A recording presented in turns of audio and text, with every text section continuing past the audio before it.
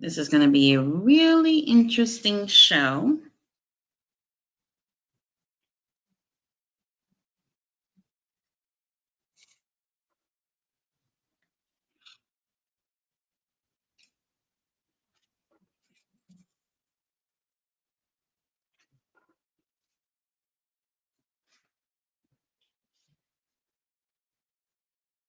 Okay, look at Hook.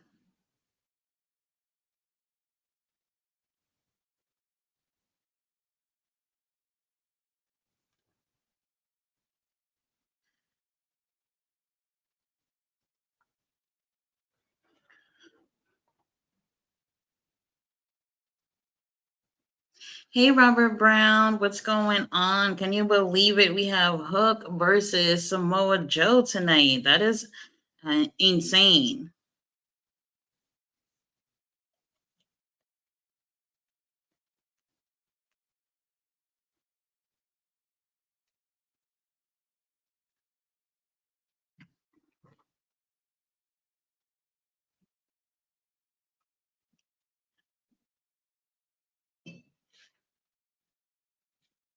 That is just so crazy. They actually posted like a 3 hour video of Hook or whatever. And I was just like, I had no idea guys had 3 hours of Hook to show.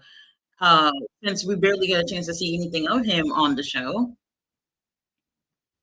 Well, we got our first match of the night coming on. But okay, for the TNT title already. That's interesting. It's our stepdaddy Christian.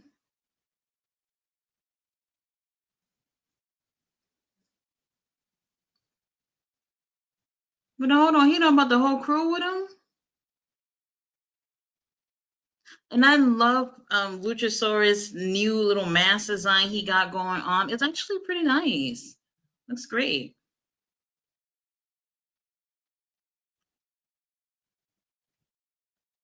Look at people just booing him. Y'all don't recognize greatness in front of your eyes. Christian is definitely one of the best.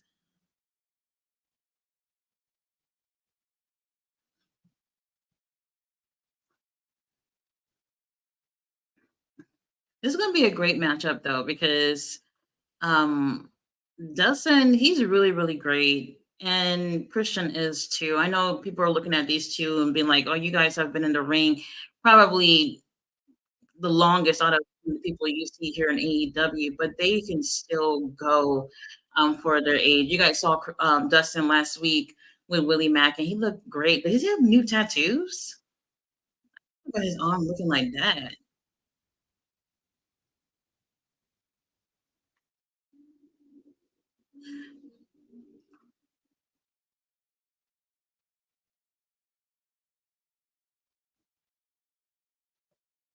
All right, so Mama Wayne then come out.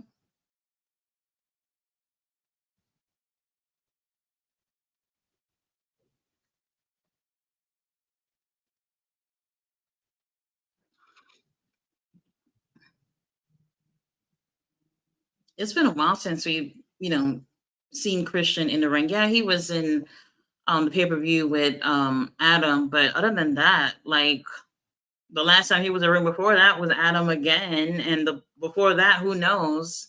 He hasn't necessarily been defending the title much. I mean, I guess that's okay, but when you got a hungry ass roster like you see in AEW, these titles should be defended a lot more often than we see it to be.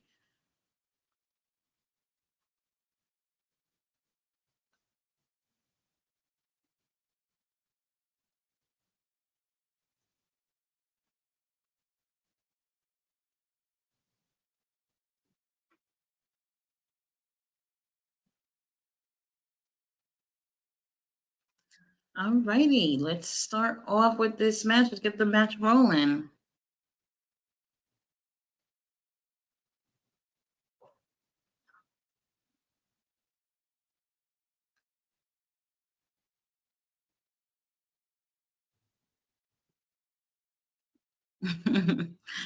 I love how they're booing Christian.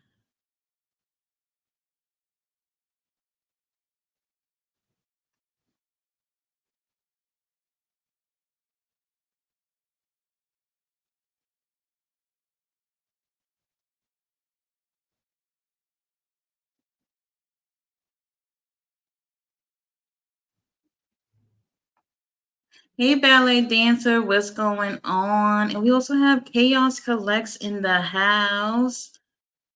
We got a very interesting Dynamite tonight. Can't wait to see what happens during this main event with our homie Hook.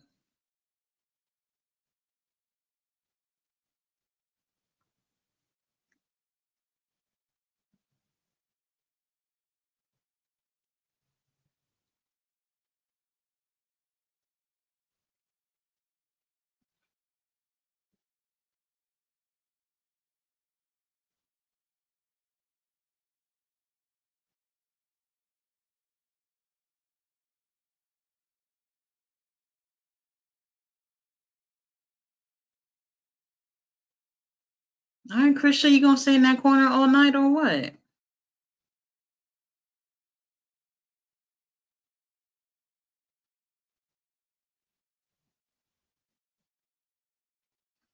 Oh, and also we get to hear from the Young Bucks too. That's gonna be interesting because a lot of people is just like, well, we just gonna wait until they confirm if they're gonna be the opponents for Sting's last match. I know a lot of people was not expecting the Young Bucks.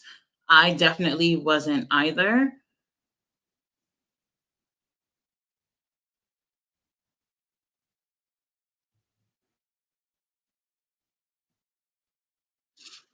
Ballet Dancer says Christian Cage has kill switch at ringside. Get that other guy up out of here. Apparently Nick Wayne's the favorite, so he ain't going nowhere.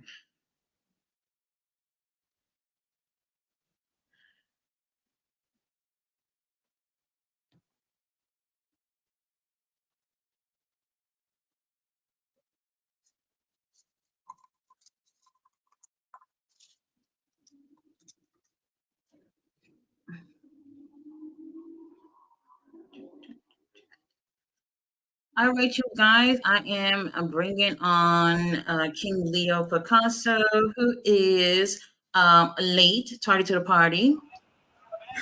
What's going on, everybody? Sorry for being late. Everything went wrong right at the end. It always does, doesn't it? Yes.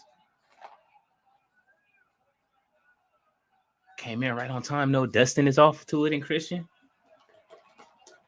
Well, damn. Like everything came on at the same time. Like he jumped into the stream and all that.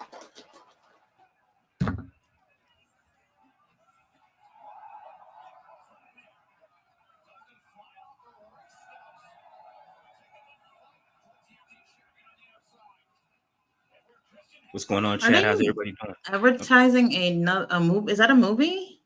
No, that's the game. Oh, game. Okay. Yeah, Suicide Squad is coming out. It's yeah, Warner Brothers owned. So maybe that's good news if they still advertising. I guess. I wonder how things worked out for that other video game. Which one? Do you remember the Texas Chainsaw Massacre thing? It did pretty good. Honestly, I didn't really hear anything about it after that, but that was very strange. Very strange match. Those games are very like it has its base, like, you know what I mean? They have people that play like that, Friday the 13th, Texas Chainsaw, and what's the other one? There's one that has like all the characters in it, so it's really just like like monster chase games, and one person's the guide, and Texas Chainsaw is fun because you get to play like the family members, and then you play the survivors too. Might be a fun game, but incorporating that in a wrestling match is different. No, that was interesting and wild, and it probably should have never happened. Never. All right, we are in picture. I heard the main event's gonna be commercial free. That's very interesting. Yeah, then he said it's gonna have some spillover too. I saw that. Oh God, I wonder what's gonna happen. So, what does that mean? The main event's gonna start like what 5 minutes before the show would normally end? I hope not. Did they announce who Sky Blue was fighting yet?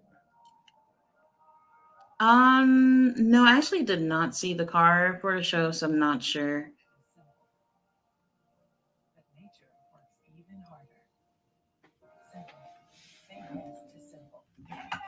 Oh, we got Ballet Dancer says, I wish Nick Wayne would go somewhere. He's as dry as toast with no butter. Let me Oh tell you man. something. Nick Wayne just has this look, like a face you want to punch, right? It's just like, oh, I guess when that happens, they're doing their job right. But he's annoying to look at. They better start using him like Dominic Mysterio, man. Get him, let him eat all that heat up, man. I was watching what's the podcast that Bubba has? I forgot what it's called. Well, anyway, Busted he was open. talking earlier. Yeah, busted open. He Hmm. was talking earlier about how they could really blow up this whole thing with Jack Perry and New Japan or whatever. According to him, they're looking at it in a way as Jack Perry's still with AEW or whatever. Honestly, I really just don't know. You don't I think really so? don't know. Obviously, AEW hasn't acknowledged anything. Jack Perry hasn't said anything after that either. So, not sure. I don't know. I think it was definitely was the smartest move to let him go over to New Japan for the first match if he's still with the company. Let him start building interest in the heat. And by the time they bring him Hmm. back over here, like he'll have that heel heat, like they were saying. Like I was saying it last week. Like, yo, bring Jack back, man. Like he Not sure. came up. Yeah, if only he could really pull off the heel thing, Hmm. then great. I don't know if anybody saw the pay per view or they saw the clips. He does look a little bit different. He's definitely a heel, obviously. And how would that work over in AEW? I don't know. I don't know. Those few weeks before the whole little fiasco happened at All In, I really wasn't convinced with what Jack Perry was doing, but I figured it was going to take some time before pretty much anybody would be convinced of him being a heel. Well, damn. Dustin Waller. I heard his contract is up too. Who, Dustin? Mm-hmm. It's coming up soon. You think he going to WWE? I don't think so. Nah, unless he wants a legend deal, I don't Definitely. see He's it. he's done. He'll What they probably gonna go do with him over there? legends deal. That's it. I think he'll probably go work with his brother. But he has a school too, right? Yeah, he has a school too. Mm-hmm.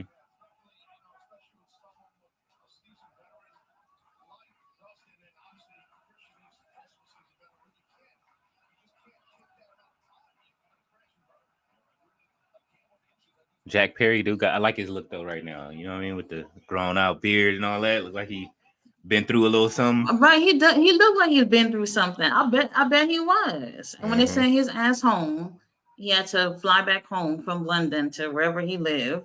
I'm pretty sure he reflected a lot. And actually, Samoa Joe had a interview too where he briefly talked about it, and he was saying that people are just blowing the whole situation out of proportion, and no one should really be talking about it because it really wasn't that big of a deal. Mm-hmm. That's what he said without really getting into details about it. But we know Samoa Joe. Samoa Joe is that type of dude. He's not with the drama. Mm-hmm. So even if it was a much bigger deal than what he's saying, he's not going to sit there and spill all this details about it or whatever. Especially as champion right now, he don't give a fuck. He got a title. Who cares?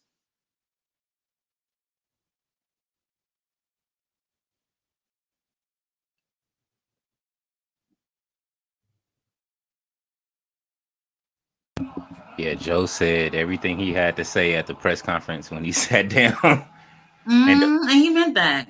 he made himself the Undertaker of the back.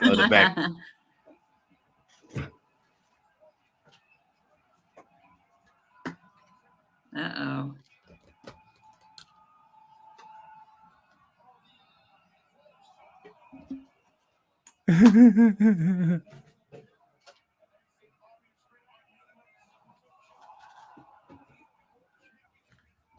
Let's go, Dustin. Okay.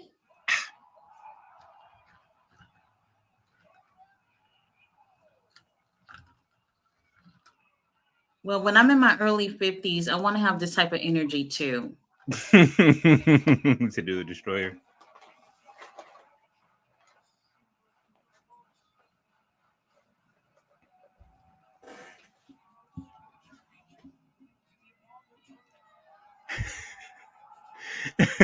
Look at Nick Wayne. Oh my God.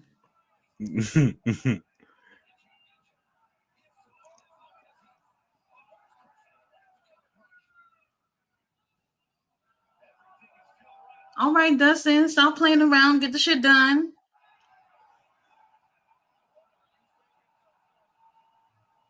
Oh.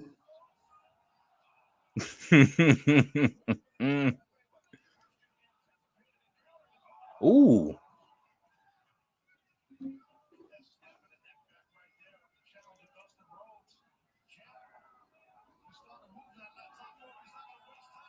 He ain't gonna win with that. I was gonna say if he went with that old ass frog splash. Not when the title's on the line.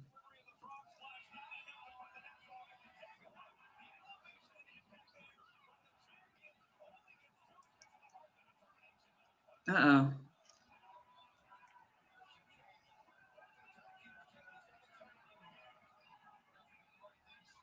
All right, RP move. What the hell? Come on, man. Oh, come on. What the hell did Nick Wayne just do? Nothing. I was That gonna little say if distraction for what?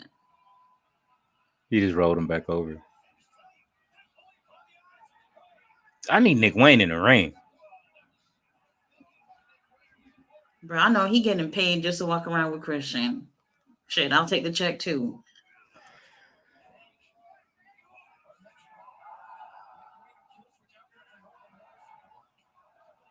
I'm gonna start looking on the indies and see if he got some some bookings out there like everybody else does. Try to find some indie scene bookings.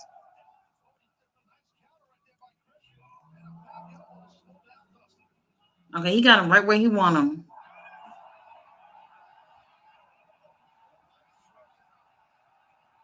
Shattered Dreams.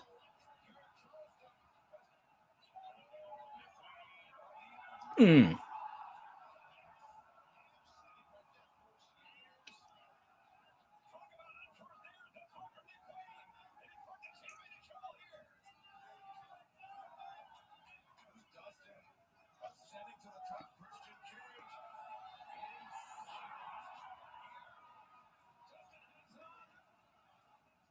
Okay.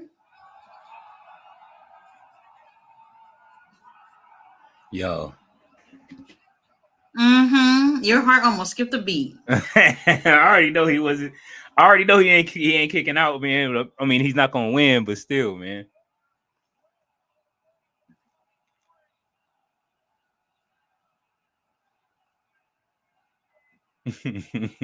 You see Nick Wayne wingside trying to make himself useful to Christian. Luchasaurus is finally doing something.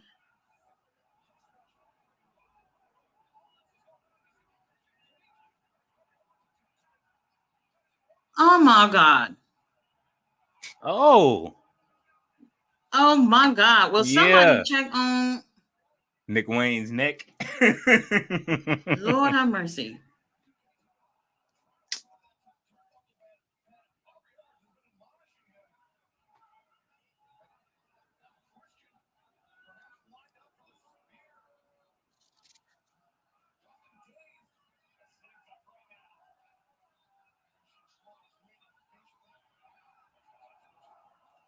What? He just gets up from that like it was nothing? You're not going to settle a little bit? Well, this got to be it. Oh! Oh! All right, Oh, Dustin. okay. That looked like that was it. I don't know what's going to take to keep this dinosaur down.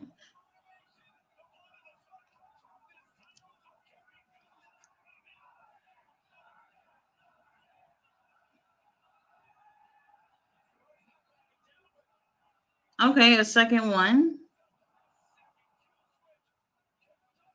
Damn. I mean, well, we knew it wasn't going anywhere. I'm just saying. Why he still got him pinned?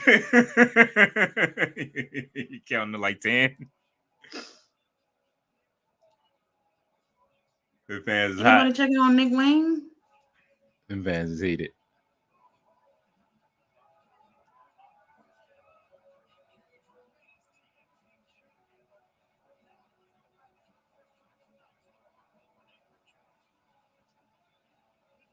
All right, here comes Swerve. What? Why? I told you his eyes was getting darker every week. I told you. You thought I was playing 2 weeks ago.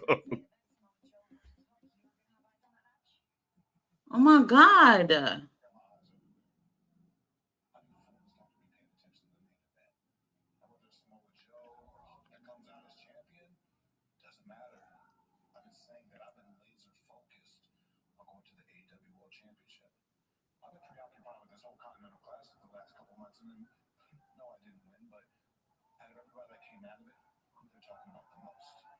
Mm-mm. Right, Swerve. That being said, that makes me the most dangerous man going after the most coveted prize in the industry, the AEW World Championship. Lord have mercy. Coveted prize hanging out a page. Like I said, the guys everywhere. Hangman Page is impeccable in ring performance. He was an impeccable champion. I watched this man defeat Kenny Omega. I watched him beat Bryan Danielson, and I watched him win against John Moxley in the Texas Death Match. And up until recently, I watched him run through Roger Strong, JD Drake, and Claudio Castagnoli. Hell, if God opened up the clouds above us, and he came down from the heavens, and everybody was challenged to face him.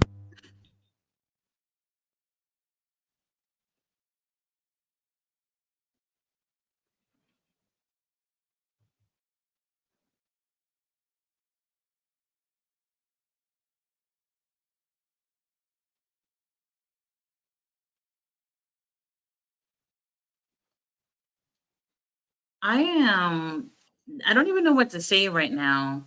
Why? What's going on? Like, I'm looking at his face. He does not look good. What happened? He got He got eyes in the back of his head and everything, man. Bro, I'm willing to bet he gets more sleep than I do. You know, as somebody who suffers from insomnia, I'd be lucky to get 3.5 hours tops of sleep every night. And I bet you Swerve sleeps more than I do. And look at his face. And those makeup artists back there that be hooking up the girls just to sit in catering, why are they not hitting up Swerve and be like, hey, let me do something about those dark eyes? Because they're making them darker. They like, let's add more. Let's have you get more evil as time goes on. I don't know. I don't know, man. But that really just shocked me. I mean, that's crazy, man. That's crazy. Especially with this guy having all these eyes on him right now. He should be looking his best, Oh, Dancer says we were frozen for a second. Oh, we were. All right, let's get to the comments. We have Mike in the house. Says, how's everyone doing? I hope y'all are staying warm. Oh yeah. It's been cold. But I'm used to it. This is my feet. Every time it gets cold, my whole body will stay warm except for my feet. Like, I have to have socks on. I have to. And everything is good right now. Had a cold for the last few days, but back up finally. Oh, those are the worst. When it's cold and you have a cold, ugh, hate that.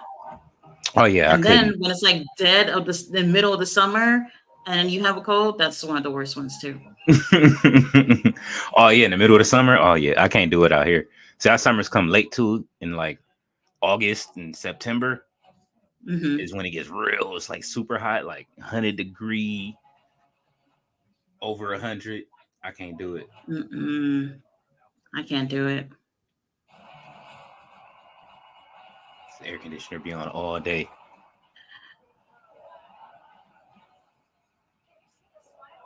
What the?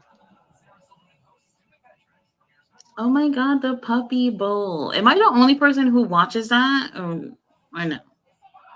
I actually think I it's haven't cute. seen it in years. Where they have I the actually dogs watch doing it. like different tricks and stuff like that.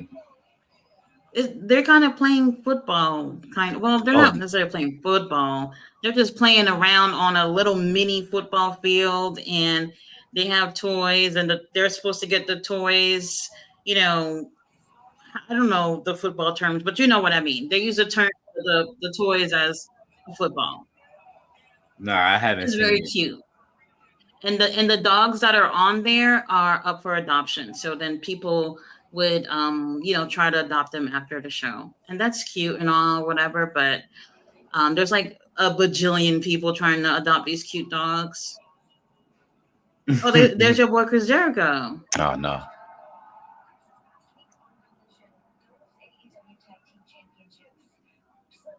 I thought they was going to keep him off TV.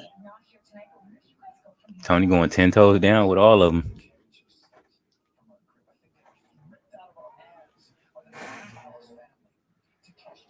That would have been the perfect time to put his ass away for a little bit.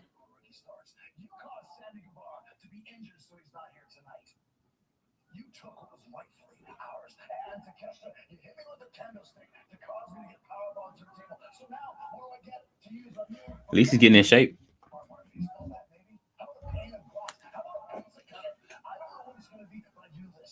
Now, even though I just beat you in Tokyo less than a month ago in a classic match, suddenly that match doesn't mean as much anymore. Now I'm going to seek and destroy your ass. Jericho. Look how they randomly threw Matt Sydal into this. This isn't you. I know you better than that. Believe me, I know you better. And to get over this loss, you need to get back in that ring. And you need to find somebody who's beaten you before, like me.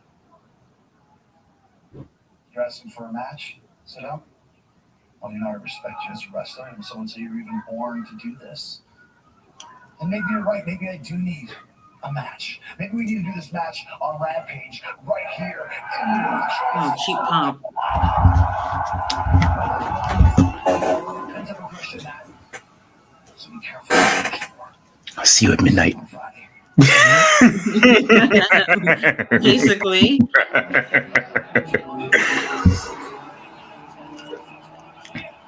Okay, everybody getting on their feet for Orange Cassidy. Go ahead and call me a hater. I am. Dude got the WWE belt in there. The Winged Eagle. One thing I never liked is like if you go to like a specific there your boy Chuck Taylor. He was injured for a little bit. Trust me, ain't nobody missed him. Anyway, one thing I don't like is like people going to different promotions but wearing other promotion stuff. I think that's weird. Like get your little pocketbook and go buy one of their damn t-shirts if you don't have one. Like whenever I go to indie shows, I never wear WWE stuff or AEW stuff. I go over there with my cute little outfits and I go buy something to support over there. That's the best thing you can do because they can use every little dollar they can get. Mm-hmm. Yeah, I won't be caught dead if the camera's panning around and I'm at a WWE show and I'm wearing an Orange Cassidy shirt or something like that. Like, come on now. They got a lot of merch and I know it's expensive. Trust me. They do jack up the prices at the events for obvious reasons because they know people are going to want to buy regardless. You're better off just buying online. It'll be slightly cheaper. I'm getting a Triple B. It is so pretty. They were selling it. Damn, how much was they selling it for? I want to say it was like $700 or $800. It wasn't. It was just a regular AEW World Title design, not the Triple B one. And I was just looking at that shit, and I was like, "Wow, that is very expensive. Too expensive if you ask me." Yeah, I feel like these type of things shouldn't really cost more than $500. To be honest, I think $500 is fair, maybe $400 to $500. 500 is very fair. I think that's what WWE's cost is about. Like the ones that they sell, like they're like $4.99 to 500. But then I know Well, they at have least another tier of them their too. bigger titles Yeah, should be at that price point. All right, but we do have the Lucha Brothers out here with Commander. Penta is my favorite out of that little group over there. Commander is back, huh? What's his name? Or Damn, what is who was her? Kalisto? Ray Phoenix? There it is. Ray There it is. I'm Phoenix. trying to remember his Yeah. name. So many masses. Oh my God. Orange Cassidy think he's doing something with them little shades on, bro. You're not.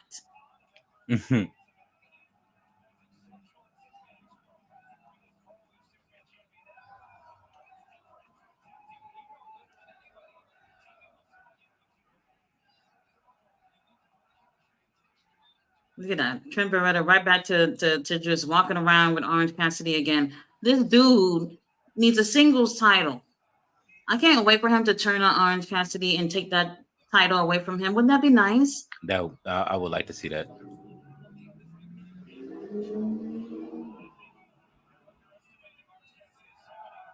This is an interesting little matchup. Where the hell did this come from?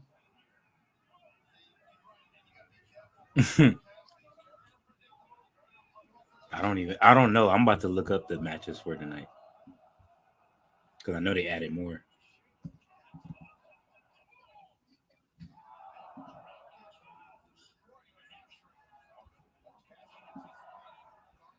And Penta can also have singles titles too. He's really, really great, very versatile. He can go in the ring with pretty much any style. That's why I really prefer him over all the other luchadors in AEW.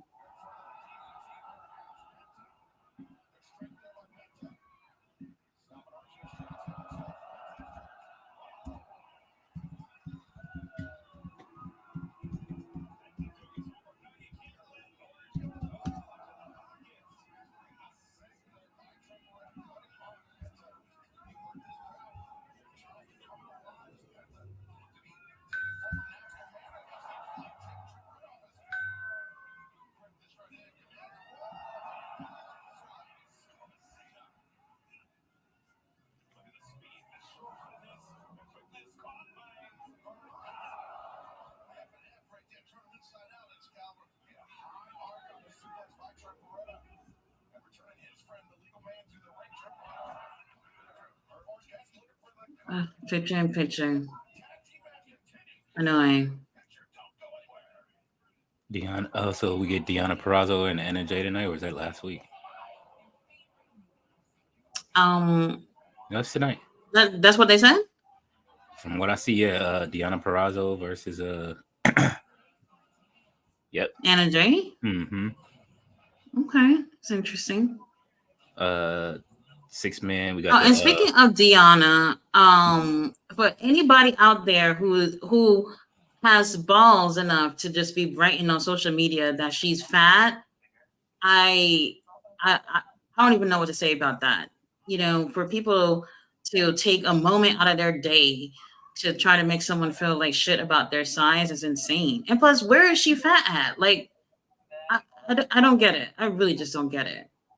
Yeah, they wilding. They it's only a certain certain audience that was looking at her and talking about her like that, because everybody that you know what I mean, most of the people on the timeline that I follow, they was over there like they was dropping bombs on anybody talking trash about it. It's been a wild like last 2 weeks on wrestling socials though.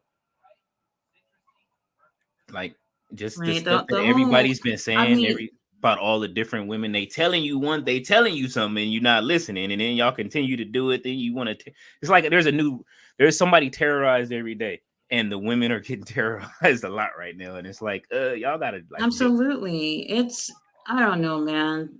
The thing is that somebody would just be brave enough to come and say stuff like that. It's just insane. You know, if you have your opinions, just keep it to yourself.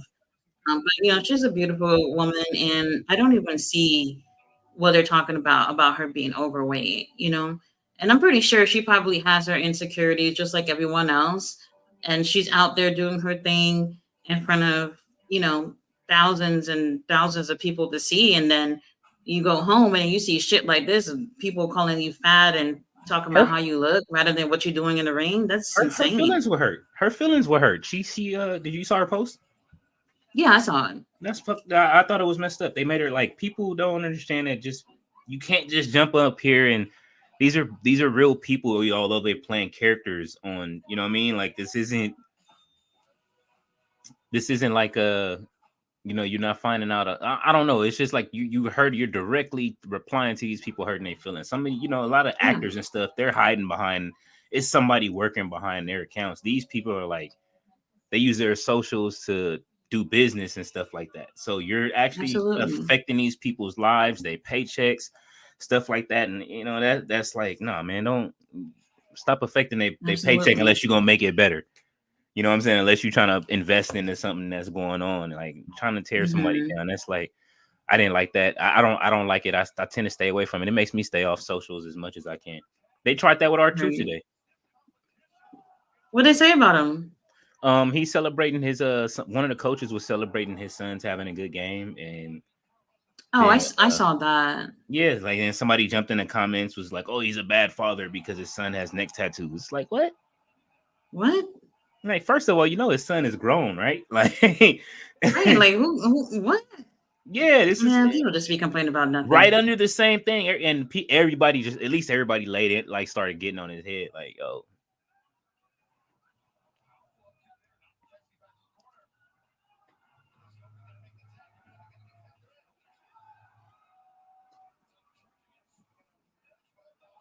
There you go. Let's go, Penta.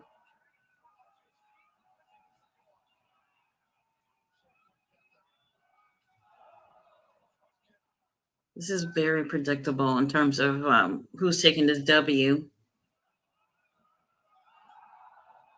Like, is this the only way that Trent Beretta's going to win if he teams up with Orange Ooh. Cassidy?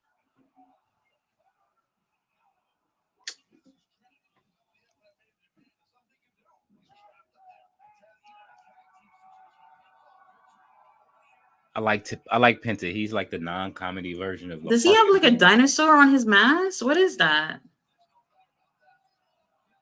It's a, there's something on his mask. It looks really interesting.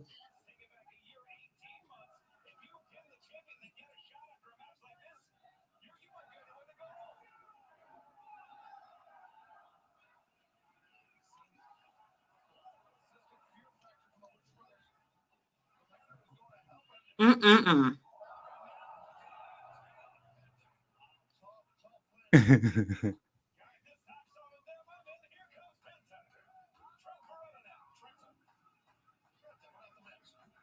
Cassidy rethinking his life right now. He like, man, look, if anybody deserves a raise in AEW is Orange. I bet you he been got it. Think so? Oh, absolutely. Did you see all those people cheering for him and getting their phones out when his music hit? Limited signups I available. wouldn't even move on my seat. All elite crate. I actually want to get one of those. It's like every I want to say 3 to 4 months they send you a crate with like AEW stuff. It's like well they do have different price points or whatever. Mm-hmm. But I think the most is like maybe $35 or $40. And you pay it how often? Every 3 to 4 months. I can't really remember. It's probably 4 times a year they actually sent a crate. Okay, a quarterly crate. Yeah.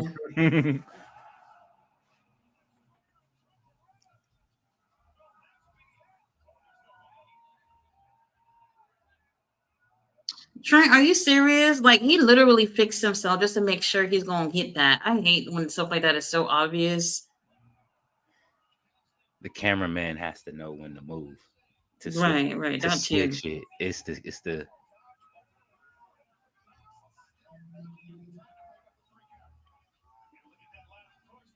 I saw some really good wrestling camera work on that pay-per-view. Oh, I gotta watch it. I'm I gonna run gotta it watch back. it. I'm gonna run it back. We're gonna have to watch it. You gotta see it. It was actually Yeah, pretty good. probably gonna do it on the weekend.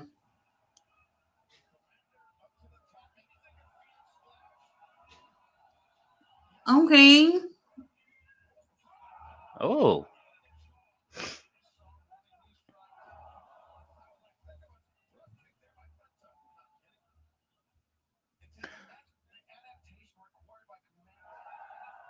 What's everybody's Look at Orange Cassidy. what's a movie title stand for 2024 in every match? Uh-oh.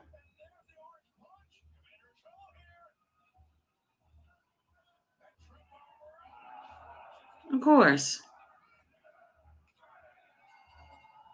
Of course. Trent, you should get mad. You should get so mad and take it out on Orange Cassidy. That would be lovely. They need another heel. Why not? Like right now, just clotheslining. For real, right?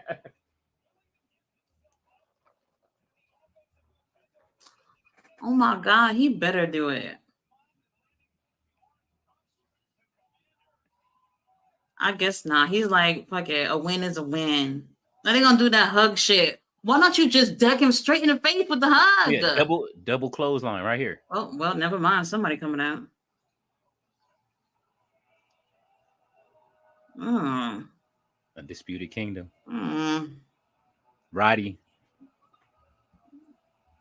And once again, no Adam Cole too. So I mean, I don't know what this whole thing was supposed to be honest with you. Like these three together makes sense. Mm-hmm. The Adam Cole thing, especially because his ass is hopping around on one leg, it's just that's killing the whole thing, because he's just not there.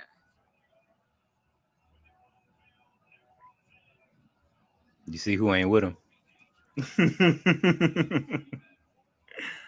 Warlow is not there.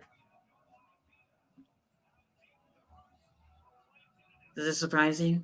He doesn't believe in the vision. Right. Chuck Taylor, wish he didn't come out. Is it me or is the lights kind of like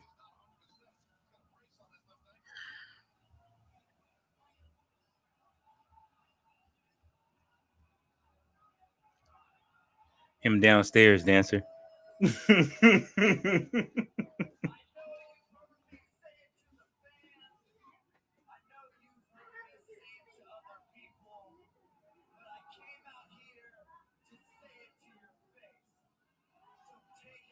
Mm-mm.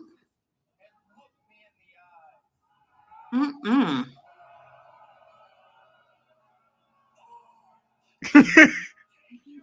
Well, damn.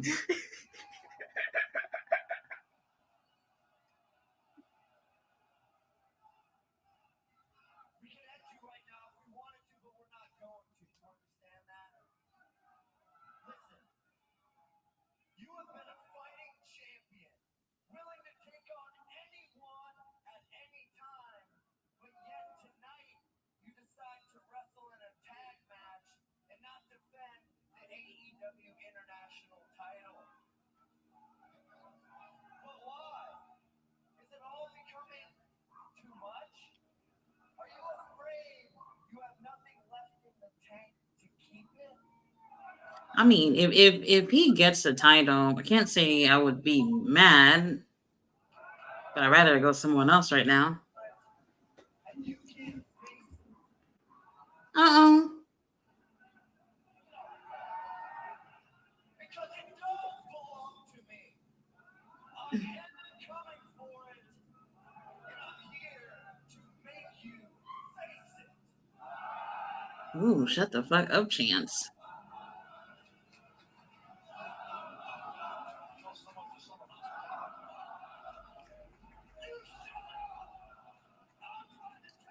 These little mustaches are a trend, I see.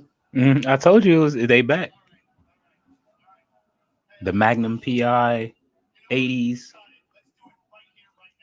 Look at Orange Cassidy. Oh my God. This is how they make him annoying. That he just did this match and now all of a sudden he want to fight again right now.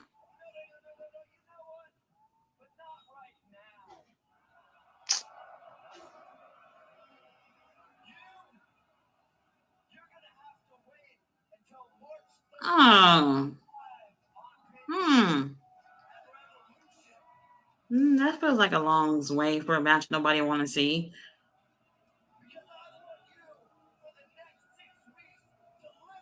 Six. Okay. Want to build a story for 6 weeks? I bet you they won't.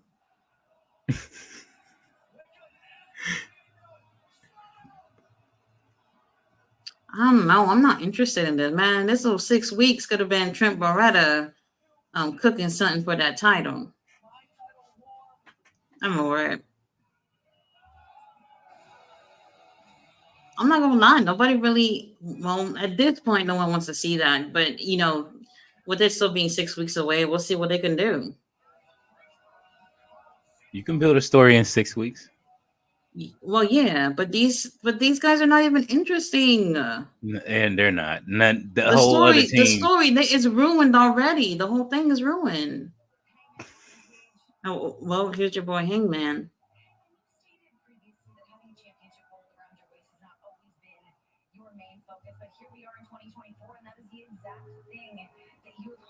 Everybody want to have an 80s Burt Reynolds Magnum P. I'm telling you this. Right, and then look at Hangman's stash too. Okay. Mm-hmm.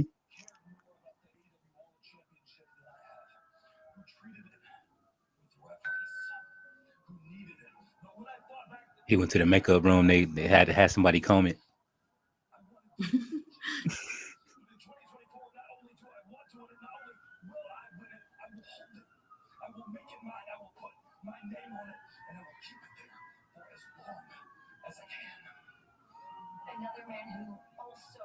I can't even believe somebody let Swerve come on TV looking like that.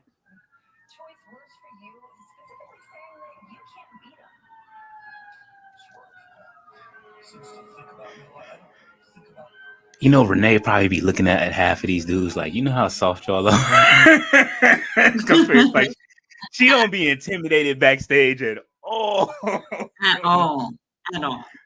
Like the shit she put up with Mox at the house. This shit is light work. I bet. And she got a toddler. When you got a toddler, you ain't scared of shit. Renee will fight one of these dudes herself backstage.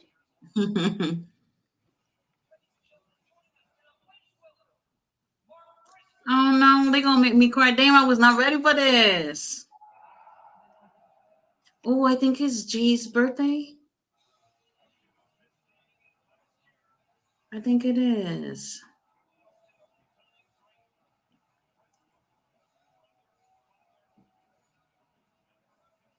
Yeah, they've been wearing. I saw a few people with the bands for Jay Briscoe.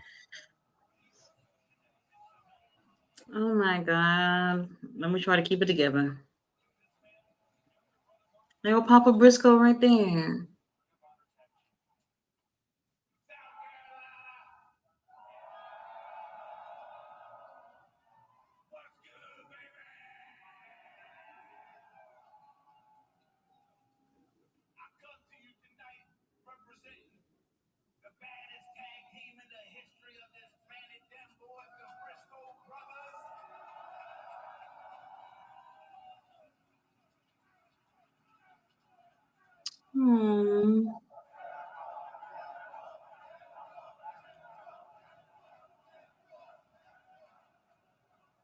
Tragically, 1 year ago tonight, my partner, my brother, passed on, man. Car accident. Moved on to the next level of existence. Say generations come, generations go. Man, my nieces were in the truck with him. And tragically, they told my oldest niece, they were injured severely. Told my oldest niece, you'll never walk again. However,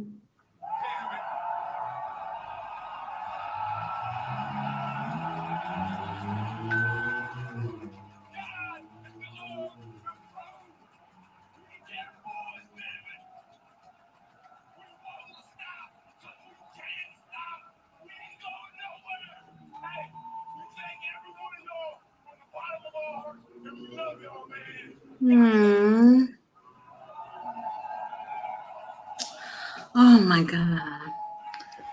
That's all right. Man.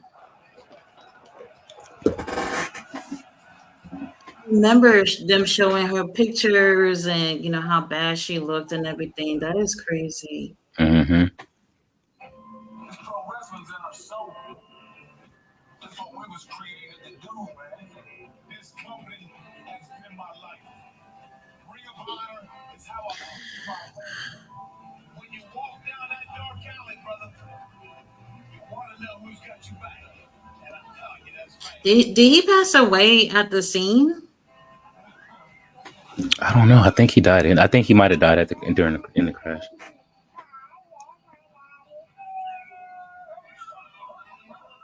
Oh.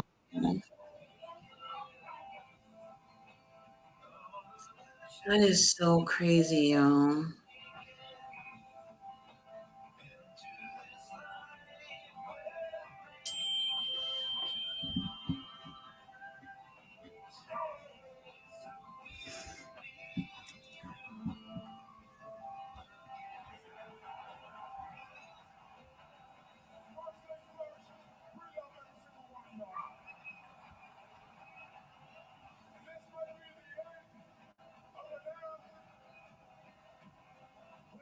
Oh, damn.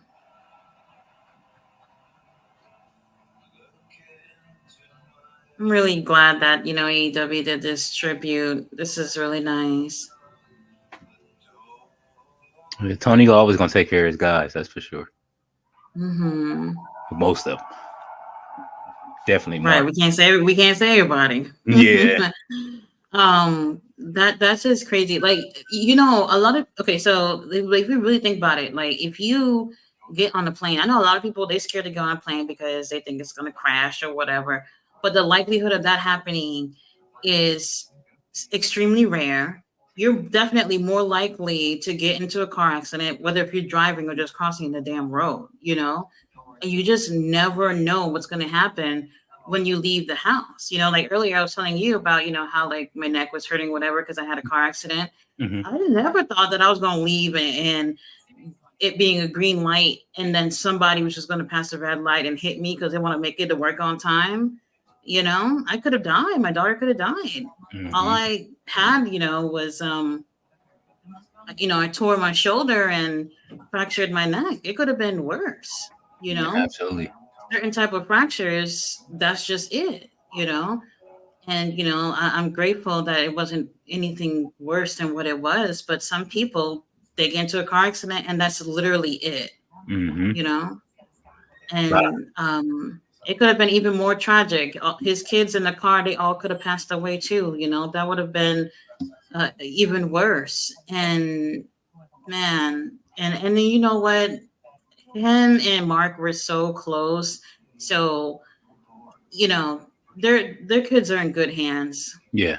Because there's families out there that's feuding with each other like enemies, and if something would have happened, could you count on them to take care of the kids or other family members? No, that's true. because Mark, he's there for his brother, and man, it's just really heartbreaking to see.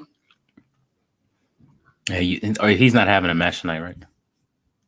I don't think so. It looked like he in some kind of little trios group with the Hardys, maybe. I don't know if you saw it the other day. It was so weird.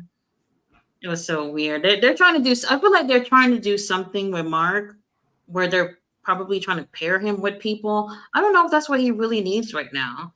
I don't mind seeing him doing singles competition too. He was great in Ring of Honor earlier last year, and then all of a sudden, after he got that injury, right before he was supposed to go for the world title, since then we haven't seen him in Ring of Honor since then. So I see we got the Mogul Embassy and the Bullet Club Gold fighting. Oh yeah, that's the day. Oh, that's gonna be a good one. Again, Deanna Prazo and Anna Jay. We still got we got Top Flight and Private Party having a fight. Mm-hmm. And then it's just Hangman Man, Swerve. Ew, the Young Bucks.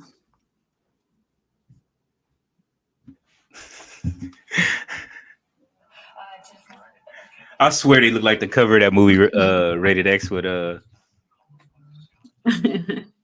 with Charlie Sheen. They just look so weird. They think this is cute. This isn't. They was ready to get their stashes. They look a little orange too.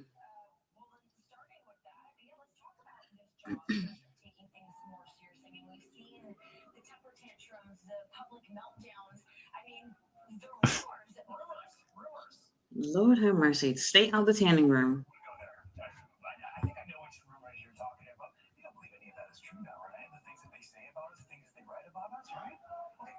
They're playing into this CM Punk thing. Let's say hypothetically some of that was true, right? Some of the stuff you read was true, right? Let me ask you a question. What would you do to preserve and protect your life's work? What would you do to preserve and protect your baby? You and John got a beautiful daughter, right? What would you do? Huh? I know what I would do, right? So just think about that when you come at us with rumors. Yeah, this is all hypotheticals, okay? And also, what would you be willing to lose? Would you be willing to lose your relationship with coworkers and your friends? And how about your reputation or your legacy out the window? You know, if you knew all that in hindsight, would you still do it if it meant that there would be a healthy, sustainable, thriving wrestling company called AEW? What are they doing right now? What is this? I like it. I don't care. This is funny. Okay, well, switching gears to keep things on track here. Let's talk Sting. Let's talk the moment from last week. Is he gonna say anything? Make your arrival back into AEW. Can you walk me through those moments? When we started AEW, you weren't there in the beginning, so you don't know. What the hell? We were disruptors. We were rebels. We sat in the face of tradition. It was out with the old and in with the new, Renee. And for a while, we were doing that. We were changing the world, and somewhere along the way, we did lose our way.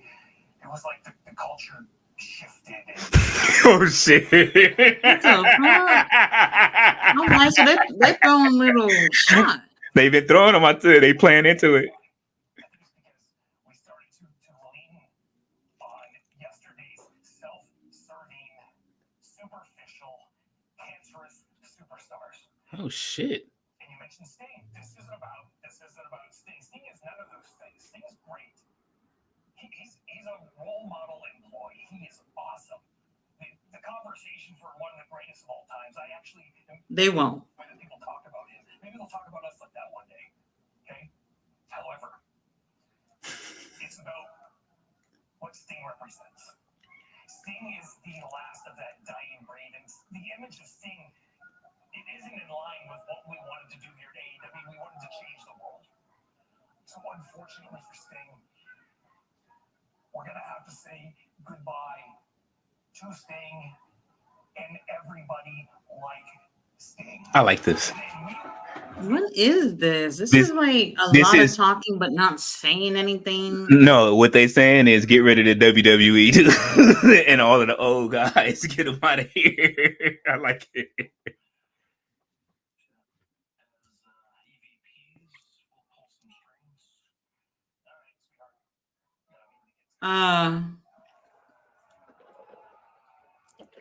They playing into. I don't know what that was. Renee looked like she had better things to do. She was hot. Like what the? That was funny. So we can expect them to go after all of the older guys on the card. I honestly don't know what to say about what just happened. They didn't really confirm the whole thing with them versus Sting and Darby either.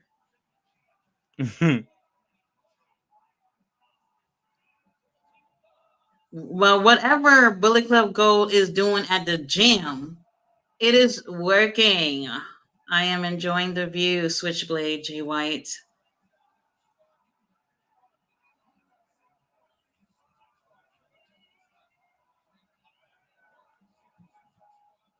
You know, I actually do like the guns in this group. But things have definitely died down with the whole tag division. So I don't even know why they're not really part of it. Yeah, they're trying to do this whole 6-man thing.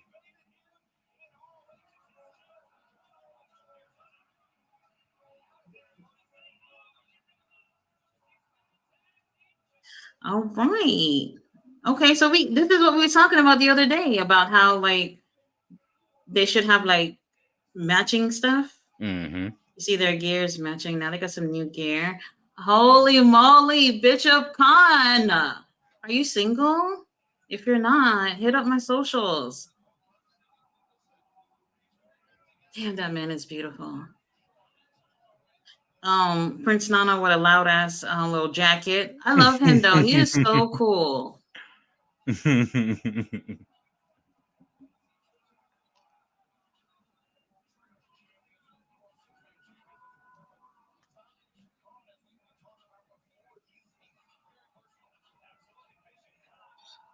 I'm surprised that these titles are on the show again. Um, Interesting.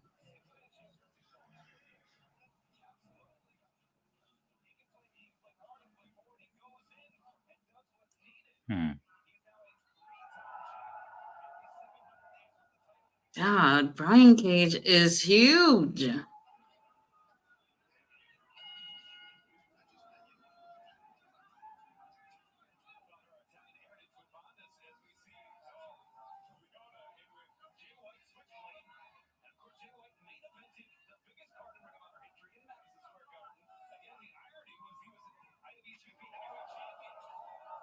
Yeah, Prince Nana's jacket is lit. I guess I'm the only one who don't necessarily like it. Yeah, I like it, man. You gotta wear the right shit with it though.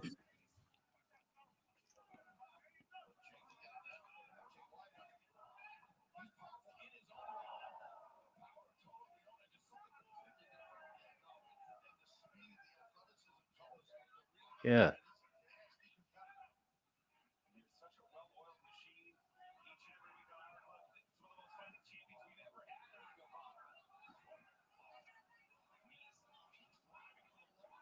So wait.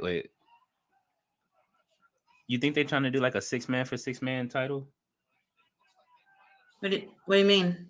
Do you think that they're because you know how they've been going back and forth with the for the trios with the trios titles? You think they're trying to unify these two titles? Oh, I hope not. Well, I mean, they actually could do that with these because there's not a lot of trios on either roster. Yeah. So they probably could do that and just have whoever it is that have the titles could just go between Ring of Honor and AEW since it's not that many trios. So I actually wouldn't be mad if they did something like that with that. As long as they don't forget Ring of Honor, obviously. Because in my opinion, Ring of Honor doesn't even have a world title because Eddie Kingston's walking around with that shit. And I understand he has a title still and he's still defending. What the hell is he doing? He started doing it now. Okay, that just caught me off guard. You remember that night when Jay White was doing it? Uh-huh. Now that took me by surprise. I was like, "Whoa, Jay White's usually serious." Look at Jay White's usually the serious kind. Yeah, Nana. I'm not surprised. That's the rapper one. So honestly, I don't really see people getting tired of that whole thing, though the dance, Nah, not at all. It's fun.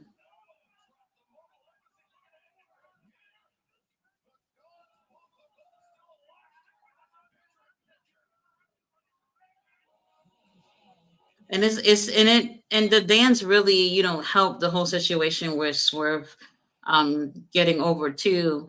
And that's what you want a manager for, manager to help you get over, however the hell that happens, Mm-hmm.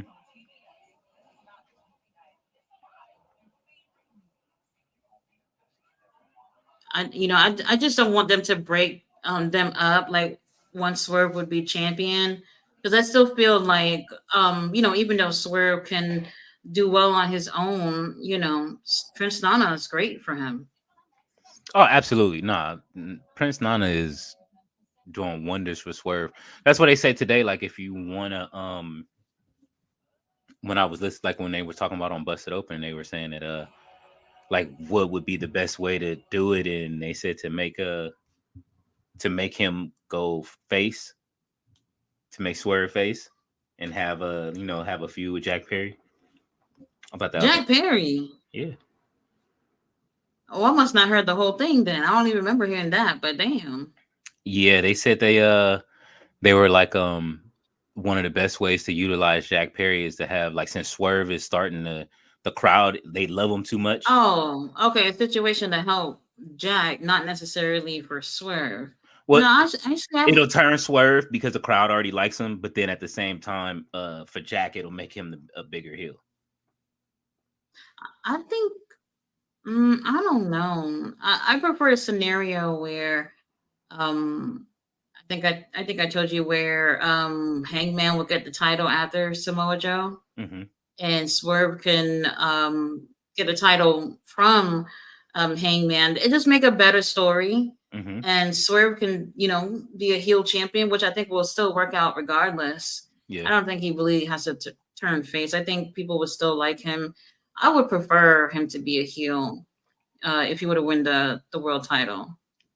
But I would not be surprised if he ended up winning, like a TNT title or, um international title before then. That's like right now, like, are the Bullet Club Gold faces now? Like, we still trying to figure Right, this because out. they're with the Acclaimed right now, and what's the name of that group? They said it last week. Shit, I can't remember their name, but they had some weird little name they came up with last week. Mm-hmm. Um, but honestly, I don't know why they did that. I'm pretty sure we'll find out pretty soon. But, obviously, with Juice being injured, um, I don't know. I guess that's part of the reason why too. Because if all four members were together, I don't think they would have did that. Not at all. It wouldn't be a reason to. Only thing I can see is them trying to unify these trios titles, Hmm. which will be good because the six mans hardly are getting utilized.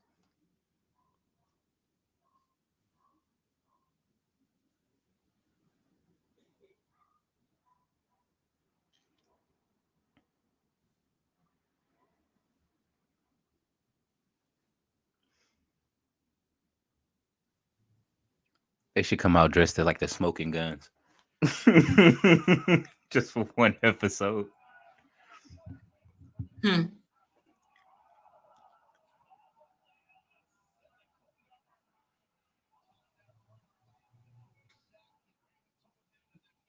I don't mind the white and red, but they probably could have did better with a red and black.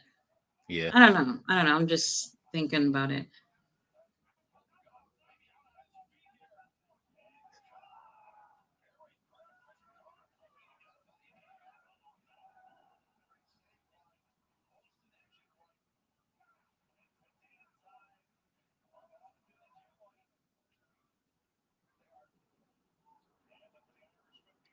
Oh,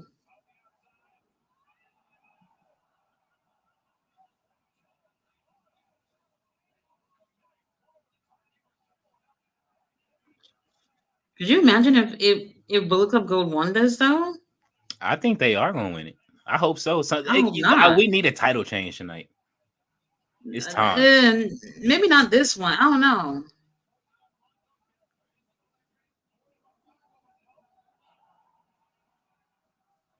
Only because I just don't see like what difference would it make. I don't know. Because Just they push. have the trios here on AEW, but they don't do anything with those trios titles either. I'm telling you, just to unify 'em. Have them in the claim, fight over the unification of the titles. Maybe have Bullet Club go win the trios.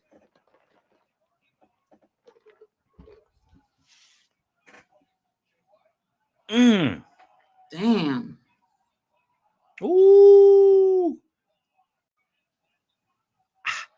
Okay, so I guess they can't say suck it anymore. Because they're definitely bleeping that out. Ain't no way.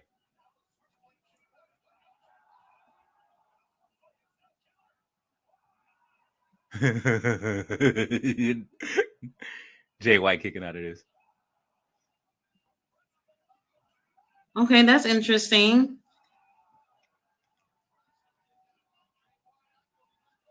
I don't see Jay actually getting pinned though. Who the fuck is that? Oh my god.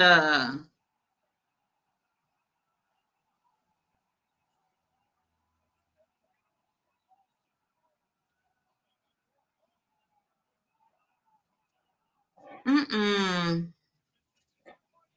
Wait, hold on.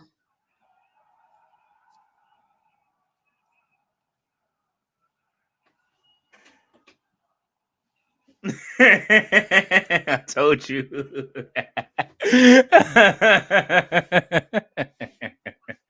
Oh. Yeah. Yeah.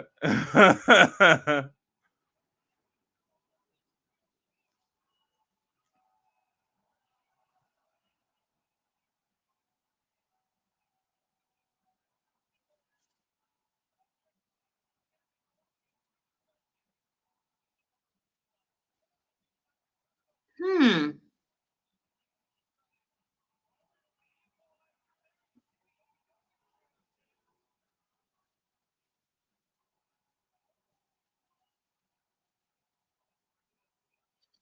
Um. Billy Gunn being champion right now is still great. I don't know how I feel about this. Oh, well, there's your boys right there. Oh, he actually has a shirt on.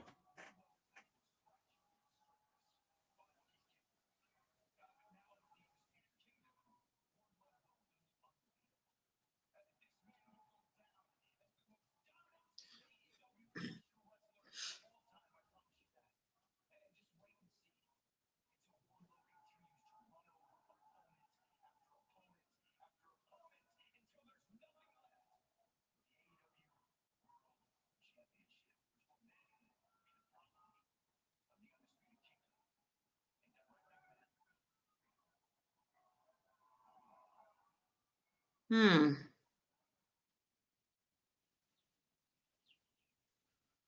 Hmm. I'm not happy right now. Normally, I would be happy that Wardlow is on screen. If he didn't have the shirt on, that would have been better. But why was there a title change? So they can do that. Like I said a million times, if they're gonna be giving these Ring of Honor titles to people on AEW and not even put them on the show, what good does that do? That's just another title not going to be featured on Ring of Honor once again. Wow. Well, we'll see where this goes. I don't know. I just where we at don't in the chat? know. Bro, I have Ballet. no idea. I kind of been keeping up. I've been watching it because Ballet been going hard. What was the point of that, though? And then the Adam Cole thing, too. This bitch was in the building. Why wouldn't he come out earlier? Ballet is throwing tomatoes. Oh. I mean, I don't know. I just don't know. And then last week, Khan was the one who took the win for the team, and this time he's the one that took the L, which is strange. I don't know what they're doing. This is just one of those times where I just feel like putting Tony Khan off to the side and just putting him into reality, because this right here just doesn't make any sense. But I guess we'll see. We'll see. This is just what I'm talking about. Does it really make sense for you to charge people to watch Ring of Honor and all the fucking champions are not even on the show? or It's crazy.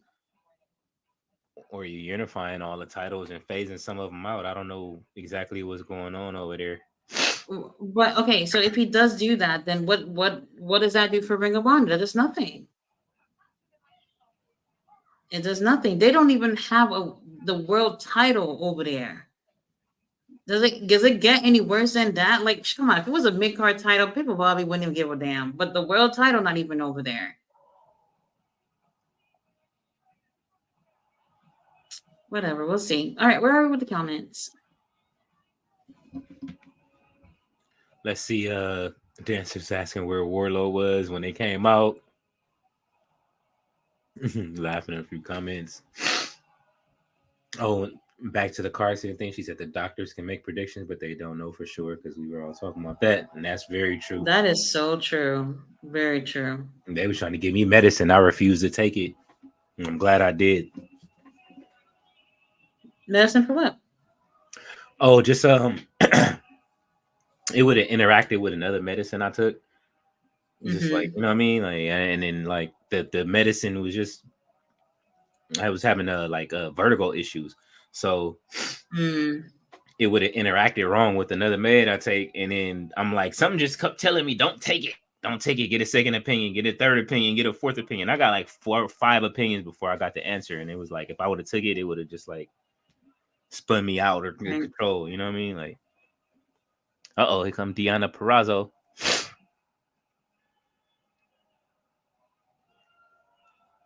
She looks great. I want to let's see who's gonna complain tonight. Nobody. All you gonna see on X is a whole bunch of hear me outs.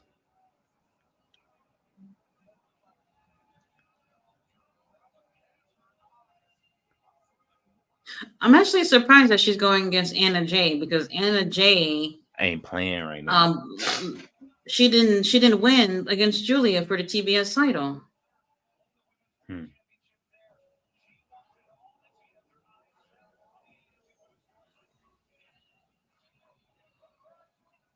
That, in my opinion, kind of would like put her like at the back of the line.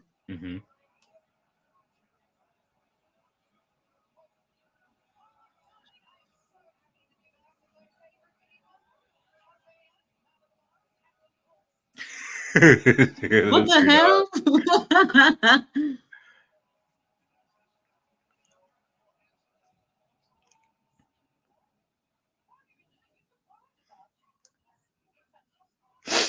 These wrestling groups be tripping me out. Somebody said Undertaker was corny earlier in his career. I was like, Undertaker was never corny. When was he ever like? Not good, man. And then they talking about Toni Storm being like, her like she's not good. I'm like, bro, like y'all don't know what y'all just saying stuff now. You know, I know when it comes to things like this, it is still based on opinions, but it's just like some of y'all just watching something completely different.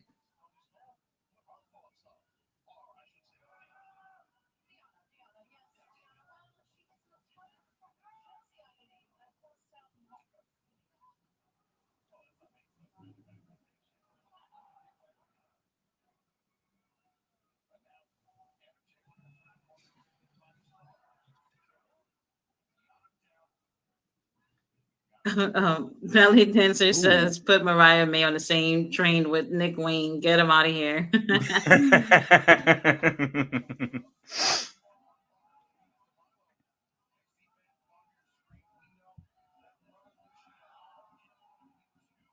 I know like a lot of people were excited about her joining AEW, but I have a feeling that she's going to be one of those people who's just, they're not going to use her, right?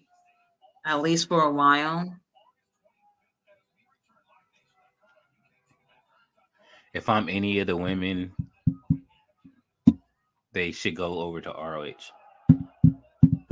Oh yeah, I think so too. You know, less girls over there.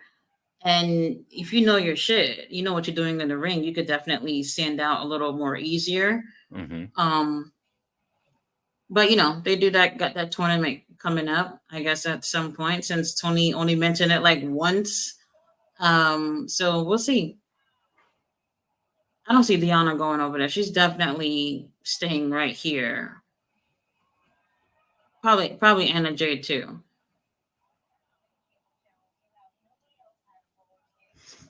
Anna Jay is pretty cool. She's all right. She's never really won me over, and that's why I was saying that her being part of that group with Chris Jericho, a lot of those people have a hard time getting the crowd behind them because, in my opinion, rolling around with Chris Jericho has held everybody in that group back. Yeah, it did them no favors at all. Like as far as the progression of their careers, just Absolutely. And from what I've been watching, like I say, like I'm a fan of the women's divisions and any, what I mean, like I pull for it. Like I say, I look forward to it most of the time more than the men's matches because they seem to build better stories and stuff like. But it's the women they need stories over here. That's the biggest thing. Absolutely. Is if you're gonna build something like right now, you can just start the story right here with this match with Deanna and Anna Jay, like, and just start something. You got Toni Storm out there watching, but who is she?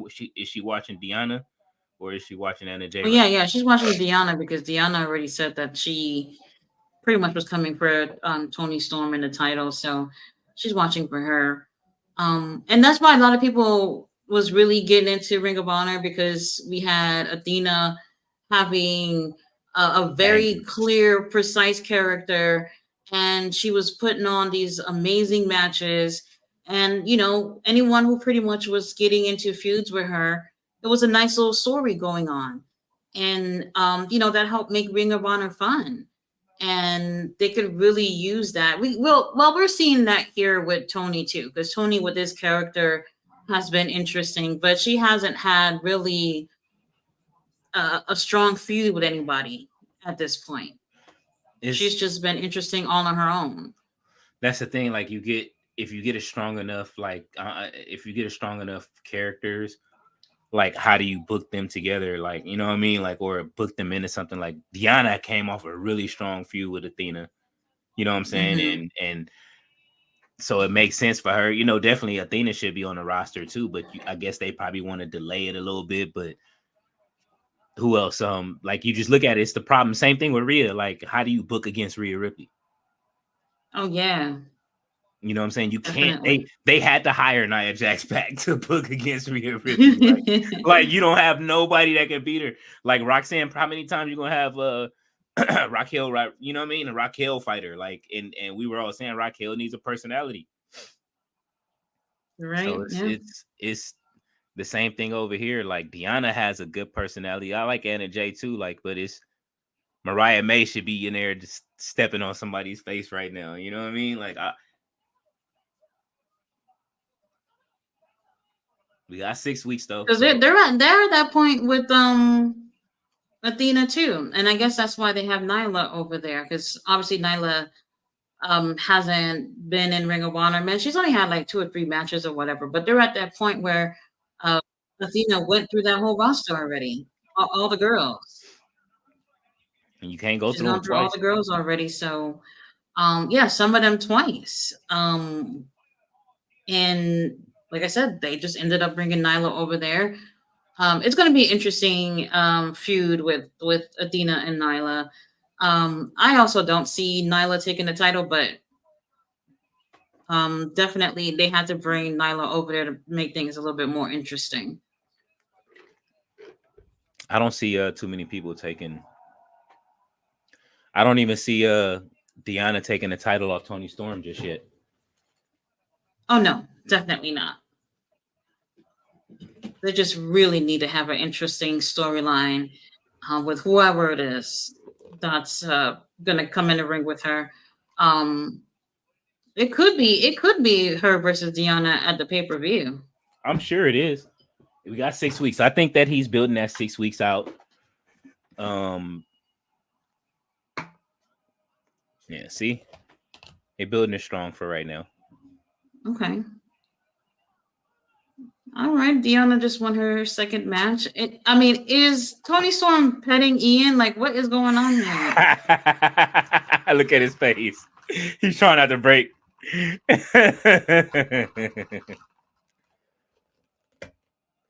See that Who is shit? that? That shit right Is there. that Renee? I'm tired of that. Stop Yo, shaking Renee is everybody's all over hand. the damn building, isn't she? She the busiest person employed over there.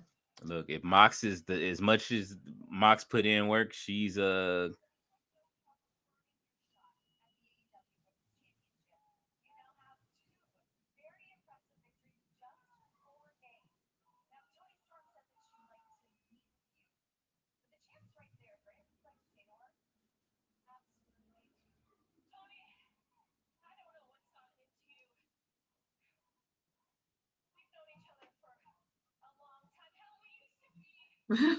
I don't know her.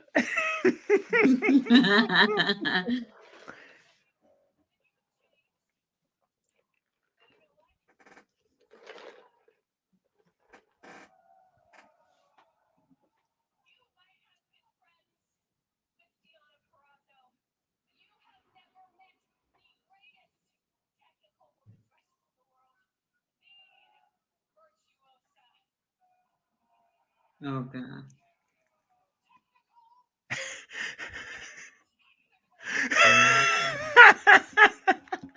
What?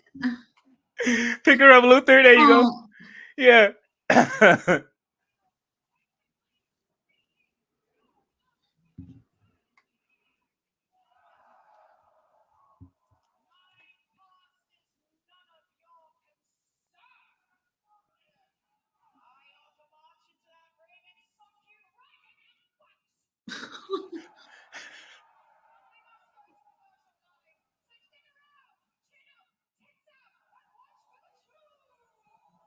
Throw a shoe. oh my god. This is so dramatic. Yeah. I love Tony, dude. Throwing sandals. That's stuff I used to do at home with my siblings. We all just throw our shoes at each other for no fucking reason. Yo.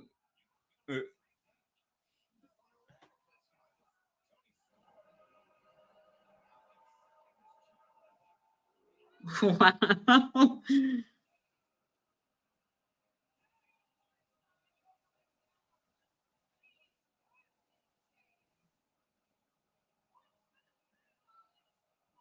It's just so dramatic. Oh man, I love Tony Storm. She is funny. Oh, Top Flight versus Private Party. Mm-hmm. I thought it was gonna be on Rampage or something. Oh, they have to do something to take up this little time from whatever the main event was gonna be.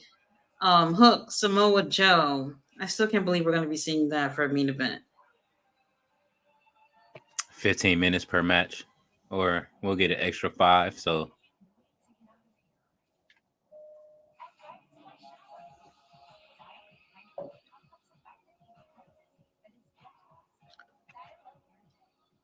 Okay, let me go back real quick because Ballet Dancer said they need to do something good with Chris Statlander. Chris Statlander got that whole little storyline thing with Stoley Hathaway. Stoley wants to date her. First of all, I thought Stoley was into sisters, but I guess not. Well, maybe. him, So he's really infatuated with her. him getting George Santos. Did you see that? To do a cameo, Yeah. like to he Right, paid him he for a had cameo. paid him for a cameo to try to get Chris Statlander to go with him. It's not working, bro. It's not working. Oh, he had got Kurt Angle to do it too. Did you see that one? No, I haven't seen the Kurt Angle one. Oh yeah. Stoke is funny. He got Kurt Angle to do it too. So he's doing whatever he can to win over Chris Statlander, and it's obviously not working. The belly dancer said, "What happened to the Renegade Sisters?" So they are in Ring of Honor. They do singles or whatever, but they mostly do tag team. They're probably there. I don't know. Most than not. Not sure if they were there last week, but oh yeah, they were, but it was singles competition.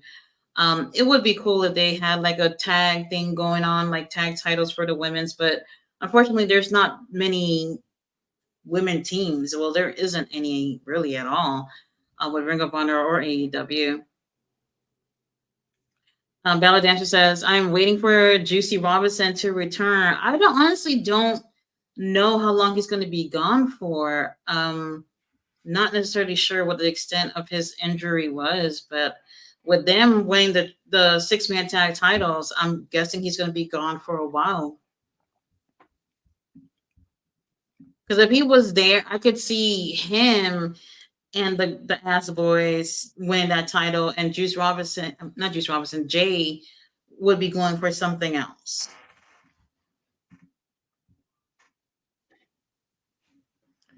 Hold on. Ballet Dancer said, I'm sick of this picture.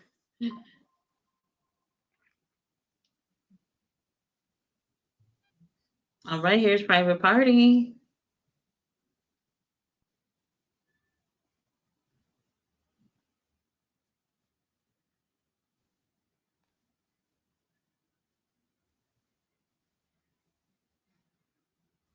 Okay, Isaiah Cassidy do-rag game is just on point.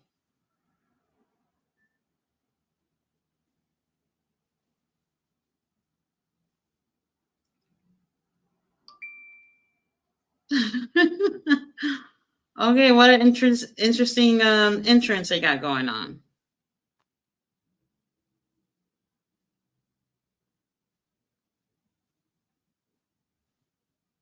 Their gear is reminding me of something. I don't know what it is.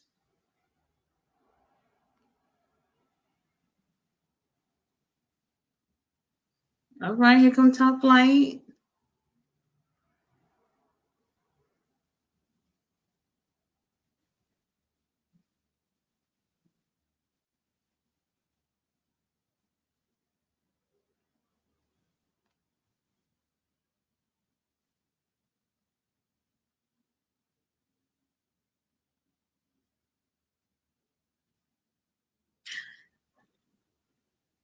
Oh, Bella Dancer, you saw the one with Kurt Angle? That was pretty interesting. I can't wait to see who he's gonna get next. Because obviously Chris Statlander is definitely not interested.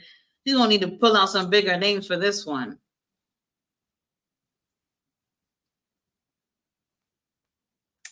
And again, every time I see this dude in the ring, I get nervous.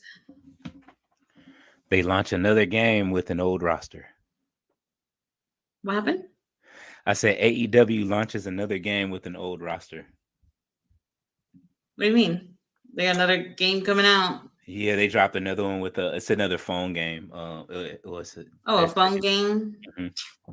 Just like I don't even remember the last time I even had a game on my phone. I played. Well, actually, no, that's not true. I play Pokemon Go, but I've always had that. I'm probably the only person playing that anyway.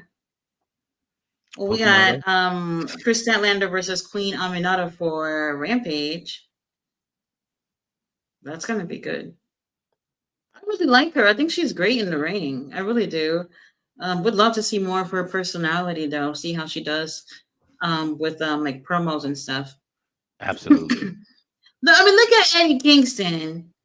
How dare y'all put Eddie Kingston in tag team action? This bitch got 3 titles on his shoulders. Yeah, he should be in no. And no. Unless he got hurt. This is what I'm talking about. John Moxley returns on Collision. I'll figure out who. Been on Collision. I'll figure out who I'm gonna fight when I get there.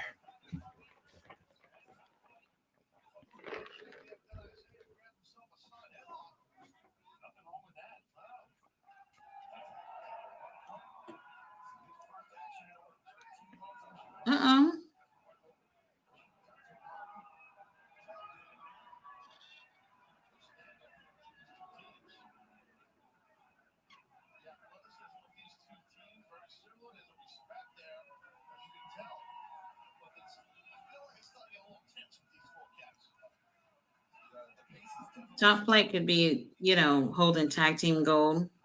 They could also be holding trios too with Action Andretti. Mm-hmm. He fits really well with them.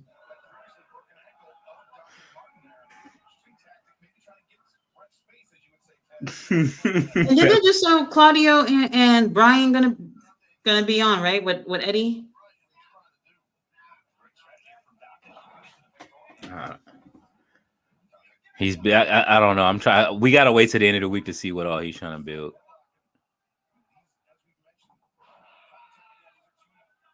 Brian had a little break and stayed his ass home for a little bit.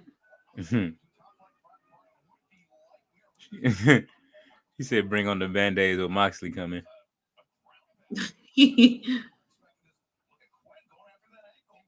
Did you see the match that he had at the New Japan? Nah, I missed it. Was it good? It really was. But he was doing the absolute most. He took a kendo stick and he broke it in half and he put it in Gabe's head. Like he took like the little splinters and he just stuck it on his head. And I was just like, whoa. If you can get past all those little foolishness, it was really good.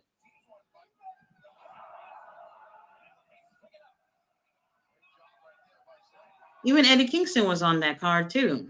He had a really great match too.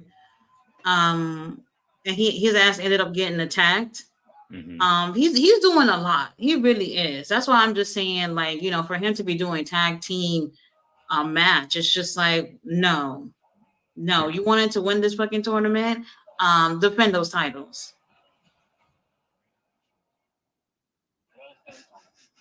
They really trying to sell that game. When was the last time Miro had a match? The pay-per-view with Andrade. Okay. They really missed an opportunity to do something really cool in terms of a story with those two. And already Andrade's foot was out the door. He's ready to go. He talked Ric Flair.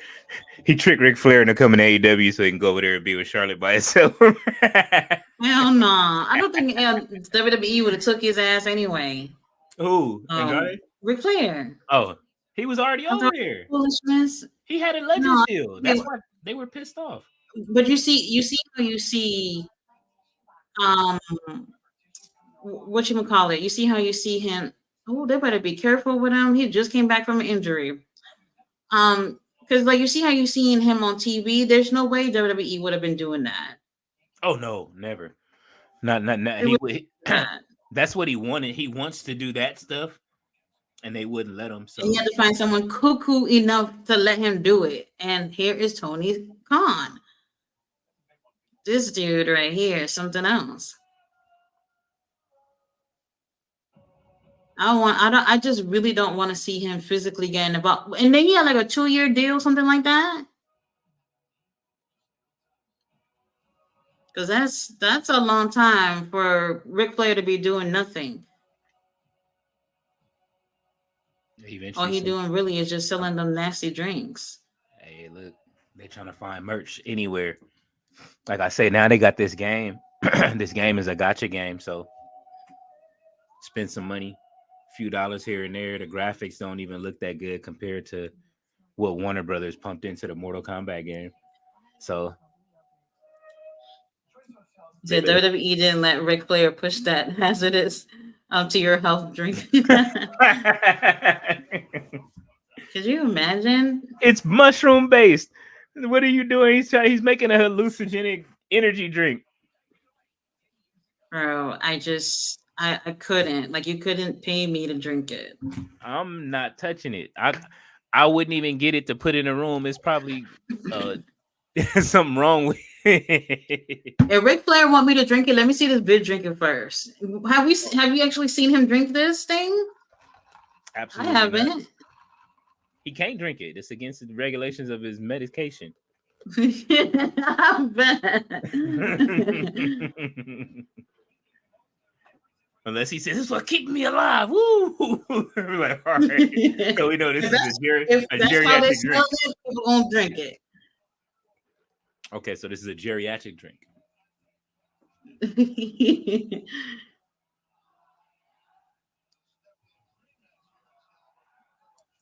Rise to the top. Yeah. This just came out, right? Because I never even heard of Mhm. this. Yeah, it just dropped today. I was on the website yesterday and it wasn't there. So You played it? no, I was thinking of getting it. Trying to see something real quick.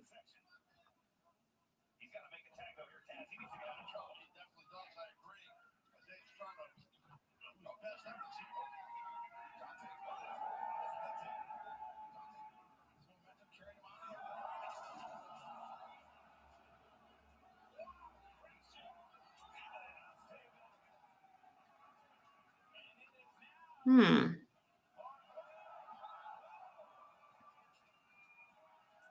Okay.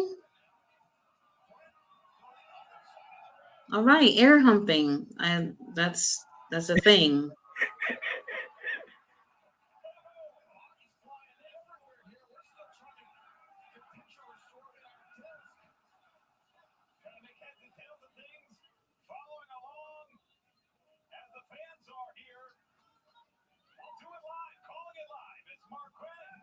They might win this.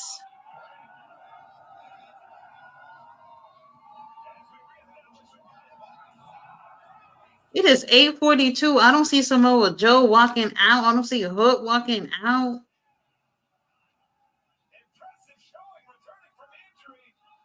Tony Khan probably told these four to keep it going as long as possible.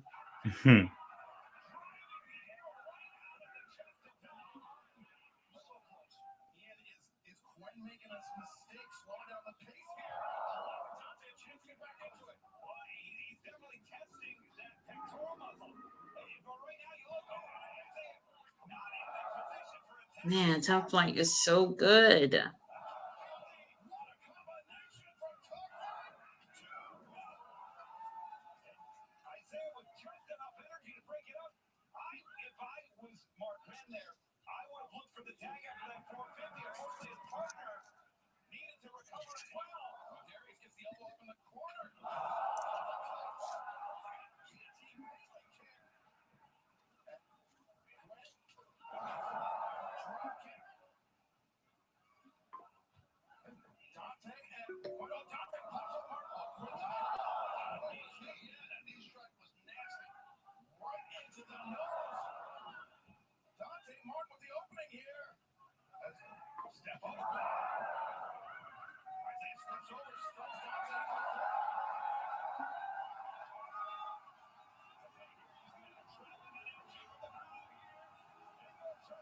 Okay, they're doing so good.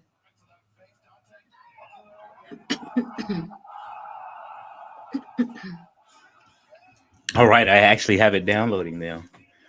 Oh,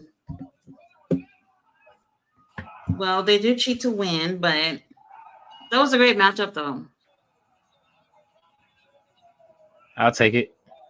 Somebody needs to turn bad. I need heels. And not the Prince boots. I need some. I need some heels. All right, it is 6:45. We got about what This 5 is minutes? crazy. Oh, there goes actually. They go. Ain't that Andretti? Yeah, Action Andretti.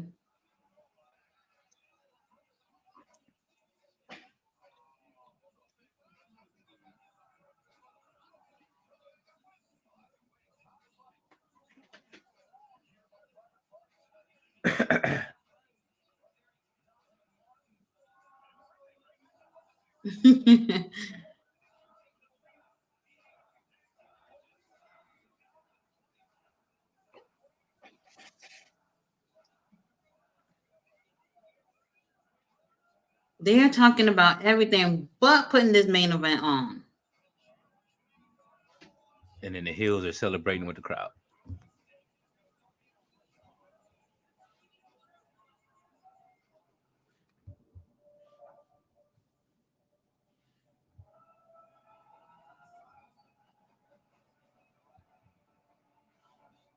Darby lucky though.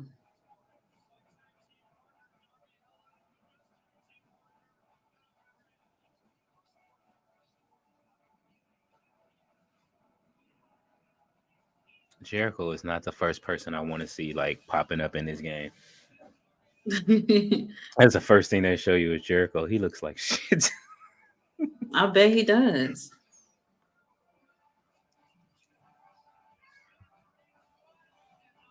It's showtime. Kenny Omega says, "I know it was you. My car was filled with oatmeal and protein powder." Ugh.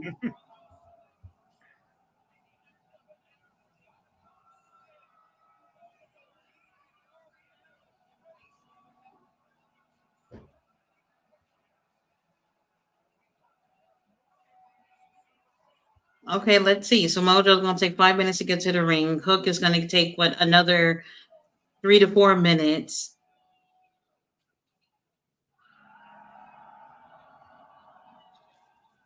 All right, here's your boy Hook.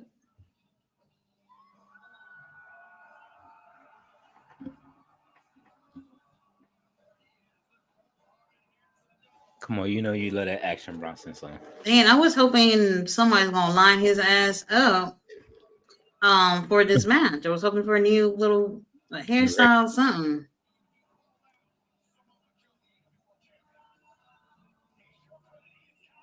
I'm sorry. He looks like I love tattoos, but Hook got some of the least interesting tattoos I've ever seen on a wrestler.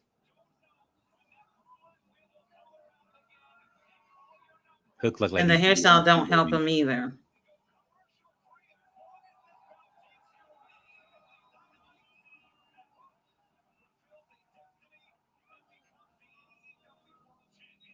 Did you see you know how they do the AEW timeline thing? They had a 3-hour video of Hook. And I'm just like, where y'all get 3 hours worth of Hook from? She said 3 hours worth of Hook. I'm so serious. Like, where?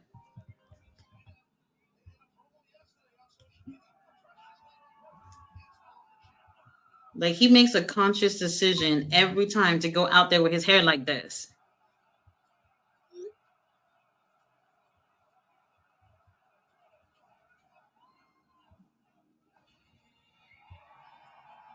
He's our champion. Look at that title. It's so pretty. Look at how he's walking out there.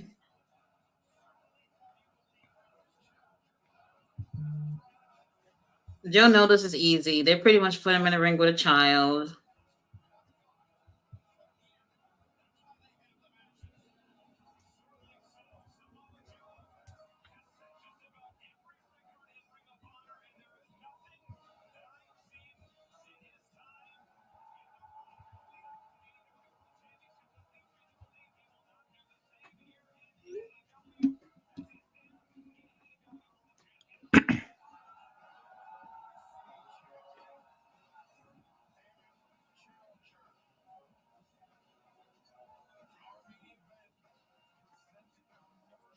You're not even gonna look at him.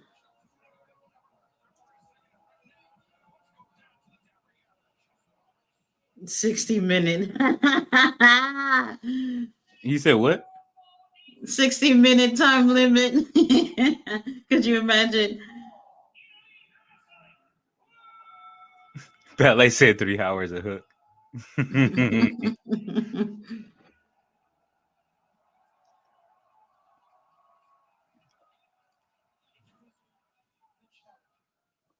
201.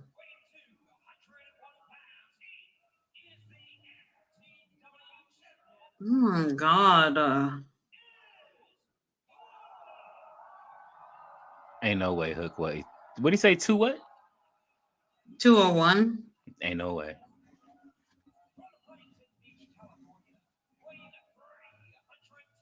The belly dancer says this better be a squash match. I'll take it. I always complain about it, but I'll take it in this case. Hook about my size, and I'm like 180, so they dying. There's something about him. I don't feel like that's 201 that I'm looking at. Like, no. His basketball shorts have extra weight. It's like a weighted blanket. Oh, I miss a Triple B. The first title defense. He got his side plates in. Like, yeah. If he could put Burberry on the belt, I could have a Triple B.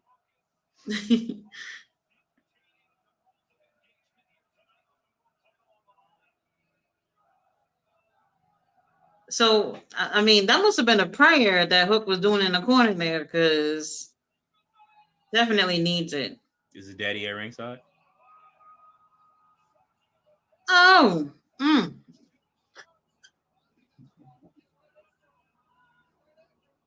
Ooh.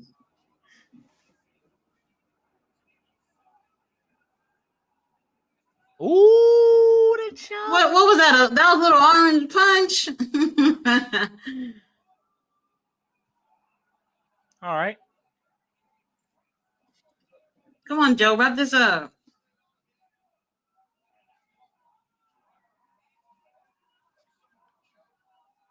This should have been like this should have been like how they did Kofi Kingston. Like Oh. 15 seconds. Get him out of here. Put him in the ring, straight muscle buster.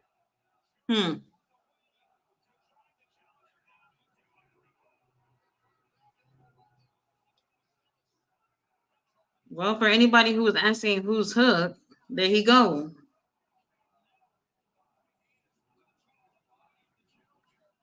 I wonder if Ginger's watching this. I'm sure he is. Taz called him.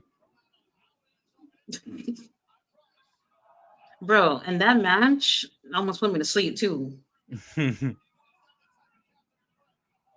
really wasn't that great, to be honest with you. I wonder what the ratings were for Raw, but still, it wasn't that great. And then they're saying Seth Rollins is injured and shit too. Yeah, I mean, you saw it when he came down on his leg. Mm-hmm. I mean, I hope it's not bad, but that could change things, especially right before Royal Rumble too.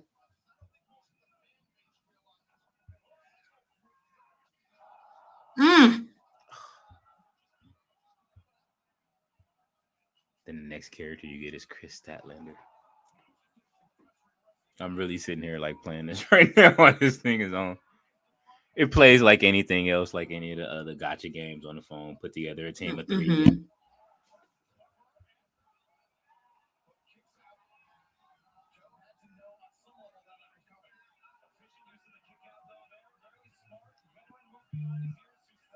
It's so old. It's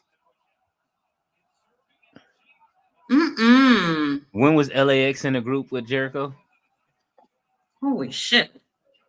Definitely more that that almost feels like 2 years ago. Close to that. Oh, Hook is doing something. Oh, something.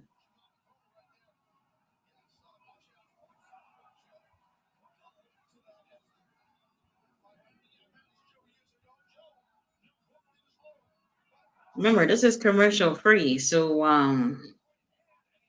we'll see.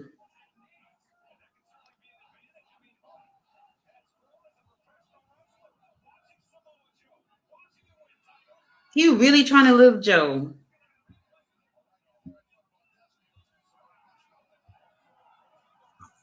Oh, He's actually giving him a good match.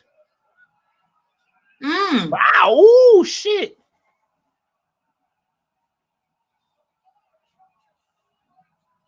Look at Joe.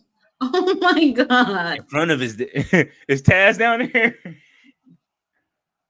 Oh, he should be down there.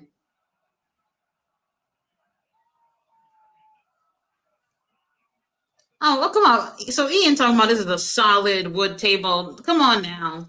They done just threw a paperweight at the damn table and it crashed. Look how it's in pieces. Hook got a concussion.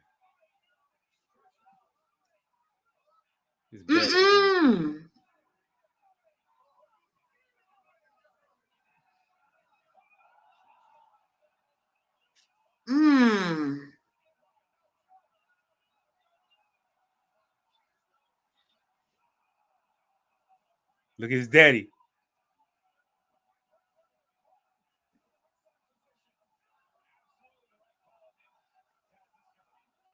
Mm-mm.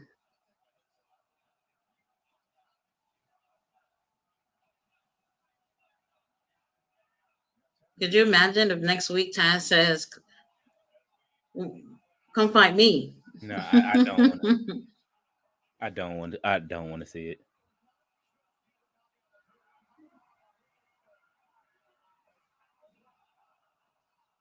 He's gonna get up. He's gonna get up. There's no way Mhm. he isn't.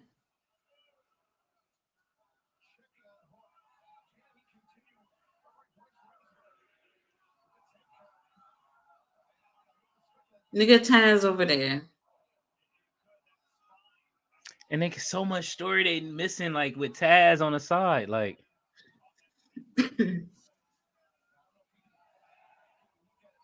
Taz went from seeing his son get bullied on social media. Now he got to watch his son get his ass whooped right in front of him.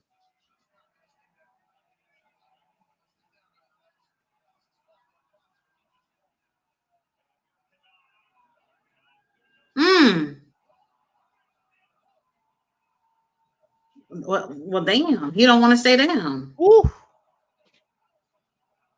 hell of a power slam.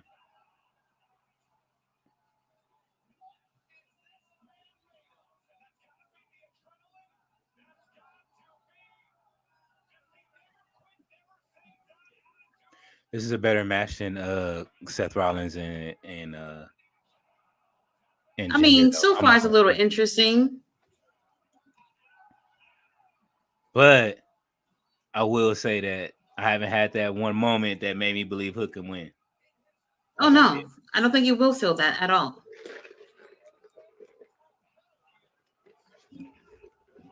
She said, "No, it's not happening."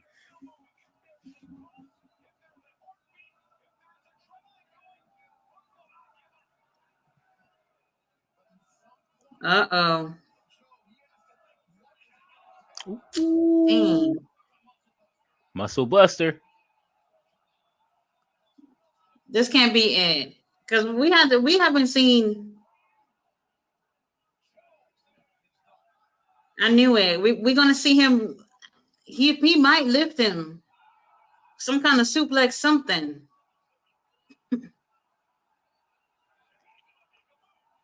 Do Hook got on modified uptowns? He probably does.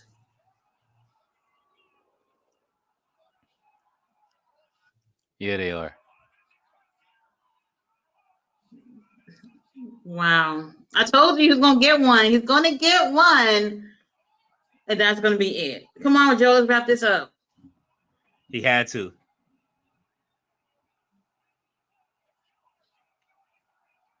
I know he ain't. Dancer said Hook is going to need a back massage ASAP. Damn.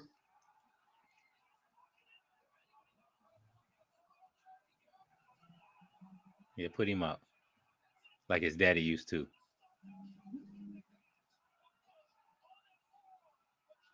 He's gonna fade. Hook know how to break out of this though. His daddy, this is one of his daddy moves.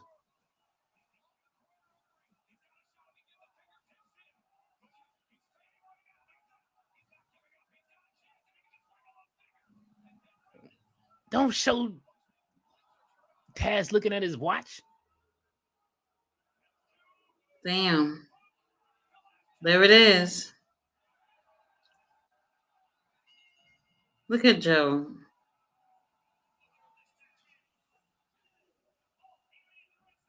Well, this wasn't this easy for him. Now I'm not sure which match was better. All right, now that charity's over, who's gonna be Joe's first feud? It's 7:00. He said he going past the time, so something to happen. Hook looked like he's shocked. What is it? He called himself his name.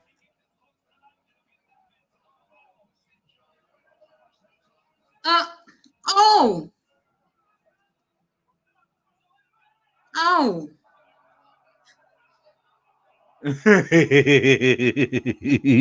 Yeah. Oh my God. Yeah. Wow. That's what I'm talking about. Be a heel. Continue to stomp him out. That should be Taz crawling in the ring right now. That's what I said. I would love to see Taz say something, do something. I guess it wouldn't fit his character though. He ain't finna help his son. So Tony Nobody Khan, won't see him. Tony Khan really went behind the.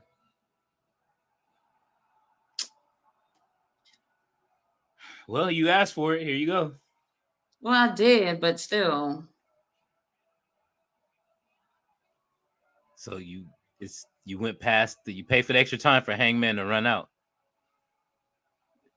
to get Joe out of for the nothing ring. to happen. I guess that's gonna be his first feud. So everybody who's waiting on Swerve, y'all gonna have to wait for a little bit. Oh.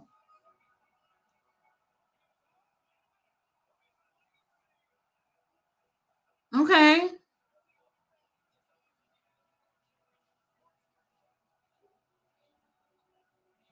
Triple threat. Was he there the whole time? What if they had a triple threat?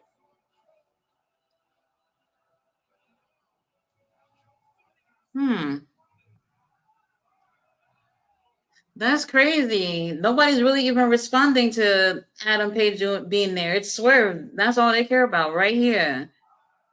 They don't even care about Hook. Yeah, fuck him. He wanted to come out there and die.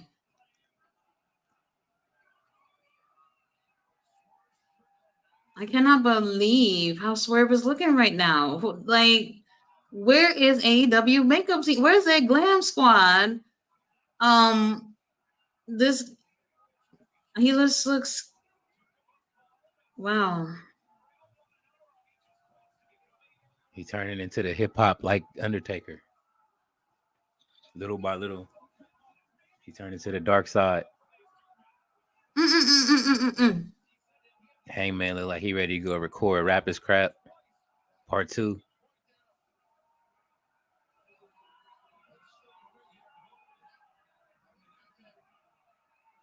Poor Hook.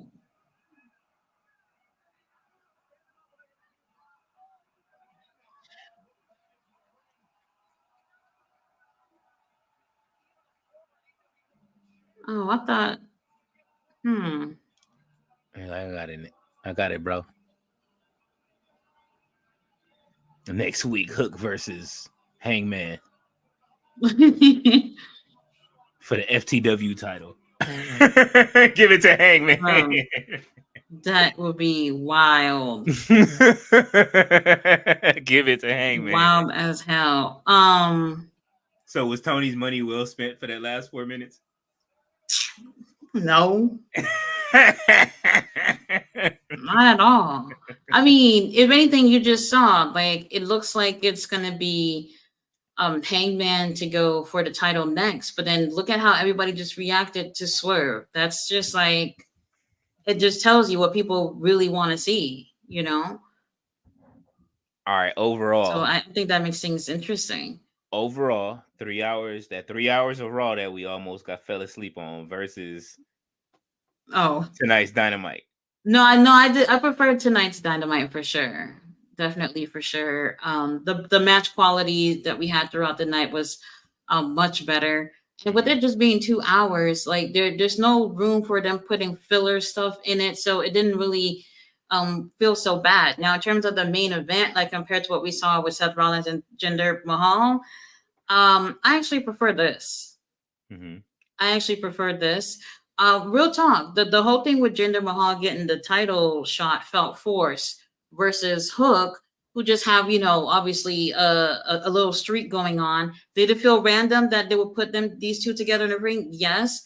But the whole thing with Jinder Mahal felt more like a forced situation because, when they said a former champion was coming out, when he came out, there was crickets in that building. Nobody gave a fuck. Everybody was upset about it. And then obviously they booed him almost out of the house. And then The Rock came out there, cut probably one of the worst promos he's ever done, ever. Horrible. And then that last 2 or 3 sentences is what really saved that whole moment. But nobody gave a fuck about Jinder Mahal. Is when you hear them talking about the whole thing with Tony Khan mentioning it or whatever, is when people started coming out of the woodworks trying to defend Jinder Mahal, just because Tony Khan was saying something about it. But when he was on Raw, where were Jinder Mahal little soldiers then? You know what I mean? So it felt a little bit weird. It was only about. I'm sorry. It was only about like, it's really only about in this year. That's it. They just wanted to add a couple of more people back. They've been trying to break them on the main roster for like since the draft, since before the draft, since last year. Like for the last 2 years, they've been trying to break in this year. Nobody's really interested in them, even though they're not a bad tag team. They're not a bad group. It's just I maybe separate them from Jinder. And then oh no, I don't think they would do that. I really don't. But I mean, I really don't. Unless he's just gonna step back and just be that dude, because it's I don't know, it's just if he's gonna be step back and just really play manager to them, then it can work. You know what I mean? Because they was with who was with them before? Stokely, right? I think it was. Yeah, it was Stoke. So that was a while back, though. Yeah, but I'm just saying though, like, look how long they've been trying to break them and get them to the main. But this goes back to what we were saying before, like how we would say, like from like a black person perspective, they don't know what to do with black people. And this goes with other cultures as well too. They obviously had them to fit a certain demographic when they were trying to do the whole India thing or whatever, and even that felt forced too for them to put the title on Jinder when it really felt like, okay, we're doing this for promotional reasons. And it's not like it's the first time something like that is done in professional wrestling, but it just didn't really feel like the right move at the time. You know what I mean? And then here we are years later with Jinder, and it's like, okay, you're a former champion, but you got really nothing to show for it at this point. You know what I mean? That's why that whole match with him and Seth Rollins kind of felt like a little charity case or whatever. And the match didn't go as great as the hype has been leading up towards it, So yeah, it's a lot of like matches and titles and stuff like on that's just floating around, and that goes for every company. Like, you know what I'm saying? Like even over there, like booking something like the greatest Royal Rumble and then never doing it again. Like, right. You know what I'm saying? I'm pissed at that. Like, hold up, y'all got a whole belt for the Royal Rumble winner. You know what I'm saying? Like, bring that, use it. Like, they don't. I don't know, the consistency on what they bring up is in both places. You know what I'm saying? It's absolutely. Like, I would love to see Indus fight the Creed brothers because I know that they know how to wrestle each other already, coming from NXT, all of the NXT call-ups, DIY. They know how to wrestle Indus. Like, you know what I mean? Like, so I understand the slow build and bringing people on, but then like you look at how it's hurting them when they get to the main roster. You look at Candice LeRae and Indy Hartwell, they look like they need work in the ring. They got ring rust. You know what I'm saying? And it's like you have a performance center, but the people you usually wrestle with aren't there. So it goes the same way with AEW when you see them. Like what do we only got one women's match tonight again? You know what I'm saying? Like we could have had a couple. I really wanted to see two, and you're gonna see Rampage only one, and then the Collision it's only gonna be one. I don't even think they have one right now for Collision, but still, they could be doing a lot more, and they're not. And like we said, that goes for both companies. Some things they're hitting right on the nail, and some things that they're not. And it is crazy that they have a performance center and some of the people that should be over there is just obviously not getting their time over there. And sometimes you see people go over to the main roster and it's like, oh, well, that looks great for them, but then after a while you see how they perform with other people on the roster and you're like, well, maybe it wasn't your time. And then you got AEW that just don't have that at all, and some of those people could really use something like a performance center. A lot of them can use that. Especially for women, they could really use that. Like they're out on the road facing, we see it. How you've sent me a few. We've been looking at like all Prestige and all these other like smaller companies and indie companies that have all of these people from AEW and New Japan or whatever the case may be, but you're not fighting the people that you're going to fight every week that you need to be building stories with. Like at least if you're going to do it and go on a road, go on, maybe try to like get booked with the same, if y'all can get booked with somebody that you're trying to build a feud with or can do that on the road. It's just something has to happen to where they can train with each other. Right, but AEW, they just can't do that though, because they don't have house shows for them to do that. WWE, they have that where they can work on these little things and perfect them while they're on the road, and then they'll be like, all right, well, it's time to put this on TV because they've had that time to work, have those people work with each other. AEW don't have that. This is why I would say, like, I appreciate a lot of these matchups, but they could be so much better had they have the chemistry in the ring. These people never locked up before, and then they get in the ring and it's like, damn, this could have been better. But they don't have time to make these things better, And like we've said, like, a lot of the people on the roster have said that they chose AEW because they get less time on the road. That might be true, but you taking that plus, there's a lot of other cons that come with that. Yeah. And then I don't even want to believe it because they're saying WWE is going to slow down on house shows too, and cut costs and stuff like that, and such and so forth. Well, it depends on how many shows are they having. Well, outside of the live shows. I mean, that's what I'm saying. If they're doing main event live, like, I mean, you know what I mean, and you're doing those every couple of months or so. I mean, even if you're doing them like, because they were doing them they were doing them every weekend, but. But that's the way that, like, CM Punk, he's able to get his reps in right now in the ring and shake off some of that ring rust with Dominic. You know what I mean? I think they're coming out here next. But hasn't it only been just one match so far? So far, I think his next match is here. From what I saw, the next live okay. event. I want to go, but I think it's in. Wait, when's the next live event? Let's see. Is it before the Rumble? I think it's after. Okay, so we most likely will see CM Punk at the Royal Rumble anyway. Easy. I see CM Punk winning the Rumble. Oh, I don't know, but what is CM Punk winning the Rumble, then going against Seth Rollins? Well, then again, they said he's going to be at Elimination Chamber, so I mean, he could be there.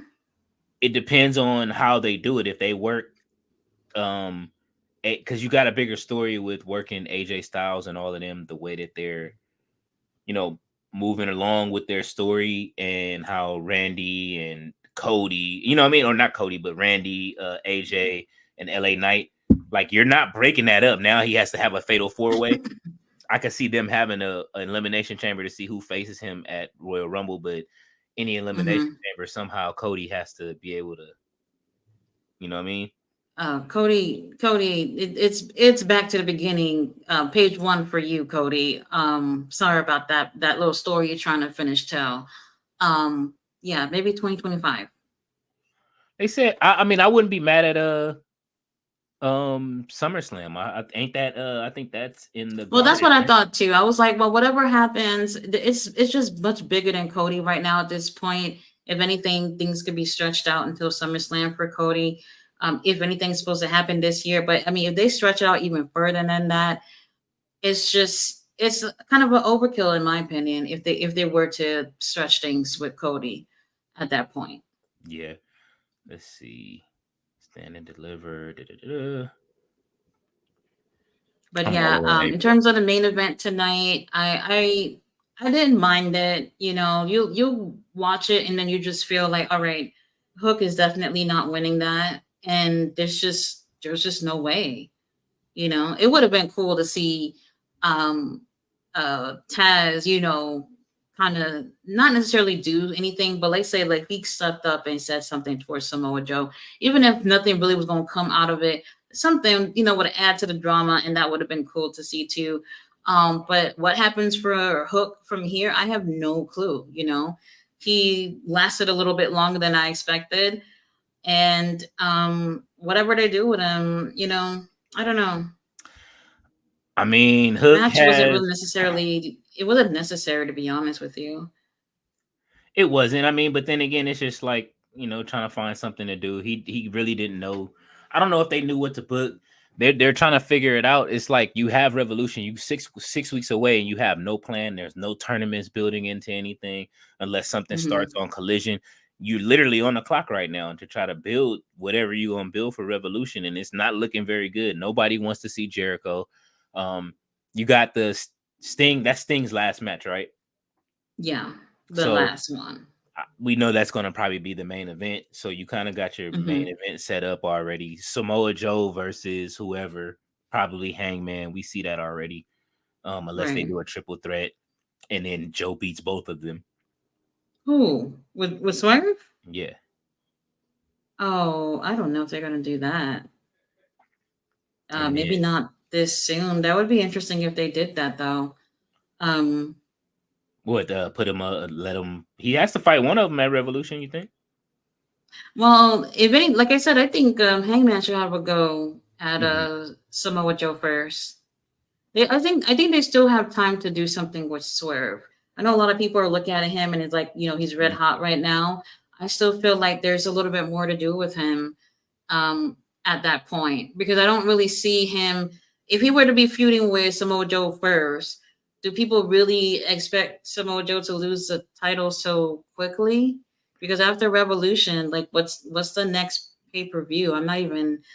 Who else I'm at not even the sure. Who else at the top of the card? Do you see Swerve feuding with before? Like, can you see him feuding with beforehand?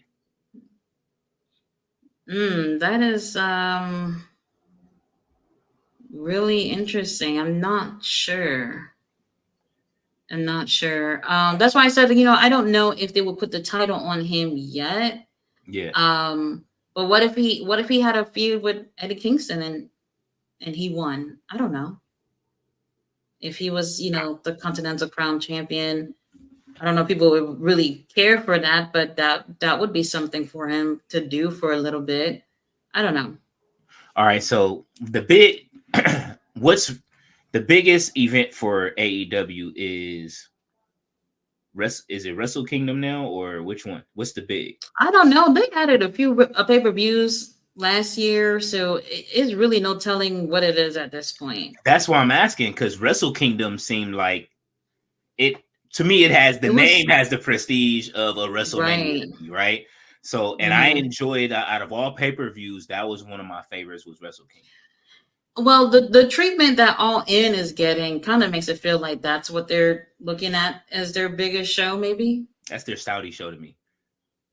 It just doesn't have any blood money. You know what I'm saying? Like, right. it's the Saudi show without the blood money. But So they're all on that shit. So, in my opinion, that's what it looks like. But it doesn't feel like that. Their show last year, obviously it wasn't as great to me. I thought All Out was better, to be honest with you. But obviously, All In was in front of the bigger crowd. It just felt like a really big show, but wasn't the better show. But I don't know if people want to wait for Swerve to win the title. Then that's a long time from now.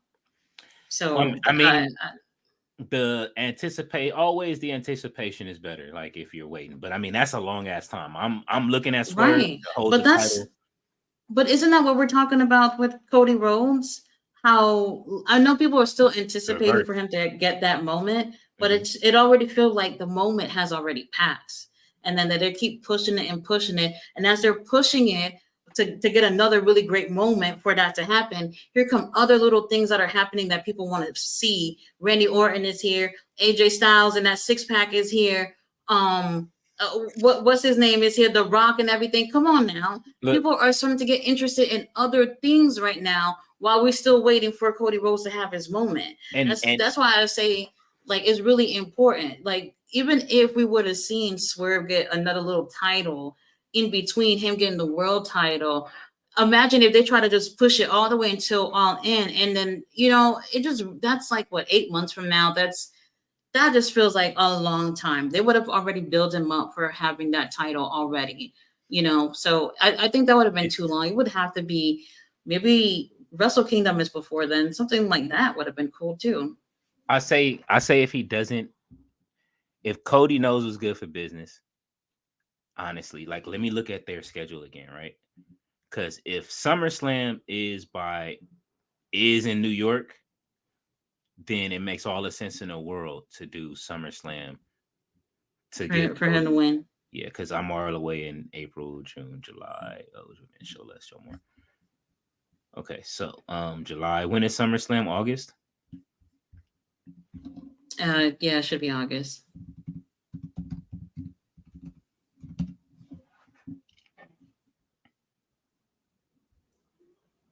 It better not be Chicago either.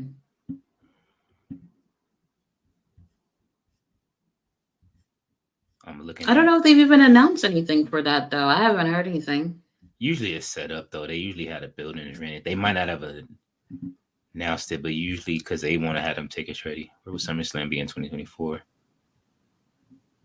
It hasn't been announced yet. Yeah. Oh, they talking about they talking about Cleveland. Oh yeah, no, it's gonna happen before then. Yeah. If they're not doing it at Cleveland, that's too small for Cody to win the title if he's gonna win it. So Cody, I would say if he knew it was good, he'll wait until that they return to Madison, because I heard that they're planning that they may do that. You know what I mean? And then let Roman stay strong, beat this little Hogan, get him out of here.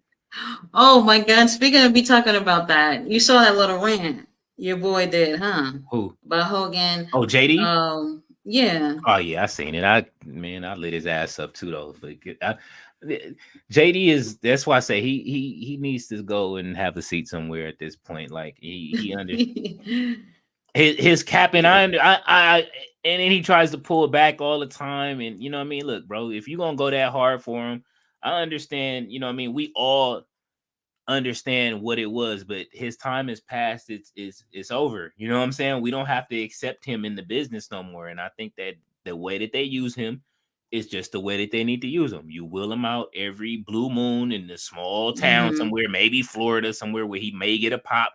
You know what I'm saying? In one of those, in a red state. You know what I'm saying? And let him do his thing there, and then that way nobody will feel here's the thing though. I know like he's feeling some type of way about people saying he's a racist or whatever, but if that's what it is, then it's what it is. You know what I mean? He said nobody's if you like him, whatever, go ahead and like him, but don't come on the internet and crying for him.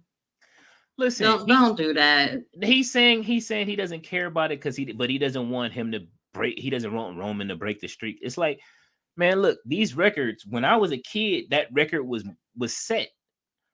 I wanted the record to be broken years ago. So it's like, yo, who's gonna beat that? Like, I hate it. People don't understand the lengths.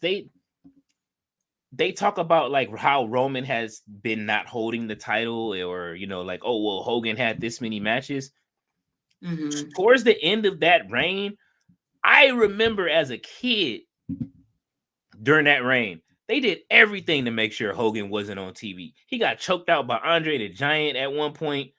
You know what I'm saying? And then they had the hotline where you could call and check on Hogan and see if he was okay. Hogan was making hand over fist money. Like, just imagine if you can call the tribal chief today. Like, you couldn't do that today, but if you could, and they did it through an app or something like that, where or however, you could figure out a way to monetize it. The tribal chief gets hurt, and then you get to crawl and talk to whatever. But that's how they did it then. Like, they kept Hogan off TV quite a bit.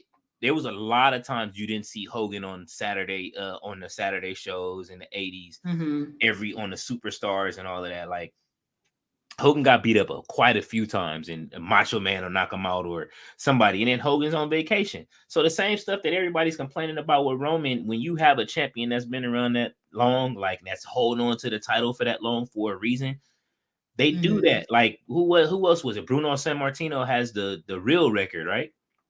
Yeah. And then you know what I mean? Like, look how long it took to beat who had the record after him? Who was it that Roman beat? Who did he just beat? Was it Harley Race, or who was it?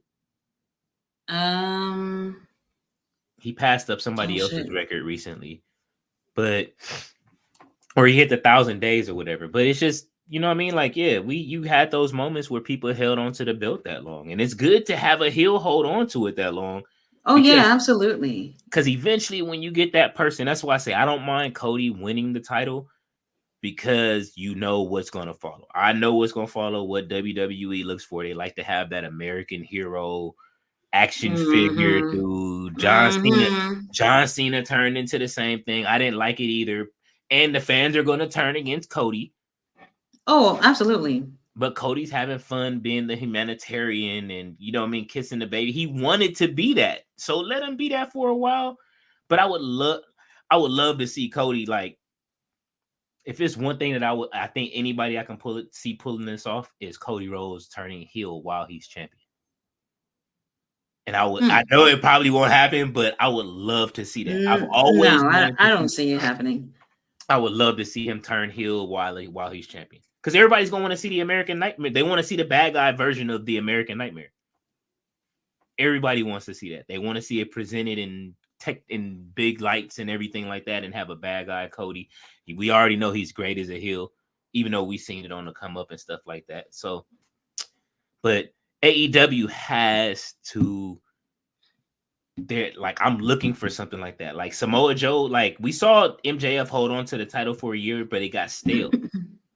Oh yeah, it did. Samoa Joe, like the first half, nobody was really even paying attention like that. Nah, they weren't, and that's when I got interested. Was when he won the title. It was like, oh, you know, I was already digging. You know, what I mean, I digged him before. Like, oh yeah, I like Cody. Like, you know, what I mean, I like him right now. Like, yo, he's. I'm not Cody. I mean MJF. Like, I'm like, all right, MJF they won the belt.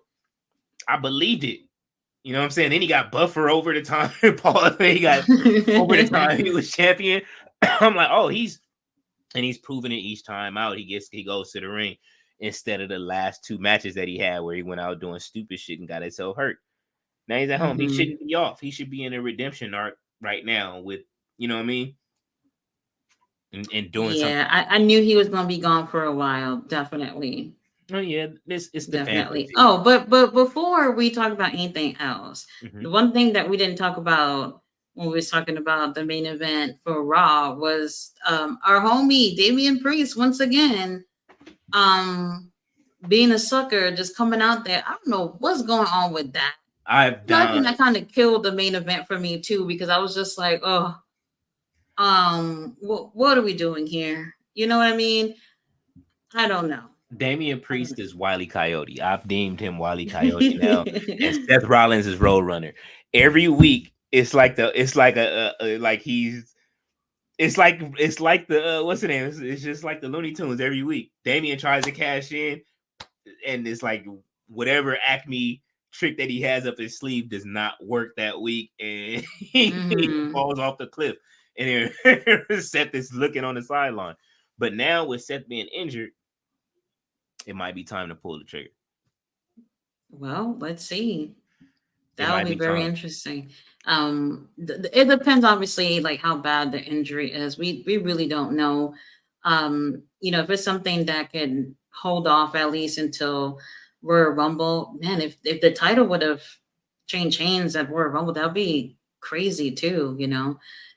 If because of the injury, obviously, and then Damian Priest was able to cash in. That's looking like the only reason why Damian would ever even get the title at this point is Seth being hurt. You know, it just seemed like every time that there may be some type of opportunity for him to come out there, he comes out there and then boom, there is just some kind of obstacle in his way every single time. And he doesn't, you know, get a chance to cash in. And honestly, I would love to see that. I thought, okay, maybe he's going to break away from Judgment Day and then get his opportunity. Not just break away from them, but I felt like if he did break away from them, maybe he can be taken a little bit more seriously.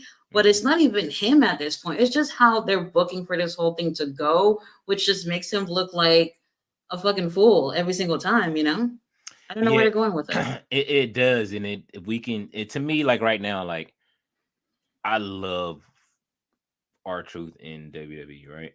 I'm loving him right now. He came back. This man is 50 plus, and he's the top merch seller. He's, you know what I mean? He came in, he knows what to do with socials. You know what I mean? Like even the tweet that I put out when I tweeted, you know what I mean? I congratulated him and his son, you know what I'm saying? With a double entendre. Like they like the tweet, you know, he follows me. So it's like, I'm watching him, and I've watched him since he's gotten back, and it's like, all right, he gets it. But then what does that do for the rest of Judgment Day? Like, it kind of like, you don't want their group to become the comedy group. You know what I mean? It's good to have fun for a while, but with Rhea Ripley, where she is, like, I don't know what Damian is going to do. It's either you break Damian away from the group now, let him. That's the best option, I think. Yeah, because they were saying that earlier. It's like you already don't get along with some of the other members. If I was Rhea, I'd do a reset and just keep Dom and JD. You know what I'm saying? Like, and Finn. Like, you know. I do think that because of the circumstances of him having the briefcase, he should just break away and, you know, just be a little bit more serious about cashing this in, obviously, before the year's up. And who knows, there might be a chance for him. I think it would just look better for him to leave the group. You know, like you said, it already looks like, you know, things are a little shaky between him and the rest of the group. So why not? I think this is a good opportunity. After all these misfortunes at this point, he needs to be fed up and say, fuck everybody. I'm going to focus on cashing this in, you know? And I felt like that really wasn't necessary for him to come out during that main event. Like, he really didn't feel like a threat at all. The person who has a briefcase is supposed to look like a threat. And he has not. I have not felt like that at all. Nah, he did at first, and now they just, I don't know. They have vicious matches. I like, you know what I'm saying, him and but it's like you're in a tag team and you're tag team champions. You got the money in you got the money in the bank briefcase. You know what I'm saying? Like, you're a step away from being champion. We know that Damian has championship potential with his look and with his growth. Him being, I just don't know what they do. It's like, I don't feel Rhea's going to lose at WrestleMania. I don't see, like, there's a lot of different problems. Like, has Becky held what's the longest she's held the title? Not longer than a year. Sure. She hasn't held it over a year, right? And I don't think so. And I don't think Seth has either. It's like they're not. I don't know how long he's going to hold it. We'll have to see about the whole injury thing that's going on right now. But either way, it looks like that's obviously the only title that he's going for. But it just seems like he's every single time he's even further away from getting that. So if Seth Rollins were to truly be injured, that right there is what's going to do it for Damian, if that's the case. So this is what I'm saying. Like, who does Damian go over at if let's just say he takes it and he cashes in? That's the only thing I can see is him cashing in at WrestleMania, right? Yeah. Like, so does he go over if he no. If Seth, it still depends on how injured he is. So that could be before WrestleMania. Like, that would really change things if Seth could not compete. Mm-hmm. If he had to either vacate the title, more likely they wouldn't vacate the title. They would at least try to make it some type of way for Damian to get his hands on it before vacating it, and then switch whatever WrestleMania plans they have after that. Mm-hmm. But like, that only seems like that's pretty much the only little saving grace for Damian at this point. I honestly would have preferred to see. Well, honestly, I'm not really sure what I would have rather see at WrestleMania, but I just want him to be successful at cashing this thing in. I do too. I want to see him, you know what I mean, ascend and see what he can be as champion. I don't want to see him be a transitional champion, so to speak. But I mean, you know, usually the first title run, they give it to you for a while, see what you can do with it. Mm-hmm. But he's not feuding with one person, like, besides Drew, that I can see. But Drew is a heel also. So it's like, who do you feud with over the title? I don't see anybody that's like, it's like he has the Rhea problem. All of the guys that he would feud with are still in NXT. Mm-hmm. You know what I mean? Ela, even Trick Williams, you know what I'm saying? Like, all the guys that I think that his style would fit with, they're still like as call-ups. So even though he's been on the main roster for a couple of years. Right. So, I mean. Well, I don't know. Only time will tell with that one. Yeah. And I don't want to see Rhea maybe that's how the company feels about it too, though. Mm-hmm. Maybe they feel about it that way too, and that's why things are looking the way it's looking. Like, I don't know. That's what I I say. don't know. Even Rhea, like, I don't want to see her lose the title yet. Like, you know what I mean? Mhm. There's nobody pound for pound that can beat Rhea yet in there. You know what I mean? In the women's division yet. Like, we know Raquel can go. We know we saw her get beat in NXT, but this version of Rhea is different. You know what I'm saying? Like, Right. you do. But don't you feel like even watching Samoa Joe right now that it looks like that too? When you look at someone like Joe, you kind of feel like, all right, well, who on this roster is gonna take down this dude, you know? And the very first person they put him in the ring with is Hook. And Hook already looks like that's not gonna happen, which it doesn't. And then here comes Adam Page coming out. So y'all went overtime just so Adam Page can come out there and just do a light little walk to the ring and then what? You know what I mean? Like even Adam Cole, I mean, I said Adam Cole, Adam, whichever Adam it is at this point, I can't remember. Adam Page, he doesn't even really look like someone to go against Joe. Like, I have seen some growth in him, yes, but in terms of taking the title from someone like Joe, no, definitely not. Yeah, nah, like, I don't see anybody over there that the only person that you want to take the title off of Swerve is, I mean, take the title off of Joe is Swerve.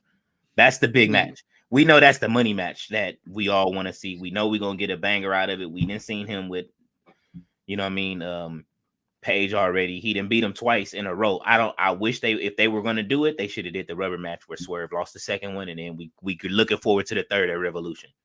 That's what it should have been. But Really, if you're gonna book it that way, I don't want to see I him fight think it's again. really interesting. I don't want to see them fight again. Well, I don't too. Didn't he just say that too? That he's not interested in the third time. Yeah, it's I mean, like, I don't blame him or whatever. Right, because he already won twice. So what's gonna happen now? If Hangman would have won that next match, then what? He's gonna want another one to make sure he gets another win on him, then another one for one extra win over him. Like it's like no. what's going on, Anonymous? The best thing that Hangman can actually do is get in the ring with Samoa Joe and just win that title. The only thing he'll have what Swerve want. Yeah, That's the best thing that he can do is have that title to dangle in front of his face. Now imagine if they continue their feud with Hangman having that title. I think that would be like best case scenario for sure. there's only one way for them to take that title off of Samoa Joe, and that's for the Elite to get involved in some way, or you know what I mean, if they still and that's it. That's how else are you going to get in a one-on-one? In a I'm one-on-one over phase, it. Joe versus Hangman, it's not happening. I don't know. You think I don't Samoa Joe's know. I beating? mean, You think Hangman's beating Samoa Joe 1-on-1? Well, well, Tony's booking, yes, he'll find a way, but it's just like, absolutely, he'll find a way. But that's why I say, I would still I would not mind to see Hangman take it from Joe somehow, some way, and then Swerve take it from Hangman. I would actually like to see it happen that way in terms of them continuing that feud. I think it would really help make the moment feel so much more special when Swerve takes the title off of Hangman if they go that route. Versus if Swerve take the title from Joe, that would feel different compared to if he would have took it from Hangman. You know what I mean? Because like I said, Hangman would have the one thing that Swerve obviously wants, and Swerve taking that from him would just make the whole thing much more special. So I think if it happened that way, that would be cool. all right, well, give me some ideas on for the time being, because let's just say we want Swerve to like. That's why I said I don't know. The only other thing would be Running back Swerve getting a title in between then. That's the only thing I can think of at this point. But the whole feud can't be, like I said, that long. Like waiting all the way to All In. That's just way too long. I mean, Swerve needs to beat. See, that's the thing. It's like the people that you need Swerve to fight. Swerve would have to be a face. You know what I'm saying? Like it's like, dang, you need him to fight. What about Orange Cassidy? What if he would have taken that title off of Orange Cassidy though? I'm not mad at that. I would love for him to take the title off Orange Cassidy and take the title off off of Hook. Oh no, I wouldn't go for that title. Ain't nobody really No, care I about that at this just for it. point. I mean, just to take it off of him. Like If you wanted him to be a babyface Christian, but then but Christian really got that whole thing set up with Adam Copeland, so I don't even know if that would really work out. The only other thing would to be the Continental Crown Championship. That's the only other thing they in need terms to, of yeah. in terms of a singles title. So how that would be the only thing. How do we turn him heel? Who does he fight to turn heel again? Because they've made it hard for you to determine on who's heel and who's faces now.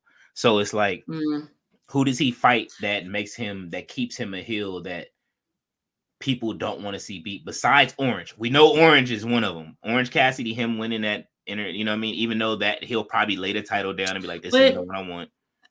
I think he's the only other babyface champion though. I mean, Eddie Kingston too, but I don't know. Eddie Kingston. I don't know. That's why I say it's a waste for one person to be walking around with 3 titles, Yeah. That could have been going to other individuals, and that would just make things a little bit easier, I think, to be honest. No, if they were to do it like that. Absolutely, because it could have been somebody like that deserves a title, like Powerhouse Hobbs, or you know what I'm saying, or Brian Cage. Those two I'm gonna always see. They need to have some kind of mid-card title. One of them, you got 2 of the same type of guys. They're, you know what I mean. The only thing is they're just different races, but that's it. Like, you need to see, there has to be some kind of power balance in it. It can't be David versus Goliath and David winning every time. Like, you know what I mean? You got legitimate stars that are there. At some point, I want to see Swerve versus Adam Copeland. Like, that's a match. That would be. I didn't even think about that until just now. Like, that's a match. Like, but how do you pull him away from the Christian feud? You know what I'm saying? So that way they can have a match. Right. That would probably be after if Adam actually taking the TNT title from Christian. I can't see that happening before. I could actually see him winning the title and then something like that happen. Yeah. Because Swerve is like, I don't want no other title but this one. So it's like. Right. And that's how the fans feel too. They don't want to see him go for anything else. But I just don't know where else they'll, put him on there. We have anonymous knowledge seeker says, "What up? What's going on?" We have belly dancer says, "I apologize. I had to step away for 1 minute or 10." We're just talking about some of the stuff that went on tonight and even on Raw too. Basically, just saying in terms of main events, all that hype you've been hearing on social media about these main events, they don't really live up to it. But, the fans are really just putting drama into it or whatever. And then you actually get these main events and it's just whatever. But obviously, these are just little tiny roadblocks to getting to, obviously, the bigger stories that's going to be coming up. Obviously, WrestleMania season coming up. So 1,000,001 possibilities with that. And then, Revolution coming up, and it's just a pretty mid pay-per-view anyway. So we'll see whatever happens with that. But yeah, Samoa Joe is an absolute beast. Hook, you last a few minutes, so I can give you that. But where do they go from here with Hook? I have no idea. Don't be surprised if we don't see his ass next week. That's just the thing. Even if he were to. But that's the thing. Even if he were to lose, you still got to follow up and keep going. Sometimes they'll just keep that person off of TV after taking a loss, and it's just like, okay, so just because they lost, they're just not going to be on TV. Do something with them. And that's what I'm saying. It's like, who does even Joe fight? Is he, because we know that he's not a he's a heel. Period. You see it. He's taking the role to be a heel. Really, it's like you can't even define it. It's like the Undertaker, you know what I'm saying? Where it didn't matter. He was the Undertaker. It's like Joe is giving you that. He's gonna beat your ass. That's it. Like, so I mean, who do you feed Samoa Joe at this point? Do you just go up the roster, like down the whole roster, and then you know what I mean? But do we want to see Powerhouse Hobbs take that loss? Do we want to see Miro take that loss? Do we want to see Yeah, this? no, no, I not don't. the names you just named. No. Yeah, like I'm just thinking like these You are the know, but main as a players. champion, they don't have to have him on wrestling as often. Like, I know we love the whole reigning defending champion thing, but they don't have to be on wrestling every week. You know what I mean? They could just come on every week and continue an actual feud with someone. Hmm. Obviously, the Revolution pay per view is coming less than 2 months away. He could just still be coming on the show and feuding with somebody. If it's Hangman, then continue that feud with Hangman. Hangman is the one who really needs to be stepping in the ring and getting some of these W's because he really hasn't been around after that last match with Swerve. So he's the one who really has to build himself up. Samoa Joe already won the title. He Hmm. doesn't have to prove anything to anyone at this point. So he doesn't have to be in the ring as much as Hangman does. So Hangman definitely going to have to step it up if it is going to be him versus Joe at the pay-per-view. And then you still got the Undisputed Kingdom who's still going after the title too. So we know it's gonna be Wardlow. So how does I guess they're heels too Right. though. So that's what First I'm of all, I don't know. I don't know. Tony there. Khan gonna figure it out. It's just like who are like you have all right, Undisputed Kingdom heels, Samoa Joe heel, Swerve heel, Mogul Embassy heel, all of your big dudes, you know what I mean? Pretty much the guys that can go against those guys, they're all heels. So the faces. It's a lot of work. I'd hate to be you, Tony Khan. So figure it out. That's what I Figure say. it out. Trying to book these matches, man. I know it's difficult. Like I say, I played it on It's not video game. easy because we come on here and we talk about it like it's just 1, 2, 3, but it's not. And if it was that easy, Tony Khan would just be, I don't know, a billionaire right now, right? So it obviously it's a hit and miss for a lot of things. But we've said it before, part of the biggest issue for Tony Khan is him not opening the floor for everyone else to help when it comes to the booking. You know what I mean? If it Yeah. wasn't him always saying the final decision is mine to make or whatever, like, it's gonna have to take a village to really build this company up. So it can't just take one person to sit there and make all the decisions. And then when things look shitty, everybody's gonna point at you, You should just have a whole team of people who's gonna help with their booking. And unfortunately, it doesn't feel like that at all. If that was the case, the shows would feel absolutely different.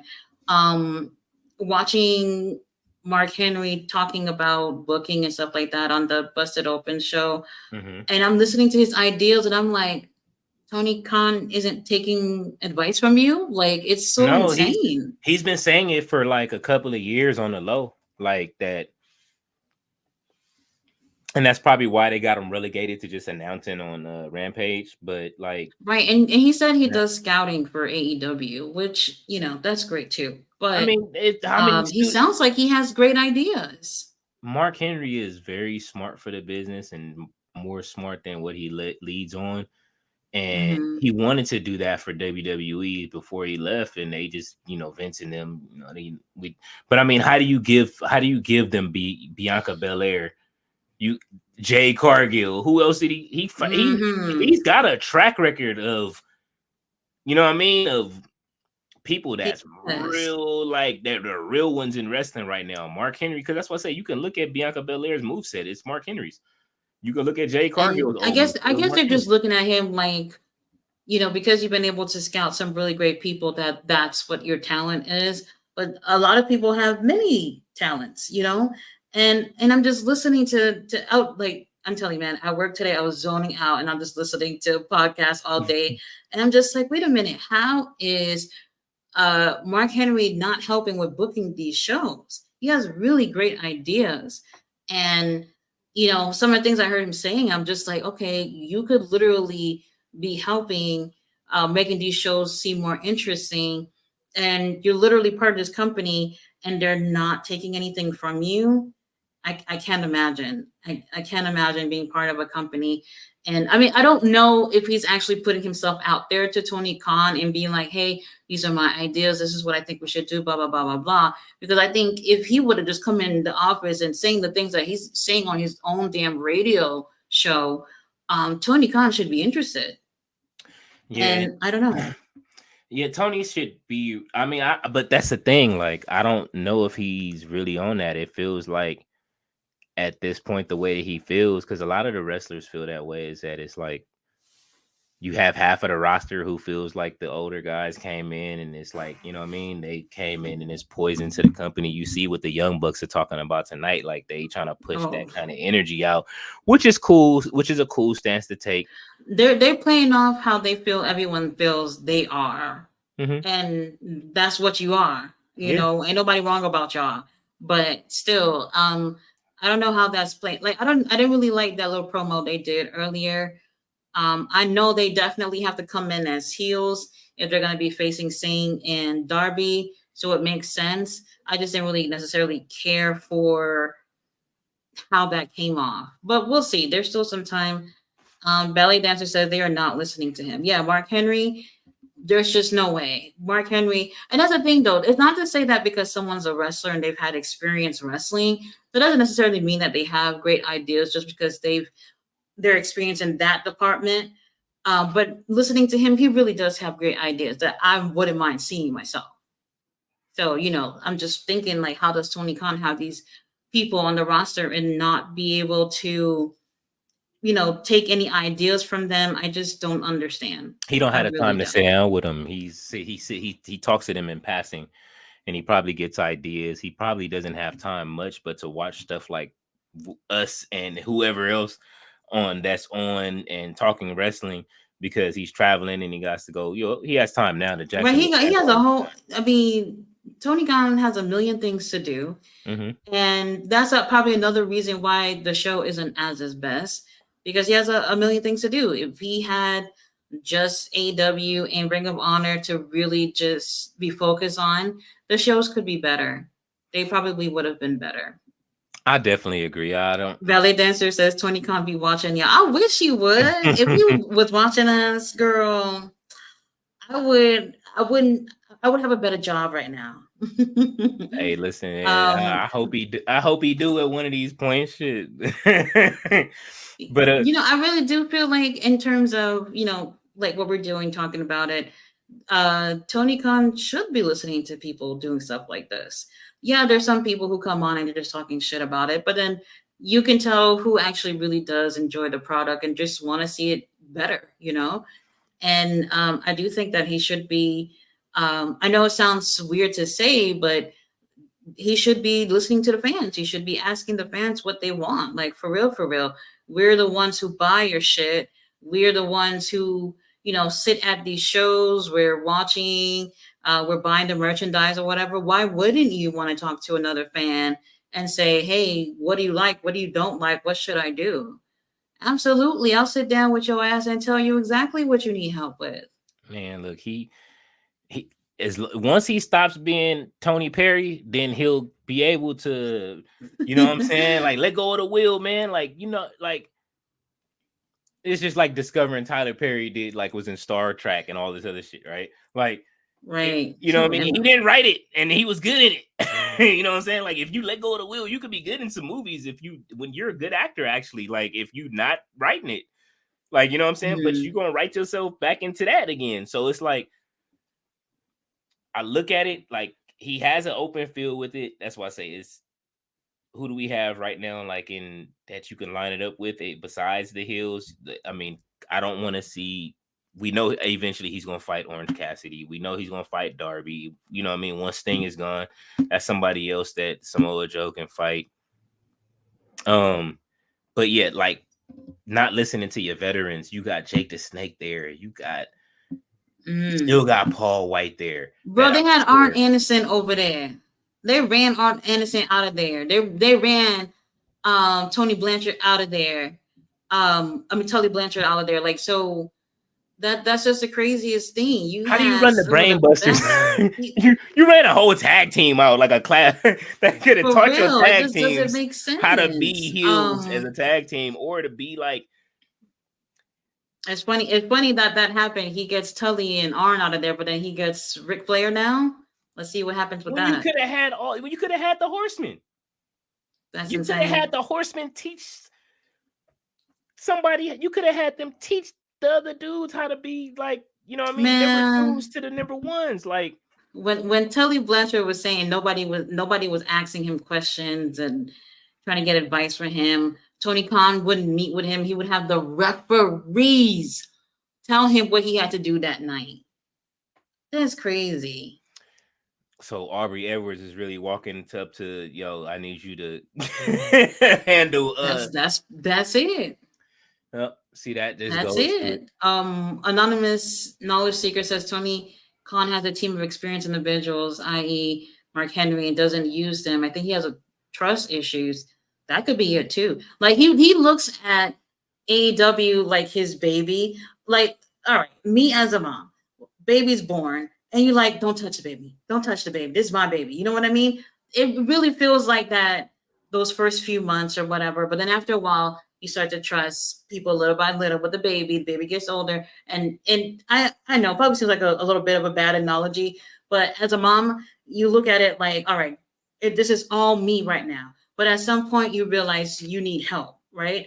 And that's what AW is to Tony Khan. It's his baby. It's something that he's always wanted. He finally gets it, and in terms, he needs all these people there, but when it comes to trying to run this baby, he feels like he's the only one that can do it justice, and I don't think that's true.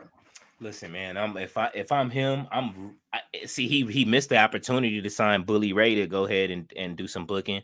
He's a perfect person that you can bring in. You could have brung him in to be a heel if you Yeah, still I wanted think to. You could still he go. has some great ideas too. I don't necessarily agree with a lot of things he says. I agree a little bit more with what Mark Henry says. Oh yeah.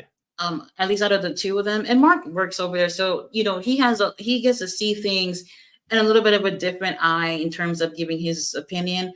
But there's a lot of people who doesn't necessarily work in the wrestling business right now that can actually be over there and help out. So yeah, I definitely agree.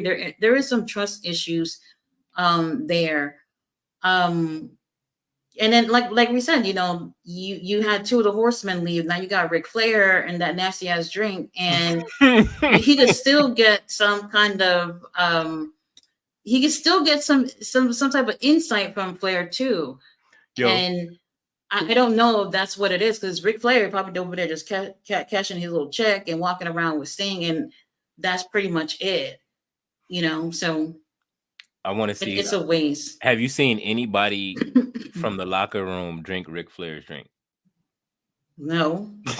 We haven't even seen Ric Flair drink his own drink, so You're not going to. definitely not gonna see that happening. Anonymous said he's going to smother the baby in time. I hope not, man. Like, because people are already calling TNA the number 2 promotion already, and I'm like, come on. Oh yeah, like, that's what I was hearing too after the Yeah. pay-per-view, and I was like, I wouldn't say that just yet. Nah, I wouldn't say that just yet. it's not there yet. But It could be they're a off friggin- to a really nice place with things. Mhm. They're just not there yet. Now, if they're gonna run things where they're not gonna let other people really help, put ideas in to make it a better product, then sure, they're definitely not going to be number 2. But Tony Khan definitely is. I just don't know what it is. Like, I feel like he has all the right tools. Everything that he could possibly need is right there. It's just how you use it, and he's not using everything to the best of their abilities. It's like this. And it's just crazy. It's like this. I had a friend, right? And I used to go to his house, and it's like that one friend you go over their house and they have all the toys. Mhm. And they don't play with them. And you like, hey, you know what I'm saying? Like, it's like, hey, why aren't, you know what I mean? Like, why aren't you using any of this stuff? You're not playing with any of this stuff. Like, nah, I'm cool. You know what I'm saying? I'm gonna go over here and play with this stuff. And it's like, that's the wackest shit. You know what I mean? Like, what are you doing? But it's your favorite thing. So it's like, looking at it, that's how I feel about how Tony does it. It's like his favorite things definitely those people, his favorite people that he can depend on, are going to get the rub to do, pause to do whatever they want to do. We know Orange, you see back in he has a title. Orange is tired of holding that title in his face. He looks like it. Like, bro, just take this off. Let me do something else. Let me build with them. Like, you know what I mean? There's nothing happening with a Right. lot of the I mean, different. Orange Cassidy hasn't even really been able to breathe, even after the first title run. He literally got it right back. So It's like, I don't know. are him and Moxley like just forever, like they have a forever battle going on? You know what I'm saying? Like, that's why I say, like, I look at Tony. Tony crunches numbers. He tries to see how he can get the best money and his on a return on investment. He's a businessman. He's a money man, and he looks Yeah, at but they that. lost a lot of money though. They did, They lost a lot of money last year. but they stealing though. it's it's through thievery. Like, you letting people rob the bank on top of the wrestlers that you have that you're hiring at these prices. And then they go out for 4 to 5 months because they get hurt after being there for 3 months. You're hiring old bodies and people that are beat up, and then next thing you know, they take advantage of it, go out on a medical leave. A lot of people are out on medical. You know what I'm saying? It's like, so you have to stop A kind lot of of like, injuries. you got to stop going to the geriatrics if you're not going to put them in where they need to be. And I hate to say that, but it's just, that's where you're pulling people from. You pulling them from the, you know what I'm saying? The the what's the name homes and the, you know what I mean? Like, you taking them out of their retirement communities to bring them back on TV when they should be either retired or they should work in the office. There's nothing wrong with having the guys, having some guys around you that know the business, that really care. You got them there. See, Danielson is willing to do whatever. That's the, you know what I mean? Like, so eventually, Danielson and Samoa Joe have already fought each other since he's been back, right? Them two in the ring? I don't think so. That's Not the one on only other one. match I see Danielson having besides the rest of the. Samoa Joe can run through the whole BCC pause if he wants to. Like, you know what I mean? Like, that's just it. Like, I don't see anybody that's really topping Joe as far as being a heel over there. Tony's in a tight spot with all of his championships, everything that's going on, unless he does a reset and really has one of those nights where everything is on the line. He has to come up with some kind of night of pay-per-view where everything and the titles are on the line so you can reset it. Yeah, basically like a Night of Champions type of thing. Yeah, like I'm looking at what Anonymous says. He's like, I can only imagine the stress of running a promotion. Like, I understand it Oh, too. absolutely. This is why you have. But let's not forget, he took another promotion, and then he has all these other teams outside of wrestling, whatever sports he got going on. He has a lot going on, and with something like that, that's why he needs a team of other people that could help out. You know, people that he know he can trust to really help put these shows together. If he wants to be out there for every show, that's great. That's one thing I do appreciate him about every single AEW show that I've been to. He is there before the show starts, and he is there after the show starts. I mean, after the show ends. I love that type of dedication. But that's not enough to make the show itself better. It just shows that you're really dedicated about what you have, but not necessarily not necessarily having what it takes to just be like, all right, I'm going to step back and let my team, do some work, and even if he's there, he can watch them put a show together, and he's going to see all that he can trust to continue to do that, and that definitely don't show. Anonymous Knowledge Seeker says, Ric Flair is out here on a field trip for the day from the nursing home. He is. It's, what I mean? I'm glad they didn't wheel his old ass out there tonight. You know what I'm saying? And left him in the back somewhere or wherever he's at with Sting, chilling, drinking a beer, maybe trying to console Hogan over he saved a life, but you know what I mean? He's racist. You know what I'm saying? like let him do his thing at his bar. He should, you know what I mean? He's newly saved again and all of that other stuff, whatever they got going. You know what I'm saying? Like, let them go and retire and do his thing. Like, it's good. Rick is always good to bring out every now and then for a good feeling of wrestling, but he doesn't need to be anywhere near the ring Oh no. sliding in the ring. That's why they say WWE, you see how long they have their storylines planned out. And then when one thing goes wrong, then they have to try to figure it out. You know what I'm saying? Like, all right, Seth Rollins is hurt. That messes up our WrestleMania plans. They had plans for, we know what they were trying to do for SummerSlam, or we know what the plans were for Survivor Series for this year already.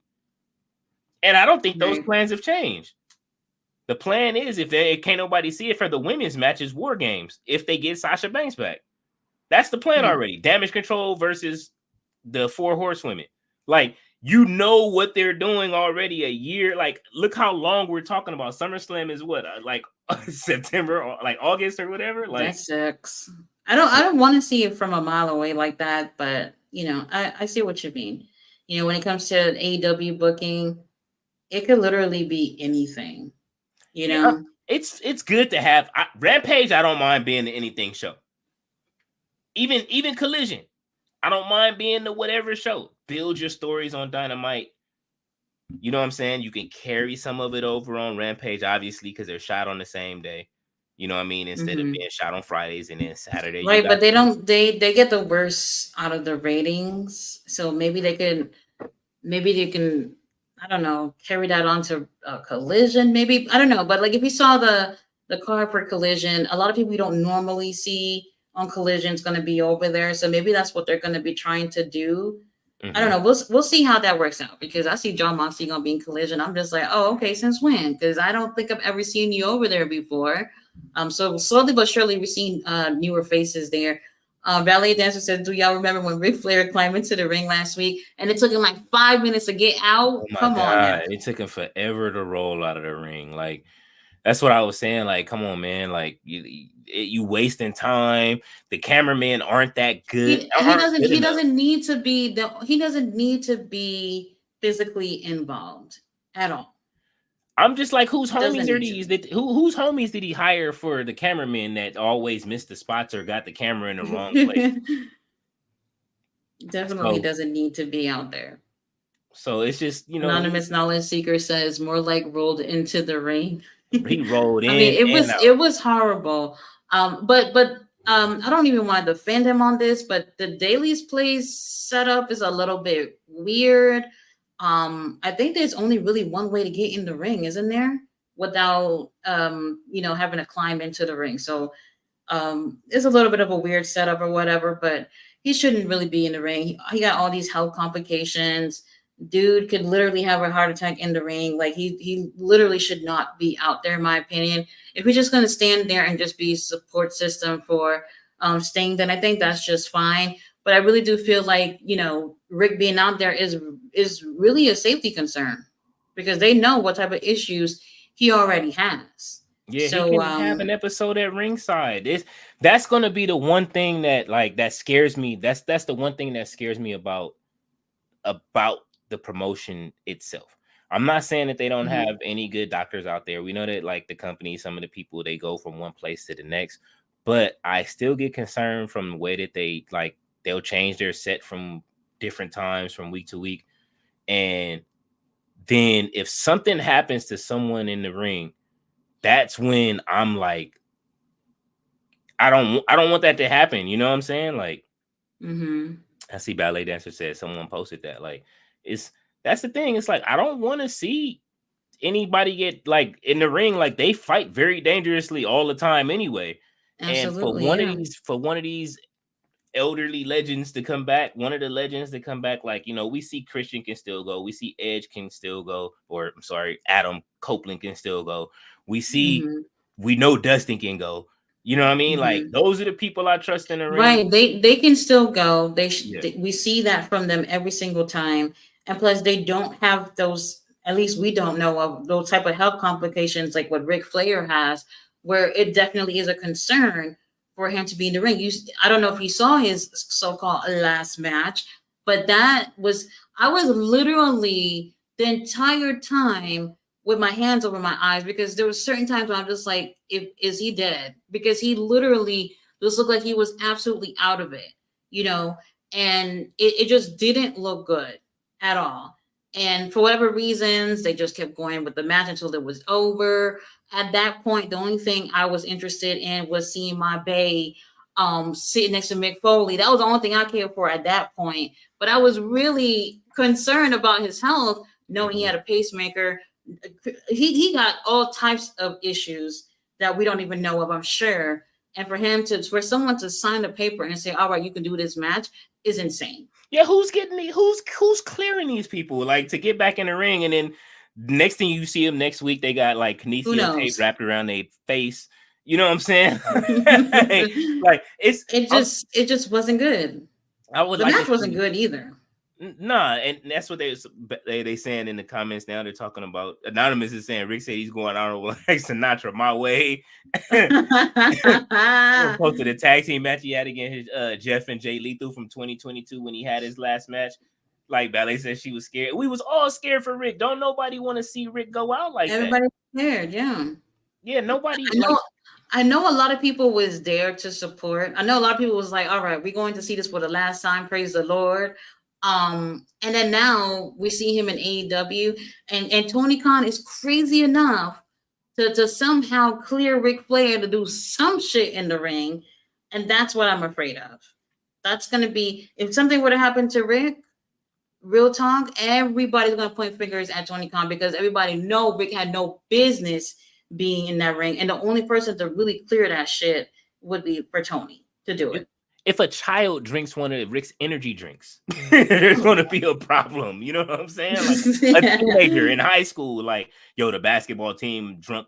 We all drunk Ric Flair's energy drink. And it's like, nah, bro. Like, it's not healthy. Yo, I had 2 before the game. It only says drink 1 per day. Like, so it's. It probably says drink a quarter of this can per day or something. I don't know. Yeah. Not even a whole. They probably don't recommend a whole can. No, Valley Dancer says, after the match, I saw how Mark, Brett, and Mick were looking like, what the hell? Yo, first of all, something made me feel some type of way seeing Taker there, because I was like, when the hell do you see Taker at a wrestling event outside of WWE? I was like, hell done froze the fuck over, and he done came out here. And I know, like I said, a lot of people was there out of support. Whether they felt like he should have did this or not, I think more people were just like, all right, this is it, and it's going to be done with, for sure this time. And yeah, like I said, just it was a hot mess. It's in his blood. He can't shake it. You know what I mean? I'm like, bro, your daughter still wrestles. You know what I'm saying? Like, I'm sure she don't want to see you go out like that. You know what I mean? Right. Like, she's one of the most talented wrestlers in WWE. You know what I'm saying? She's going down as a legend already. Like, we know all 4 of them are. You know what I mean? Like, so it's like, you really don't have to keep putting yourself on the line when your daughter, it's like you competing with your daughter now to stay in wrestling as far as who's relevant. Like, you don't have to do that. Like, obviously it didn't work. He doesn't. You know what I mean? And the only reason I think that I know WWE was hot because they had him under a Legends deal. That's it. He doesn't have to get in the ring. He doesn't have to be on a show. Doesn't really have to participate in any type of way. Anonymous Knowledge Seeker said he would have had to sign a waiver to be out there. Rick is a stubborn dude. It's hard to let that thrill go of being on top, right? He spent a long time of his career being on top. And obviously you found someone crazy enough to kind of creep him back into the ring somehow. I read that he had signed like a 2-year deal. I don't know if that's the case, but what the hell is he gonna do for 2 fucking years in AEW? Obviously, Sting is about to retire in less than 2 months. What is he gonna do after that? I have no clue. He's not gonna do anything outside of it's not like he can give anybody any advice, you know what I'm saying, that they're gonna listen to. He's still cutting promos in the back because Darby couldn't cut a promo that day when him and Sting was trying to cut the promo last week. So that's it. He's just gonna be a promo guy, if anything, or just sell drinks or sit back and they're not even selling Ric Flair t-shirts. Just collect a check. Like, they're not even after Sting is gone. What else is there for him to do? He's Belly not. Dancer says it's hard to let the spotlight go, especially when you've been in the spotlight for a really long time. You know, a lot of these wrestlers are like that. They're gone for a little bit, thinking that this is it, and then they realize that wrestling is all they knew. It's all that they ever did, all that they wanted to do in their lives. They got a chance to live it. And when they stop doing it, they want to be out there. It's like killing them to stay home. But when you're in a spot like Ric Flair, where you just have all these health issues, and what he's in his 70s right now, why do you even need to be out in the ring? Why do you need to be giving anybody little grandpa chops and stuff? You don't need to be doing any of that stuff. You want to be there and support Sting, great, but with all these little list of health issues you got going on, you got to just think like certain things is not worth it for me to do. Even Sting, like I'd be scared. I was scared when he jumped off the what's the name last week through the table. Like, yo, you look how long it took him to get up. It's like, bro, like I could see if you was selling, you wasn't selling that. You was hurt. You know what I'm saying? It took him a minute to get up. Like you was hurting when you jumped off of that. So it's like that's what you have Darby for, is to take those bumps. And even then, I don't even like there for that. Yeah, and I don't even like Darby and taking Darby's them bumps. Like his late 20s, early 30s, and he by 35 he may not even be able to walk with the shit that he's doing. But you know, it's better him taking these bumps rather than someone like Sting, because sometimes it look like he's not going to get up after that. Anonymous knowledge seekers, I just think they respect him so much that it's hard to say no. Oh, baby, you're gonna get a no from me. I don't know about anyone else. You're gonna get a no from me. I respect you, but it's a no. She said, it's a no from me. Yeah, nah, I can't do it. Like I got homies that you'll help that you be like, but if it's like, bro, you passed the point of your pacemaker having you out there from doing that, I can't clear you for this. I can't get you clear for this. Whatever doctor is clearing these whatever rinky-dink doctor was over there at that last match show, whoever that was, that got their degree in God knows what, that cleared this. I think that's what that became the bigger issue between Punk and Tony Khan, because Tony Khan knows how CM Punk feels about being hurt and being asked to wrestle. Right. Didn't CM Punk said something about him being hurt and Tony Khan trying to work his way around him being hurt? Yeah, just go out there and do this. And it's like, this is the same shit I left WWE for. Like, you know what I'm saying? Like, no, like, I don't think you know what I mean? And I think that started, if anything was going to move forward and the rift being done like that, that's what it was. Because he was saying like, yo, he was hurt. You know what I mean? You know, he don't like to work hurt. So it doesn't help anybody working hurt. We see what it does. It injures you more. It's then you got luckily they have kinesio tape, but even then, like every match, or it's somebody with kinesio tape on. Like I say that every week. I don't want everybody can't be bandaged up. The women are bandaged up. The men are bandaged up. It's like but if you're only using the same wrestlers that you have and you have a whole nother roster, you know what I'm saying? Maybe if you rotate the rosters weekly and you got 4 shows, there's no excuse for you not to be able to roll over your roster. You got Ring of Honor, Dynamite, Rampage, and you have Collision. That's 4 shows a week. You can rotate the whole roster, your international roster in and out, because he does have it. But look at, you just signed, didn't they just sign Ibushi and he's out? You know, my God. Next. Ibushi's gone. Who else is gone? Who else is hurt? Well, I don't know if he's hurt, but Shibata just got signed too. Oh no, I don't know if it's visa issues. Ibushi's he was in the Kota was in the hospital bed. He tore his ankles up. Man, they said his ankles are fucked up. He can't even walk. That last match he had, I forgot who it was against, but it was so horrible because he literally wasn't able to move around in the ring. And now he's out. You know, he just signed. Shibata just signed too, but I'm not sure if it's an injury thing. He had to drop the title and had to go back to Japan. So I'm guessing visa issues. And I think that they do leave the wrestlers to take care of their own visa issues too. You saw what happened at All In. A whole bunch of people just suddenly was dropped off the card because of visa issues. You got a company, y'all's gonna be doing this big ass show overseas, and you don't have people that make sure people got their shit together. Come on. AR Fox. Matter of fact, where is AR Fox? Who knows? That's what I'm saying. It's like now it's like AR Fox could have blew up like Swerve if it wasn't for all he, this he was the foolishness going on. best part of the Mogul Embassy was of the addition to the Mogul Embassy when him and Oh yeah, Swerve absolutely. He had made that 100% sense being in that group, and then they just, I don't because know. he couldn't go over because he couldn't go overseas to have the match. Like you still could have kept him in the embassy, just waited for Could him have to kept come them back. in the group because you see how um damn, there was another one who couldn't make it too. Penta's brother, what his name? We keep forgetting his name, but you know what we're talking about. Ray Phoenix. They did a whole attack. BCC attacked him to get him out of the pay per view because he had visa issues. They Mm-hmm. could have did the same thing with AR Fox, but instead they wrote him out the whole shit, and then they did nothing with him after that. They had Mm-hmm. him crying to be friends with Darby Allin again. Who the fuck is crying to be friends with Darby Allin? I mean, come on.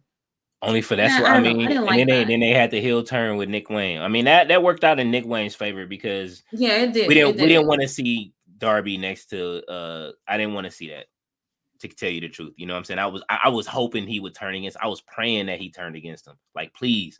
But now we don't get to see him do anything.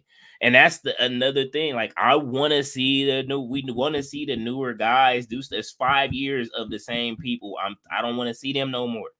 Like I like this new Young Bucks direction just because they playing into the whole thing. I know CM Punk is over there screaming and at the wall right now.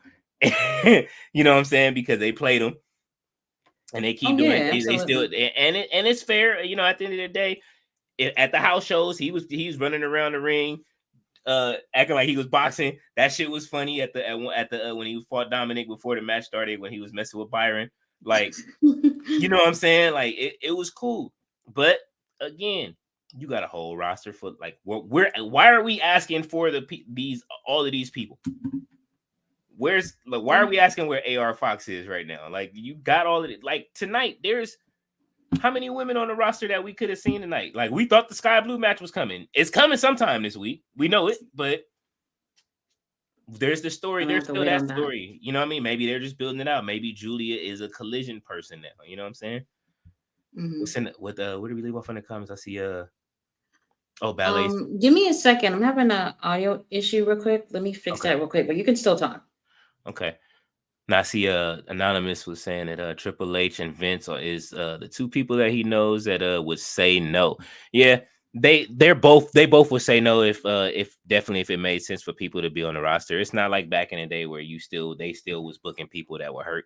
They gonna hold people off of being on off of TV for as long as they can. Definitely, especially with how many people are stacked on the card. So it's kind of like, yo, you don't want to get hurt. You don't want to lose your place in line. It's kind of like Corey J right now. That was a big setback for her as her coming back and being excited to be able to, you know what I mean? With the whole CM Punk thing and AJ Lee possibly coming back.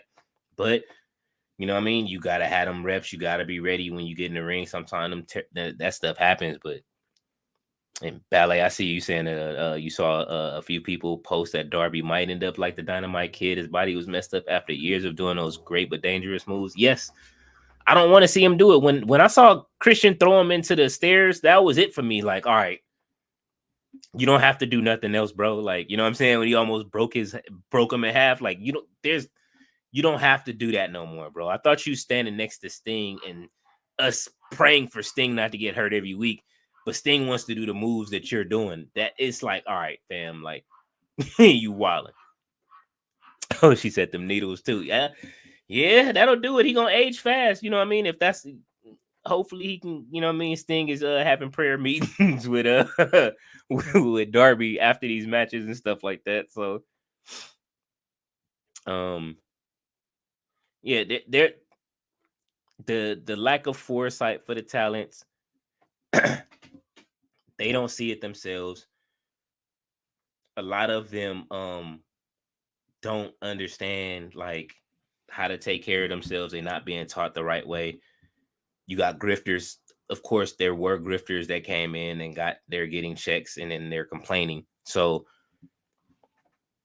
it's almost like him signing the WWE guys. It's like injecting the NWO poison into his own company itself. I said that from the start. Once you hire one and everybody starts running over to the other side, it's good for some. It's good for Adam Copeland. We see what Christian's doing with the TNT title. But at some point, even though he's one of the best things on TV, Christian's going to have to drop the title. And it's going to have to go to somebody like, I don't see who yet, but it's going to have to go to somebody that can hold it. I don't want to see Luchasaurus hold it. I don't want to, or Kill Switch. I don't want to see Nick Wayne hold it. But isn't it Adam that's going to be next? Or at least what it seems I like. don't want to see Adam hold it. They don't I mean, need it. I kind of feel the same way that they don't need it. I still do want to see him feuding with Christian. Like they can still keep a feud going on, and I don't know. Maybe at some point they'll join each other, doing tag team stuff. I don't know. However they're going with it or whatever. I can't say that I don't want to see. Here's the reason why I don't mind Adam is because look at him. He doesn't even have the title, and he's helping putting these younger guys over. That's what you want to see when it comes to these veterans getting in the ring. How many veterans you can literally say has done that in AEW? Look how Adam just gets here and he's doing that. You know, he's even name dropping some of these young guys in interviews and stuff, letting people know he sees something in these younger guys. You don't see other talent doing something like that. Last person I think I remember seeing doing that was Brian Danielson. He did this promo once where he was naming people that he feel like had a chance at being in BCC. And one of the people that he mentioned was Lee Moriarty. Nothing came out of that. But then look how Adam gets here and he name drops Lee Moriarty in an interview. And then boom, a few weeks later, he's in a match with him. You know, obviously Lee takes the L, but he puts him over, you know? And it's just like, whoa, that's what you want to see when someone like that comes here. So like I feel like if Adam were to win the title, he would still be doing that. That's the only reason why I would not mind seeing him you know, take the title off of Christian, because I still feel like he's going to do the right thing as a champion and help put people over. And that's what champions are supposed to do. Yeah, and I don't see him wanting to travel everywhere if he tried to take the Continental title. I would like to see him win the Ring of Honor title and actually go over to Ring of Honor. I think he would be the one person to go over to Ring of Honor. You think he would? I think he would. Adam would absolutely go over to Ring of Honor and be on the show. Well, I can't say I disagree, but I just don't know because like they just haven't been doing that, you know. Eddie Kingston probably been on Ring of Honor. I want to say 3 times since he won the title. 3 times that I could actually remember. Yeah, and that's not good. Like not even a promo. Man, even Athena cut a promo on his ass. Like, come on. He hasn't even responded to that. So he's not. That's how he's not been around. He knows. And now it's like, you know, he's not going to be around. He has to defend it. He's already taken it overseas, right? Recently, or has he been overseas yet? Since he won the Triple Crown? No. He hasn't been back. I mean, New Japan had their show, but that was in Cali, so not overseas. Yeah, that's here.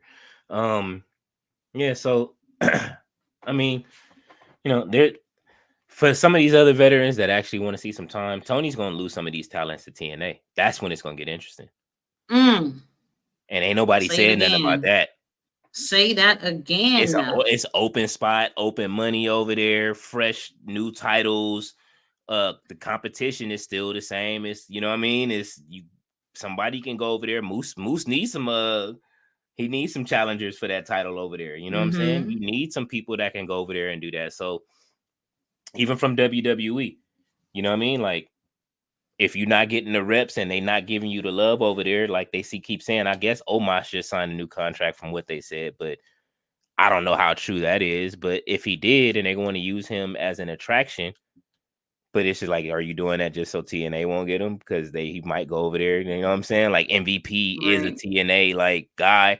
You know what I mean? Matter of Mm-hmm. fact, since you guys have a deal, take him down there to do some damage. You know what I'm saying? Like trade it.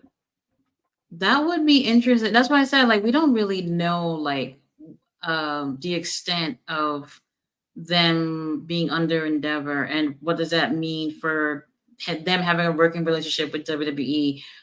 You know, at the pay-per-view, TNA signed a deal with AAA. So yeah, we'll see something with that, but I don't know. I'm pretty sure we'll still see some New Japan stuff as well. Um, I don't think that's going to change. If they still keep that relationship with New Japan, then yeah, we can see people going over there because a lot of people still want to have that type of open door to, you know, facing Japanese wrestlers or just going to Japan. So long as that door is open, people can definitely cross over to TNA. Like, how many people were shocked to see Dolph Ziggler go to TNA? I thought he was going to do his little thing in Japan for a little bit and then make a decision after that. And I figured that by then WWE might come back knocking on his door. But he's like, no, I ain't waiting for them to knock on my door. I'm going somewhere. And I was really surprised to see him at TNA. Man, I loved it. I thought he was going to be in Japan for a while too after the promo, kind of like Jack Perry. Like, this is what I'm saying. Like, it's not the end of the world for a lot of these dudes. Like, let's just say, for instance, Jack Perry did leave AEW, go to TNA. You know what I'm saying? Yeah, It's that's another options. possibility This too. having a third company, this is a whole new ball game. Now it should just be two. Yeah. They were the second company. Now you got three. You know what I'm I saying? mean, you know, that's the thing though. TNA has been around for like 20 years or That's like just about crazy that, that a it's little been around for over. that long now. And even then, a lot of people just wasn't looking at them as competition or anything to even say that their company name in the same sentence with WWE. And the thing is, obviously, money has been a factor. I think number one factor has been in terms of management over there. And you know, here comes Tony Khan in 5 years, turn AEW to what it is right now. You know what I mean? And TNA have not been able to do anything remotely close to that within those 20 years. I mean, Um, it was ran to shit by Jeff Jarrett anyway, and we see he's still doing shit the same way. He's never stopped. man, He's still the whole Texas Chainsaw thing, and that's why I say I'm looking at Ballet. She's like top dollars over there. He is AJ. You know what I mean? AJ's over there right now. AJ Francis is down there. He's gonna have a match. He's booked. if you've looked at his what name is he using? AJ Francis, Okay. he's just using his name, and you know what I mean? People they talk a lot of trash about him or whatever the case may be. They still call him Flop Dollar, which is, you know what I mean? Come on, man. Like, he's already told the story. He found out he had diabetes the day that he fell over the ropes because he didn't have no lift. So they still That kill him is for that. crazy. Yeah, he's like, I could have died from that. But how did he not know? I don't know, Aren't but they like constantly like checking on their health and stuff like that? Like, not if you're not on the card. You're not being used. Probably oh, not. You know what I'm saying? Like, I'm gonna keep it real. If you're not on the card and you're not being used, that's why they say, oh, well, we got to get you medically cleared. If you haven't been on the card and being used and you just sitting at home or you just in catering or whatever the case may be, you know what I'm saying? Like, then him sitting at catering makes sense. yeah, he lost what? 75, 80 pounds from since he, like, you know what I mean, had left and been just working out. Everybody did. Everybody got in shape and they knew that another company was opening up. Everybody's been watching it. So, and all right, I see Anonymous saying Cody is the blueprint to show you can go cook everywhere else and come back to WWE.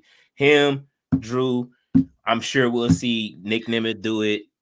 And he's Wait, a 20-year vet. but he still has the family ties that really is another factor in terms of why he could just come back. Who, Cody? You know what I mean? Yeah. Well, I Yeah, mean, compared to everyone else. I really do feel I do think so. That Rhodes legacy, it's a big deal. It really is. You know, as much as I say a lot of shit about Cody, everybody loves Dusty. I don't know anyone who doesn't, you know. mhm. That's always a reason I feel like Dustin, I really don't feel like he would take an opportunity to go back to be an active wrestler. Maybe after his Legacy career of- is said and done, a Legends deal or whatever, but not while he's active. But like I said, that Rhodes legacy, it holds a lot of weight. Everyone loved Dustin. I mean, not Dustin. Code. Their dad, Dusty, Dusty. and for Vince all the loved right Dusty. reasons. And I get it. I really do get it. And some people look at Cody, and well, I don't look at Cody necessarily see Dusty. I think he shines for his own reason. Yeah. And Cody was able to go different places and be successful. But I feel like in terms of the door being open, I think the door was kind of creaked open for him regardless. Easy. You know. He's one of Triple H's kids that came up in the whole NXT.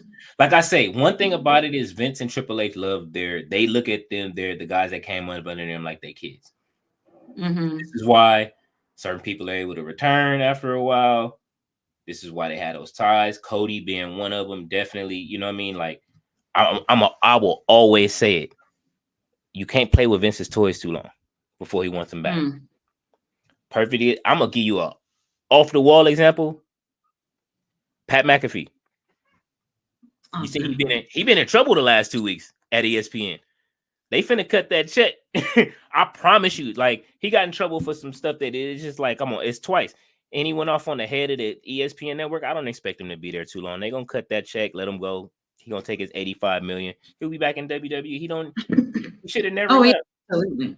He should have never, you know what I mean? He went over there for the money. It was smart, $100 million. I would have took it too, or he's probably gonna get the 85, and then they're gonna cut their losses because it's like, how do you keep somebody on there? They lined them up with that Jimmy Kimmel shit. So Aaron Rodgers went Yeah. left. So Yeah, that was something.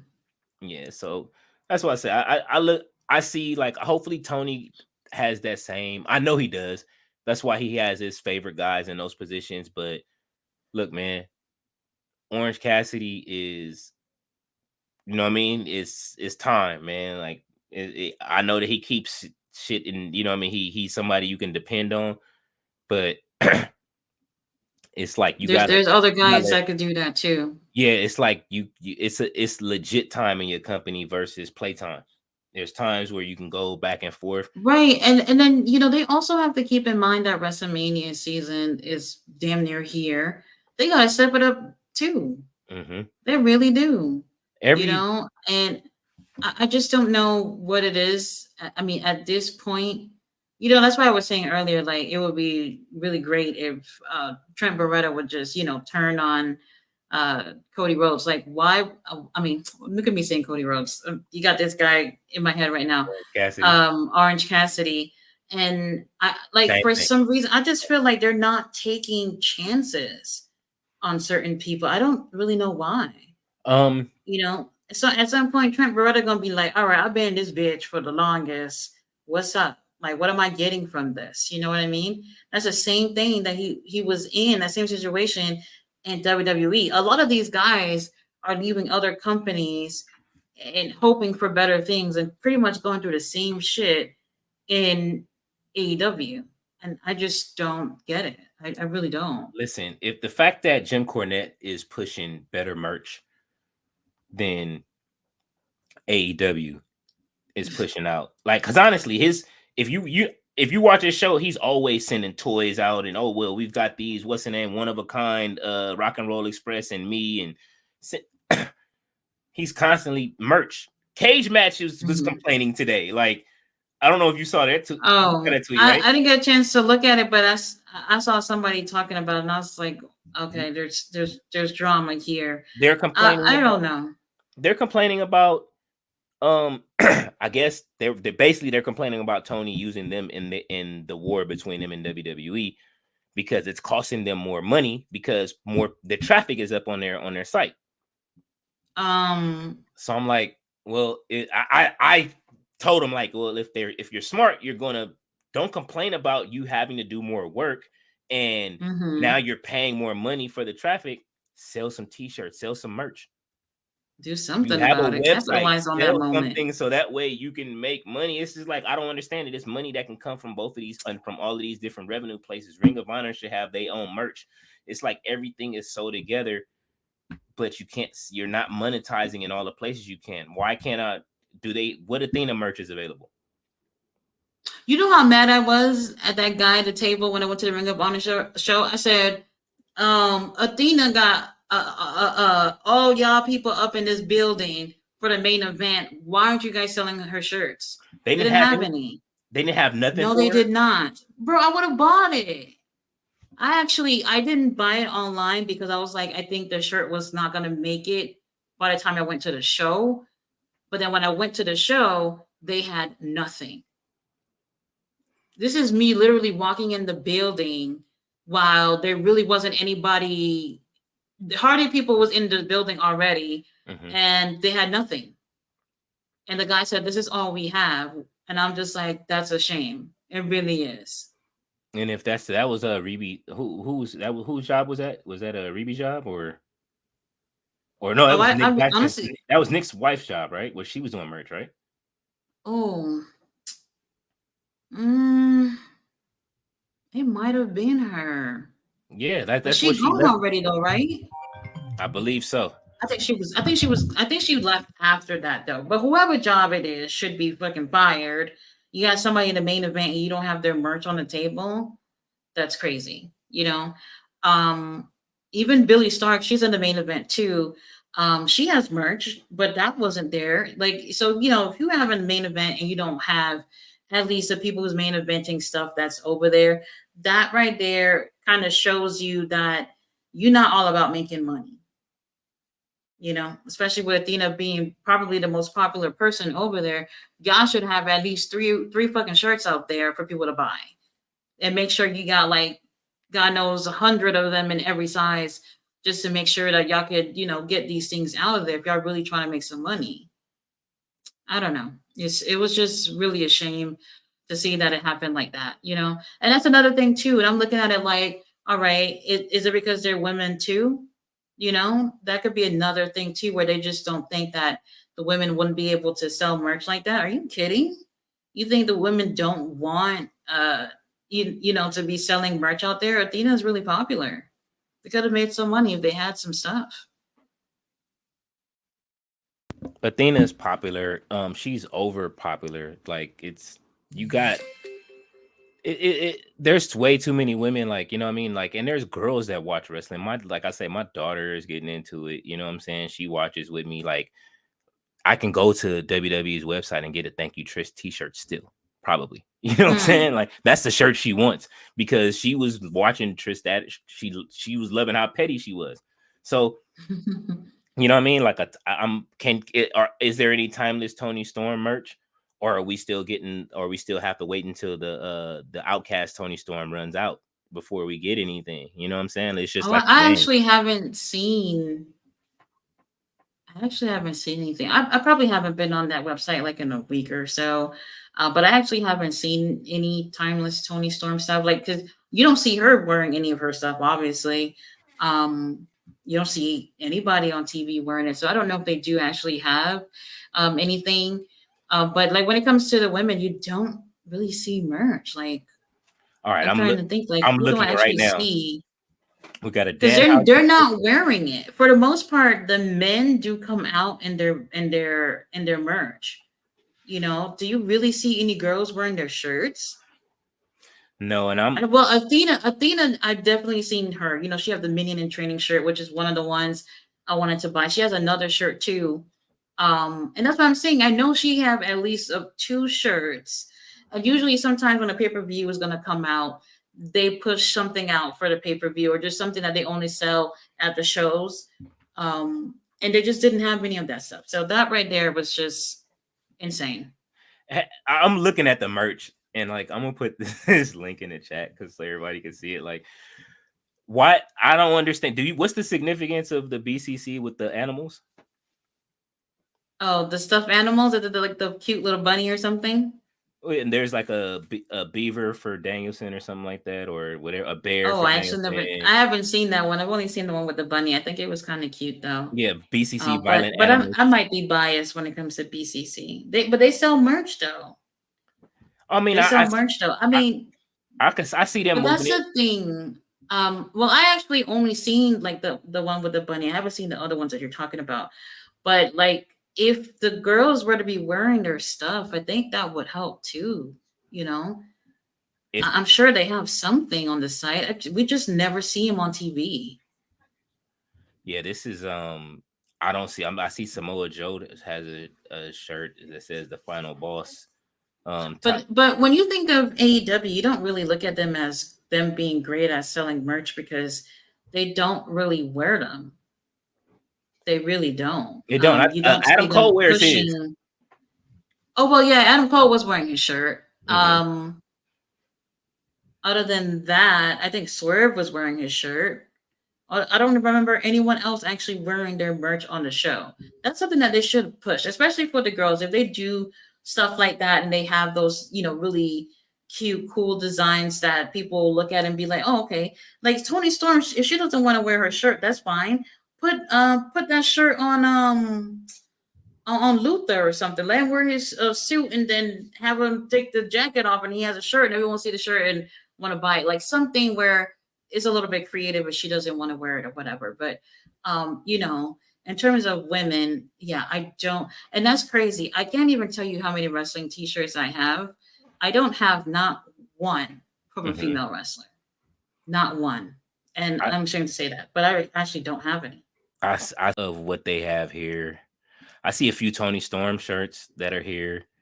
And in terms of her being a timeless Tony Storm, Yeah, there's one that says written and directed by Tony Storm, which looks pretty cool. I might get that one myself. But right. But if you want any of that, you literally have to go fishing for it because you don't even know if they have it because when they come out, they don't have it on.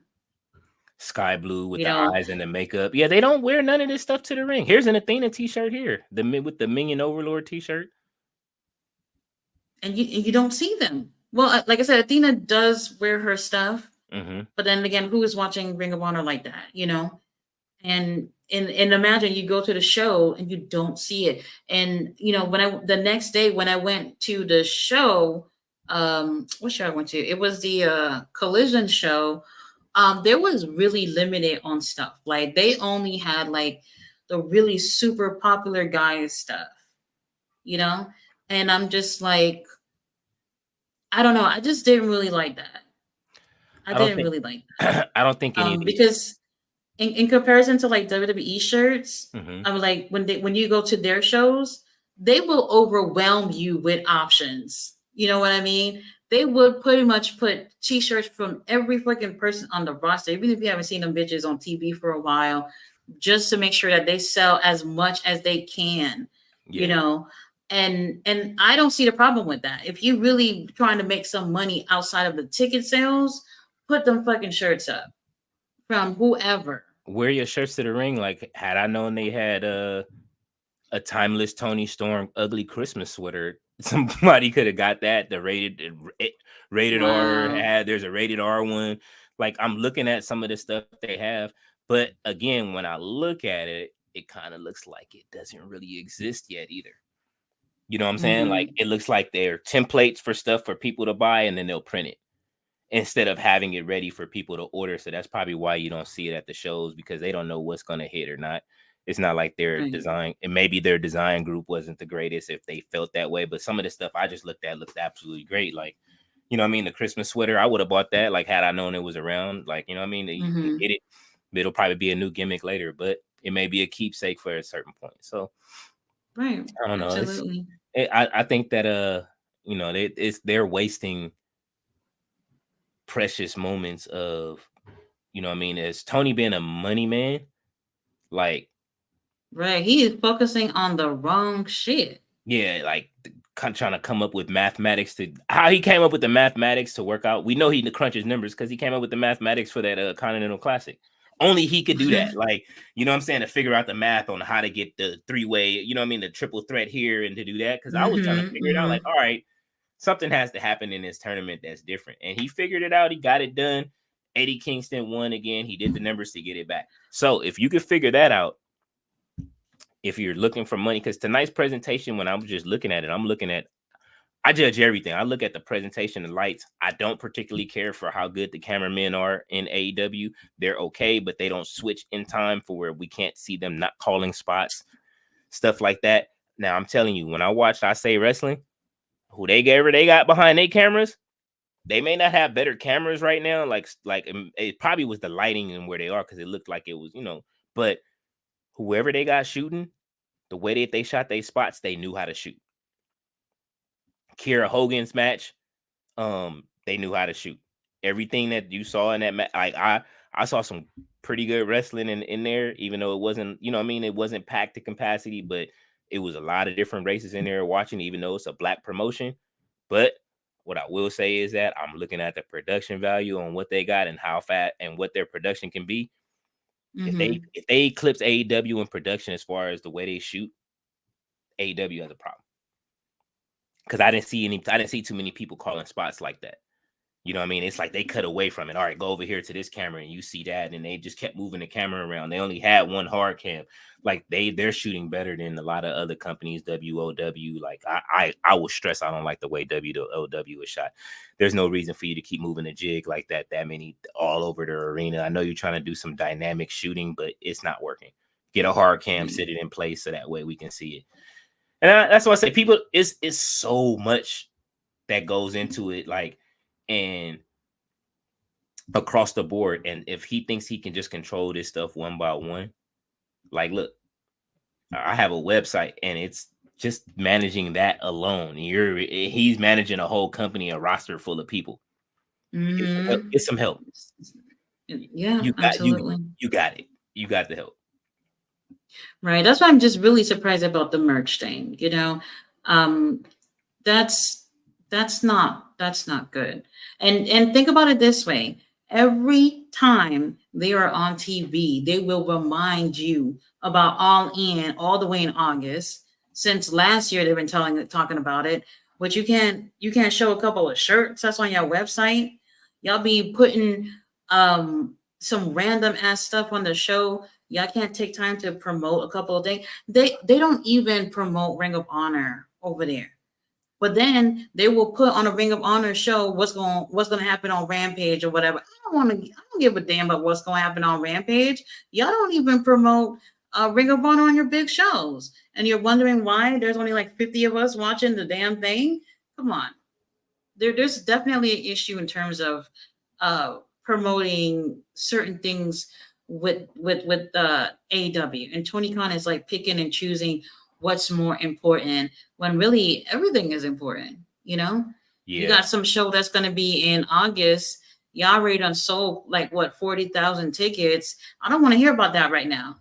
Let's talk about something else. Yeah, you have a pay-per-view. You're selling us a pay-per-view that's not until late in summer, and you're trying to pack that out before you get the one that's coming up packed out in Revolution. It's like you're putting a cap on it, but I mean, I know that people are buying tickets for Revolution. They're getting set up for it. People want to see it. They're excited to see Swerve. They're excited to see, you know what I mean? Like, look. Right. And then this is Sting's last match. That obviously is helping sell those tickets. But why haven't they sold out yet? Because I think people were waiting for who those opponents were going to be. I think that really does matter in terms of what his last match would be. And now that people are seeing that it's most likely the Bucks, despite them not necessarily confirming 100% that it's them, did they sell out the rest of those little tickets that they said they have left? No, that's not enough. And this is why I say, like, we look at it. I'm looking at what they have now, and it's like, all right, you guys launched a new game, and your old game is still suffering. But your new game is still suffering from what the old game is suffering from. You're launching a phone game with all, you know what I mean? Like, you're not promoting the newer people. Where's Swerve at? I'm looking at it right now. Tony Storm is Oh It's no. Outcast Tony Storm. Like this game just came out. Like, what are y'all doing? You know what I'm saying? It's you're everything is behind. Either you're behind or you're too far ahead. You look at too far in the future, but you're so behind on everything that you need to catch up on. And how do you catch up on it fast? Besides hiring, I know I see that they're hiring a whole bunch of WWE people that have been, you know what I mean, that are the dinosaurs of the company. Now you're about to catch the dinosaur wave. You know what I'm saying? Like Mm-hmm. they're gonna come in and they're gonna do stuff the old way, and people aren't gonna like it. People are gonna come in that some people don't rock with. Next thing you know, they'll be over in TNA. Now it'll be amazing to see TNA outsell them in merch if that starts happening, and then we have a bigger issue. So it's kind of like everything across the board. Like I really want to see these. I want to see AEW grow. Right. Why We why all you do. think you've seen our why you think you've seen our truth pulling these numbers? Our truth is at least wearing the shit. Our truth is selling the damn shirts at the show, right? He's So come on now. our truth is sitting making content, ironing the shirts in his house. like That's like crazy. he know This is why he's getting those numbers. And obviously everybody loves our truth. But think if AEW would have incorporated that to sell their stuff. And another thing too, when I went to the Collision show, there was no Swerve shirts. You mean to tell me after fucking Full Gear, there's no Swerve shirts?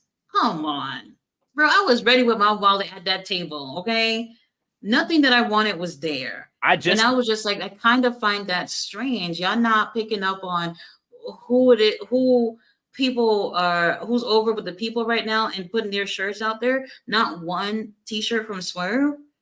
Crazy. I'm looking at all of this stuff here. They have all of these shirts here. Look, Who's House? They got a Who's House, Swerve's House shirt. Right. So you see them all on the sites, but why aren't they there? They could probably sell more at the shows compared to people buying from online. They obviously got several shows a week and they could be selling those shirts there. And unfortunately, they just like I said, they're really picking like the the usual stuff, Brian Danielson, John Moxley, just like the predictable people, you know what I mean? Yeah. And when it comes to the women, you're really not going to even see their shit out there, which is crazy.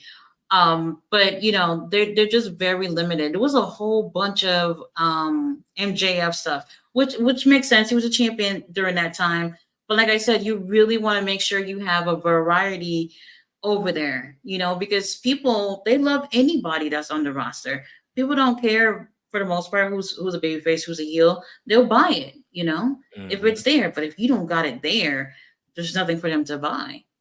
Yeah, it's not, and that's how they. And if it's not out on the table, how do even the wrestlers when they go out there, how do they get hype and know that you know what I mean? The fans, I'm pretty sure it messes with them with when they go out to the and their stuff isn't on the table or their merch isn't there being sold. There's not enough. There's 5 T-shirts for this person. You never see the audience. You know what I mean? Give away some of that stuff. Um, you know what I'm saying? Like they're just truly not doing enough to in that regard to make sure that they can Right. promote each one of their wrestlers. Like the wrestlers, if they're going to be independent contractors, and this is why they have their socials or whatever the case may be, let them make their own money off the merch and then don't monetize off of it because Mm-hmm. they're not getting paid. They're not on TV. You know what I'm saying? Like I said, I cry every week about Athena being on the main roster at this point. Like, even though she's hurt, I don't care if she comes out and calls a match. Put her on the screen so we can see her. Right. Everybody knows how Athena held down Ring of Honor and continues to. But then again, if you take her off Ring of Honor, who do you have to replace her with? Yeah, that's true. That's It's that's an issue. I think that's an issue with wrestling in general. mhm. When they see somebody that's hot, yeah, they'll keep it going, but they don't take the time to build someone from afar so that when that person moves on to whatever it is, or if they get injured or whatever situation is, that there are someone or even a few people that are clearly next in line. Mhm. And that's the issue. That's a big issue with AEW right now. There's no way to tell because no one is being billed to take that spot, and that's why I feel like they kept the title on Athena, and now they have a new title for the women to go after, because they know if we take this women's title off of Athena, who do we have? No one. So they created something else so they can keep the girls, fighting for something while they still keep the best thing they got going over there. Yeah.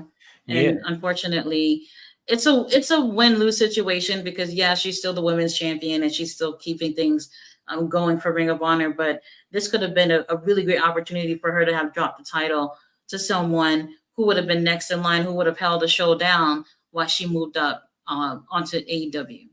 Yeah, I mean, it's still time to do it. It's just who do you drop it to? Like, I mean, you got Nyla Rose down there, but I don't know if people want to see Nyla Rose as champion like that. A lot of people, I wouldn't mind seeing her down there wrecking shop for a little while.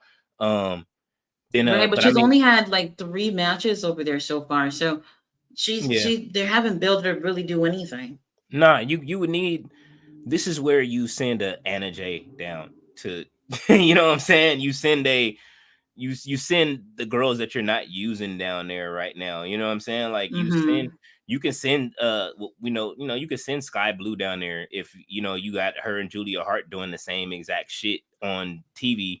You know what I'm saying, as of now anyway, and then you don't know if she's honoring the House of Black or not. Hey, mate, let her build a stable in a Ring of Honor. You know what I'm saying? It doesn't it's look how easy that is. Like, all right, let her do the same thing in Ring of Honor and bring together a cult of girls. It seems like they have a whole witchcraft thing going on. Mm-hmm. Let her build a Right. coven. If that's what she's doing, let her Right. let Sky Blue to go down there, build a coven of girls or whatever the case may be that go hard on girls. Let her go down there with some girls to do that. You know what I mean? Like, I thought it made more sense for what's her name? That they Harley they put her with the Outcast. It makes more sense for her to character to go to be with Tony Storm.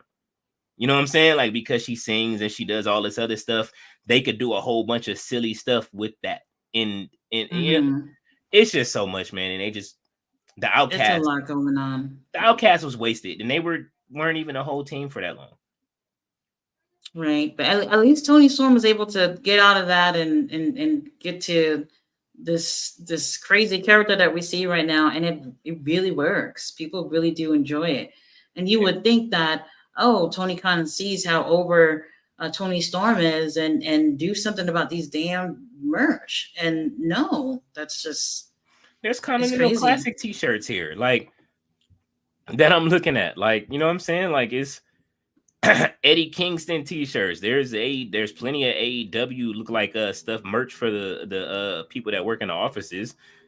You know what I mean? There's Sting stuff here. There's some Hook stuff here. A lot of it doesn't look that great, but there's I feel like people make their own stuff too. You've seen the people in the crowd with the referee shirts. They don't even sell stuff like that. People make that stuff. People want that stuff. Why aren't you making that? You literally having fans make their own AEW stuff. You're tripping. and You're that's where absolutely tripping. and that's where they lose out on printing the money at. Like, you don't have enough people. You know what I mean? AEW can literally print money if they wanted to. Besides just this stuff, my boy was there when he went he said they was out of Swerve stuff the same way you did. You know what I'm saying? And I got all his videos Right, too. but they didn't even have Swerve stuff. I literally said, okay, I'm gonna make sure I come really early to make sure I get what I really want. One of the ones that I had the MJF scarf. They don't Mm-hmm. sell that on the website. It's an exclusive thing you can only get at the shows. Mm-hmm. So I made it really, really early just to make sure I got my hands on that. And I was like, all right, I'm getting Swerve's shirt. They didn't have it. That's the craziest thing.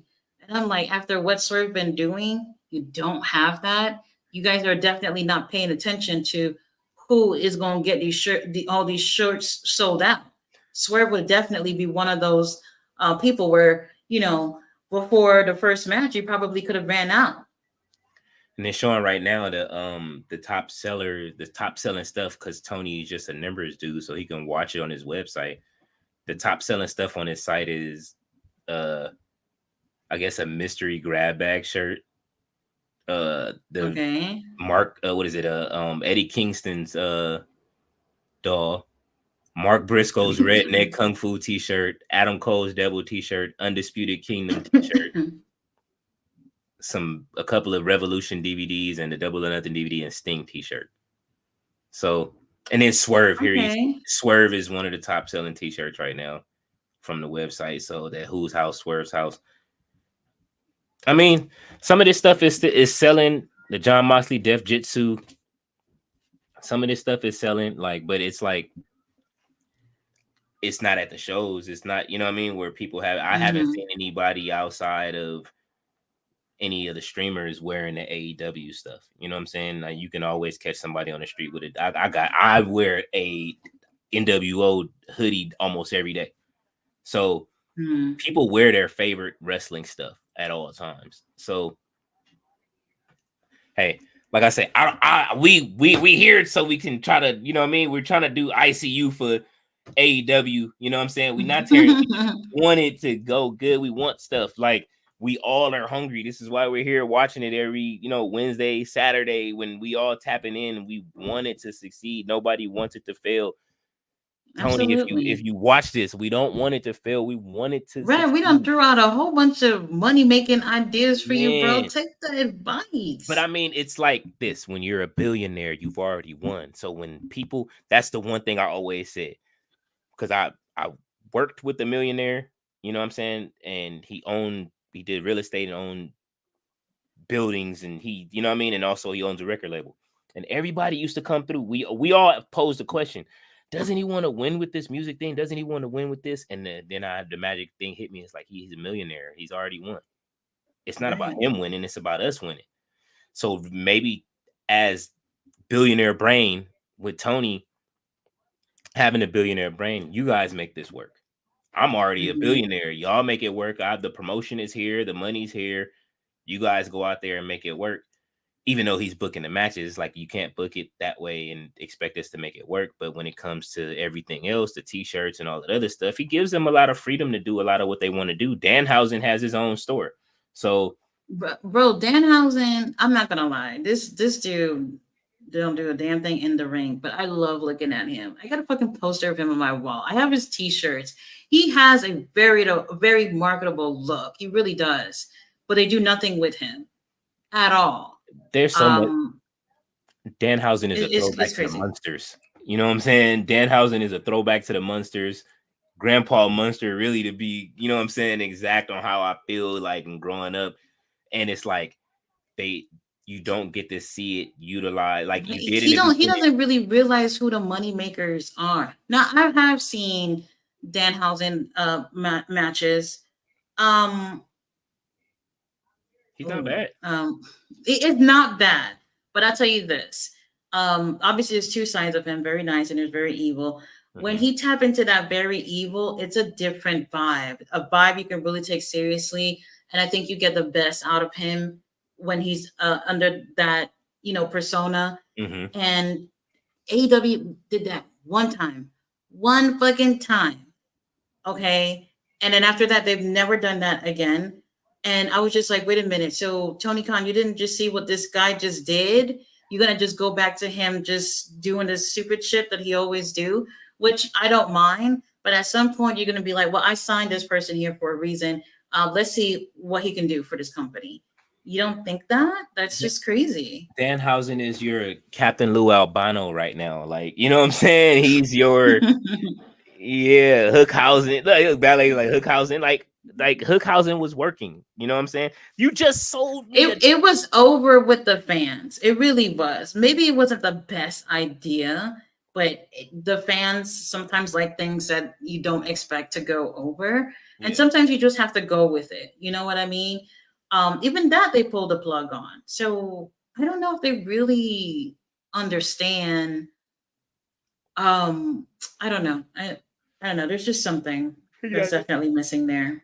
He's moving stuff along to try to figure it out. And they should have let it, and I agree, Ballet, they should have let it go a little longer. You just sold me the DLC for the Hookhausen pack, even though it was late and they were already broken up at the time.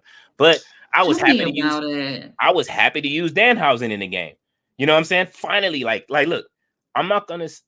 When Keith Lee came to the game, he was one of the first ones. Of course, Matt Hardy, I don't even understand how he was the first DLC for the game. Him and Jeff and FTR were the first DLC you can get first day.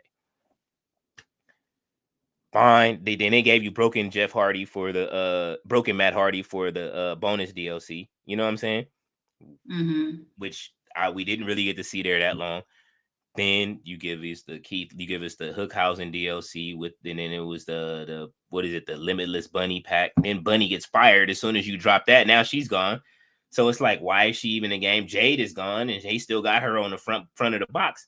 It's like, yo, you know they're gonna come after you for a while if you keep selling her on the front of the box. She's not on your company no more, and your game keeps upgrading. There's no reason to have her there. Like, it's just small things in business that Tony Dad probably knows that he doesn't, because he's just an analytical guy and he goes off of numbers. He bases everything off of numbers. If he was really basing off numbers, and he would hear it's you could see that Swerve is the guy. You know what I mean? Like, it ain't too much longer that you can go without Swerve. Maybe having instead of having Samoa Joe be the guy that was paid, they should have had Swerve and the Embassy be the group that was paid to, you know what I mean, or the Devil to take him out. You know what I mean? Like, it would Right. have You know, worked. with the whole devil storyline, they, with everybody being masked, they had the option to really change it Yeah. without no one even knowing, you know? And look at the situation now. In my opinion, it's already falling flat. But I don't know. We'll see what they can do, you know? At least Adam Cole was wearing his shirt. At least Wardlow wore it today. Right. Warlow wore his shirt. So at least you saw them wearing their merch, you know? That's something And compared to everybody else. he was out there looking like great value Roman Reigns today too. Don't do that. He did. Don't I do like that. Wardlow, but it's just like his, what did he say? Booyah or whatever, boom, whatever the fuck. He said all he said was boom. That And that was shit weird. reminded me of, and it didn't remind you of Believe That when Roman you used to say that. It gave me Believe That vibes, and it's like, that shit ain't mean enough yet. It whatever it was, it just didn't work. I tell you that. It's not gonna work. It's like, that's why they had Adam Cole cut the promo for him. Wardlow can't talk. No, okay. I don't want to say I disagree, but no, you how can would if it you be do. because I'm kind of on the fence. When they kind of have Wardlow kind of doing a promo like almost every week, that last close to like 6 months that MJF was feuding with Samoa Joe. Pretty much, he was just letting us know that he was next in line for the title. Obviously, that's not happening. Those promos were fire too. When he choked MJF, he was doing good. when he was He choking was doing MJF, man. good. But now imagine he's in this group. They don't even want his ass. Let's just be real. They really don't want him there. He's just that stepping stone for Adam Cole. So that when Cole wants a title directly from him, he'll get the title from him. At least that's how he's fantasizing. That's the way it's gonna go. But you know, in this case tonight, Adam Cole had to do the promo because he's the head honcho over there in that group. And if he let Wardlow talk and then he just said boom, it's just gonna look a little bit weird. Your ass was the one who was wearing the mask. You better talk, you know? It's like I say, it's frustrating. Like, I'm looking forward to Rampage and Dynamite. I try not to even read the like, I used to, spoilers, yeah, I don't yeah, look because at it. I did, and I used to for a second, and I used to, like, because I used to pre-make my art just so it can go out and make sure it's on time. You know what I mean? Like, because that's it. Usually on the site, I just give wins and losses, but I kind of like have been waiting to do some stuff. This, you know what I mean? Like, I have a whole bunch of stories I want to put out and then go ahead and back to it, but it's been hard because I want to write about AEW. Like, you know what I mean? I want to give them their flower. I've already done 2 articles on Swerve. Like, you know what I mean? It's only so many more times you can talk about Swerve, and I want to talk about the other great things that are going on. Samoa Joe, definitely, like, he's the only other thing you got, and I don't see anybody beating him for the title just yet besides the person that we want him to beat him. But we want Swerve. We don't want him to do it the easy way. We don't want it so soon, so that way people won't be tired of it. You want to build a legit champion that's gonna holds a title for a year. Right. You know Absolutely. You don't want it to be too soon, but you want to build him the right way, you know? Yeah. And you know, if he would have won it at Revolution, I think that would be too soon. I really do. Yeah, Revolution is too soon for me. Like, 2 pay-per-views from now, it sounds like sometime right after WrestleMania sounds like the right time. Mm-hmm. You know, right after April, May. Give us that pay-per-view in May, June. That's going to solidify Swerve becoming your guy in the company and beating Samoa Joe or beating Hangman again.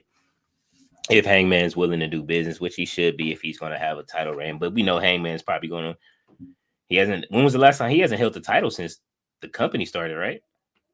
Who, Hangman? Mm-hmm. Has he? Well, no. No, he had the world. He had the world title. He had a little bullshit little run with it, and nobody even remembers that. To be honest with you, Who beat him for it? CM Punk.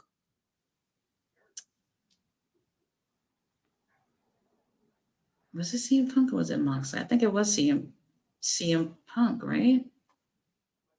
Look, I don't remember shit about it. I'm telling you. That's fucked up that we can't even remember. I really don't. Ask me about someone else. I'll answer that question for you. But yeah, we can't even remember who beat Hangman. But I mean, that he did have the world title, and it was a little bullshit run, especially because CM Punk was over there, and people were just more focused on that. People were focused on other people, and he was just one of those. It's one of those situations where it's just like, all right, we really want to put a title on so and so, but we're just gonna put it on you and build them up and take it off when we're ready. You know what I mean? So in that case, I look at it and I'm just like, it could have been better for Hangman, which is why I said, I'm not opposed to Hangman taking it from Samoa Joe and then Swerve taking it from Hangman, because they actually do have that history where it would make a really good moment for Swerve to take it from him.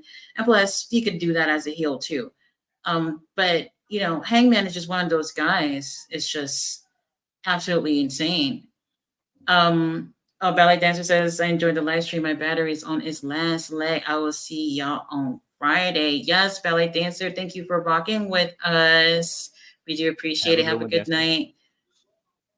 Yeah, damn, bro, we've been on here for a little bit over 4 hours. This is what I be telling people, like people who know me, they're like, you're so quiet. And I'm just like, yeah, but let somebody bring up a wrestler's name. You will have to pay me to shut my motherfucking mouth up. Yeah, I will talk all fucking day about it. Man, all day, every day. People, you know what I mean? Like I say, luckily, you know what I mean, building it to, you know what I mean, you could chop it up all day about it, and you know what I mean, like without the toxicity and all of that other stuff that goes on. I like watching the dirt online, you know what I mean, even though I don't like to report it, but I'll go and watch it, and you know what I'm saying, and see what's going on, unless it's just overwhelming and the topics are just like, all right, come on, man, I don't want to talk. Everybody's like right now, everybody's posting the same shit. You know what I mean? Everybody's posting JD and clowning JD. That's fine. You know what I mean? Or whatever the case may be. I mean, kick his back in. You know what I'm saying? Like y'all supposed to. That's what you're supposed to do. But it's low hanging fruit. Anonymous Knowledge Seeker says, yeah, Hangman lost it to CM Punk. Absolutely. And that's the thing. With a guy like CM Punk coming into the company, everybody wants to see what CM Punk can do. He's the hottest thing there. And whatever plans that they must have had before CM Punk literally being out there, they must have tossed those things to the side and just was like, well, what can we do? CM Punk is the number one thing that everybody's talking about. We have to put a title on him. I understand that from a business standpoint. But that right there was unfortunate for Hangman. So, we'll see whatever happens moving forward with Samoa Joe, though. But yeah, it's a lot. It's a lot going on. And it's with CM Punk being in WWE too. Obviously, when it first happened, everybody and their mama lost their shit when it happened. But things have died down, though. Things have definitely died down, though. You got R-Truth selling more merch than you, CM Punk. Come on now. Well, I mean, he hasn't really been there or wrestled on TV. He hasn't done anything. That's what I'm saying. It's kind of like Jay. It's kind of like Jade Cargill. She hasn't done anything yet. Everybody's calling for her every day. Where's Jade? Where's Jade? See, she's never going to wrestle. Man, I said it. I've been saying it that she wasn't even going to be ready to get in the ring. We all knew she wasn't ready. Everybody, if anybody expected her to be ready to get into the ring when she got there, I knew she wasn't ready. But I know I can tell you what they're doing with her if you haven't seen her on TV. If you can imagine what they did with Logan Paul, match to match, imagine what we seen her in Natty's gym training and going hard. And look, Dawkins is down there training. Everybody, Ricky Starks is over there training. Like everybody's training with Natty right now. Like she's like the oracle. She's the new Stu Hart. She done took over the family business. Her and TJ got that gym popping. You know what I'm saying? Like, and so like even like I say, I was watching I was watching again, to bring up Ashe again. I was watching them and I was like, okay, this person is trained by QT. This person is, it's like everybody's trained. This person's trained by Cody. This person's trained by Dusty. I mean, I'm Dustin. This person's trained by, you know what I mean? I'm like, oh, okay. So everybody has their different people coming over here to, you know what I mean, get their reps in or whatever the case may be. I want to see some more people over there. I would love to see WWE let some of their guys go over there, which who knows what will happen if Triple H is really going to open the door and let them go out and go do something. But it's kind of risky just because you don't want your stars to get hurt somewhere else. Yeah, so absolutely. It's kind of like when was the last time? What was Coda's last match? When did he get hurt? That was about 2 weeks ago. He got hurt in a match, right? Or was he it probably just was hurt before that match, I'm thinking, and made it worse during the match. That's what I think. Yeah, man. They just gonna have to, their injury protocol, their, you know what I mean? I don't know. It'll get better. Like I say, one of the best things about it is that, you know what I mean, hopefully the money is everybody seems to be happy with the money. That's the one thing they're not complaining about. But you know, choosing when you can and not go to work is going to hurt the company and what they're doing. And you know what I'm saying? Like I say, hopefully we see some of these stories keep progressing. Like I say, tonight we did get new champs tonight with the gun.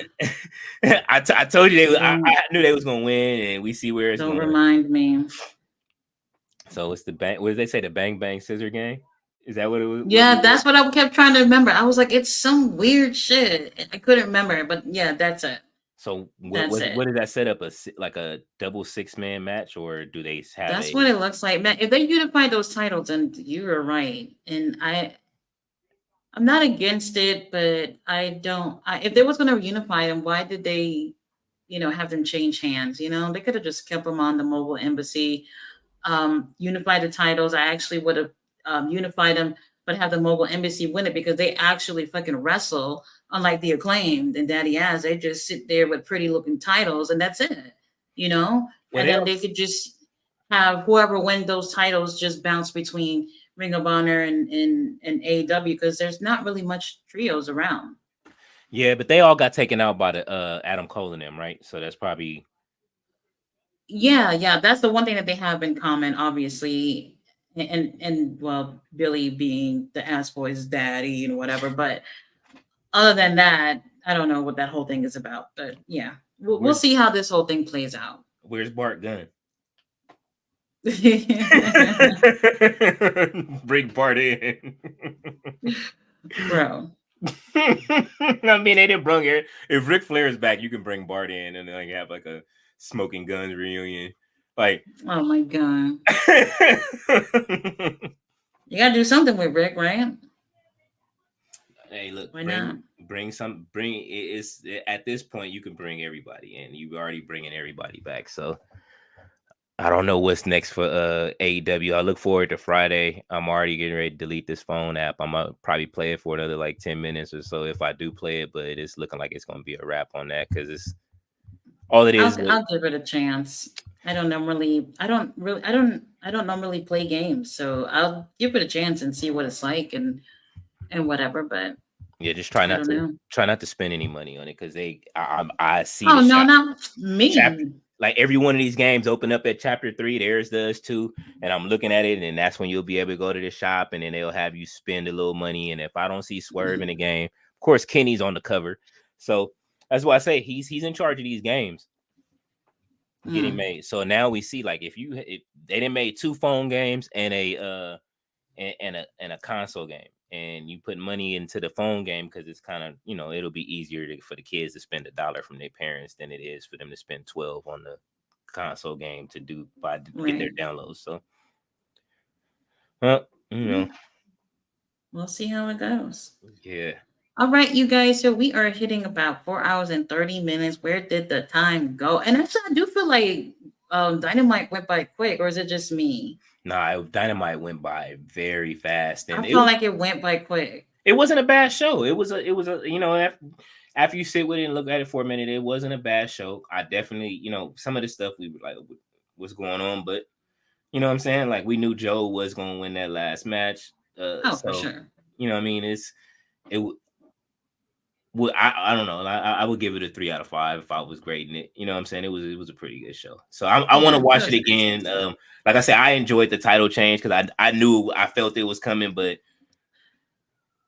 it's kind of like I want to see like it's kind of like when the Young Bucks had it though. Didn't they lose it to the mogul embassy?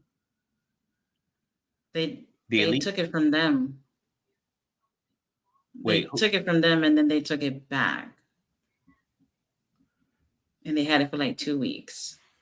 okay. It was all for no reason. That's why I'm nervous about it. So we'll see. Yeah, they gonna have to go ahead and just unify the titles at this point. We'll see. Yeah, that wouldn't be a bad idea. I don't know. All right, you guys. So we are hitting in 4 hours and 30 minutes. I don't know if I will be back for Rampage, but I will definitely put up if I'll be back for Ring of Honor tomorrow. I'll definitely be back for Collision for a live stream. So, guys, thanks so much for rocking with us. King Leo, let them know where they can find you, please. Always, you can find me here whenever Tati invites me over. Always, definitely, I'm always talking wrestling and at No Dirt Sheets. Sorry that the content is coming. I'm very picky about what's going up right now, and we kind of like working very hard to find some dope content to make you guys. But me and Tati are both very picky. We see so. But you guys will see some changes coming soon, as they say in all the different companies. You'll see some changes happening on the channels, and you'll start seeing some other stuff. I hopefully will be doing a live Friday.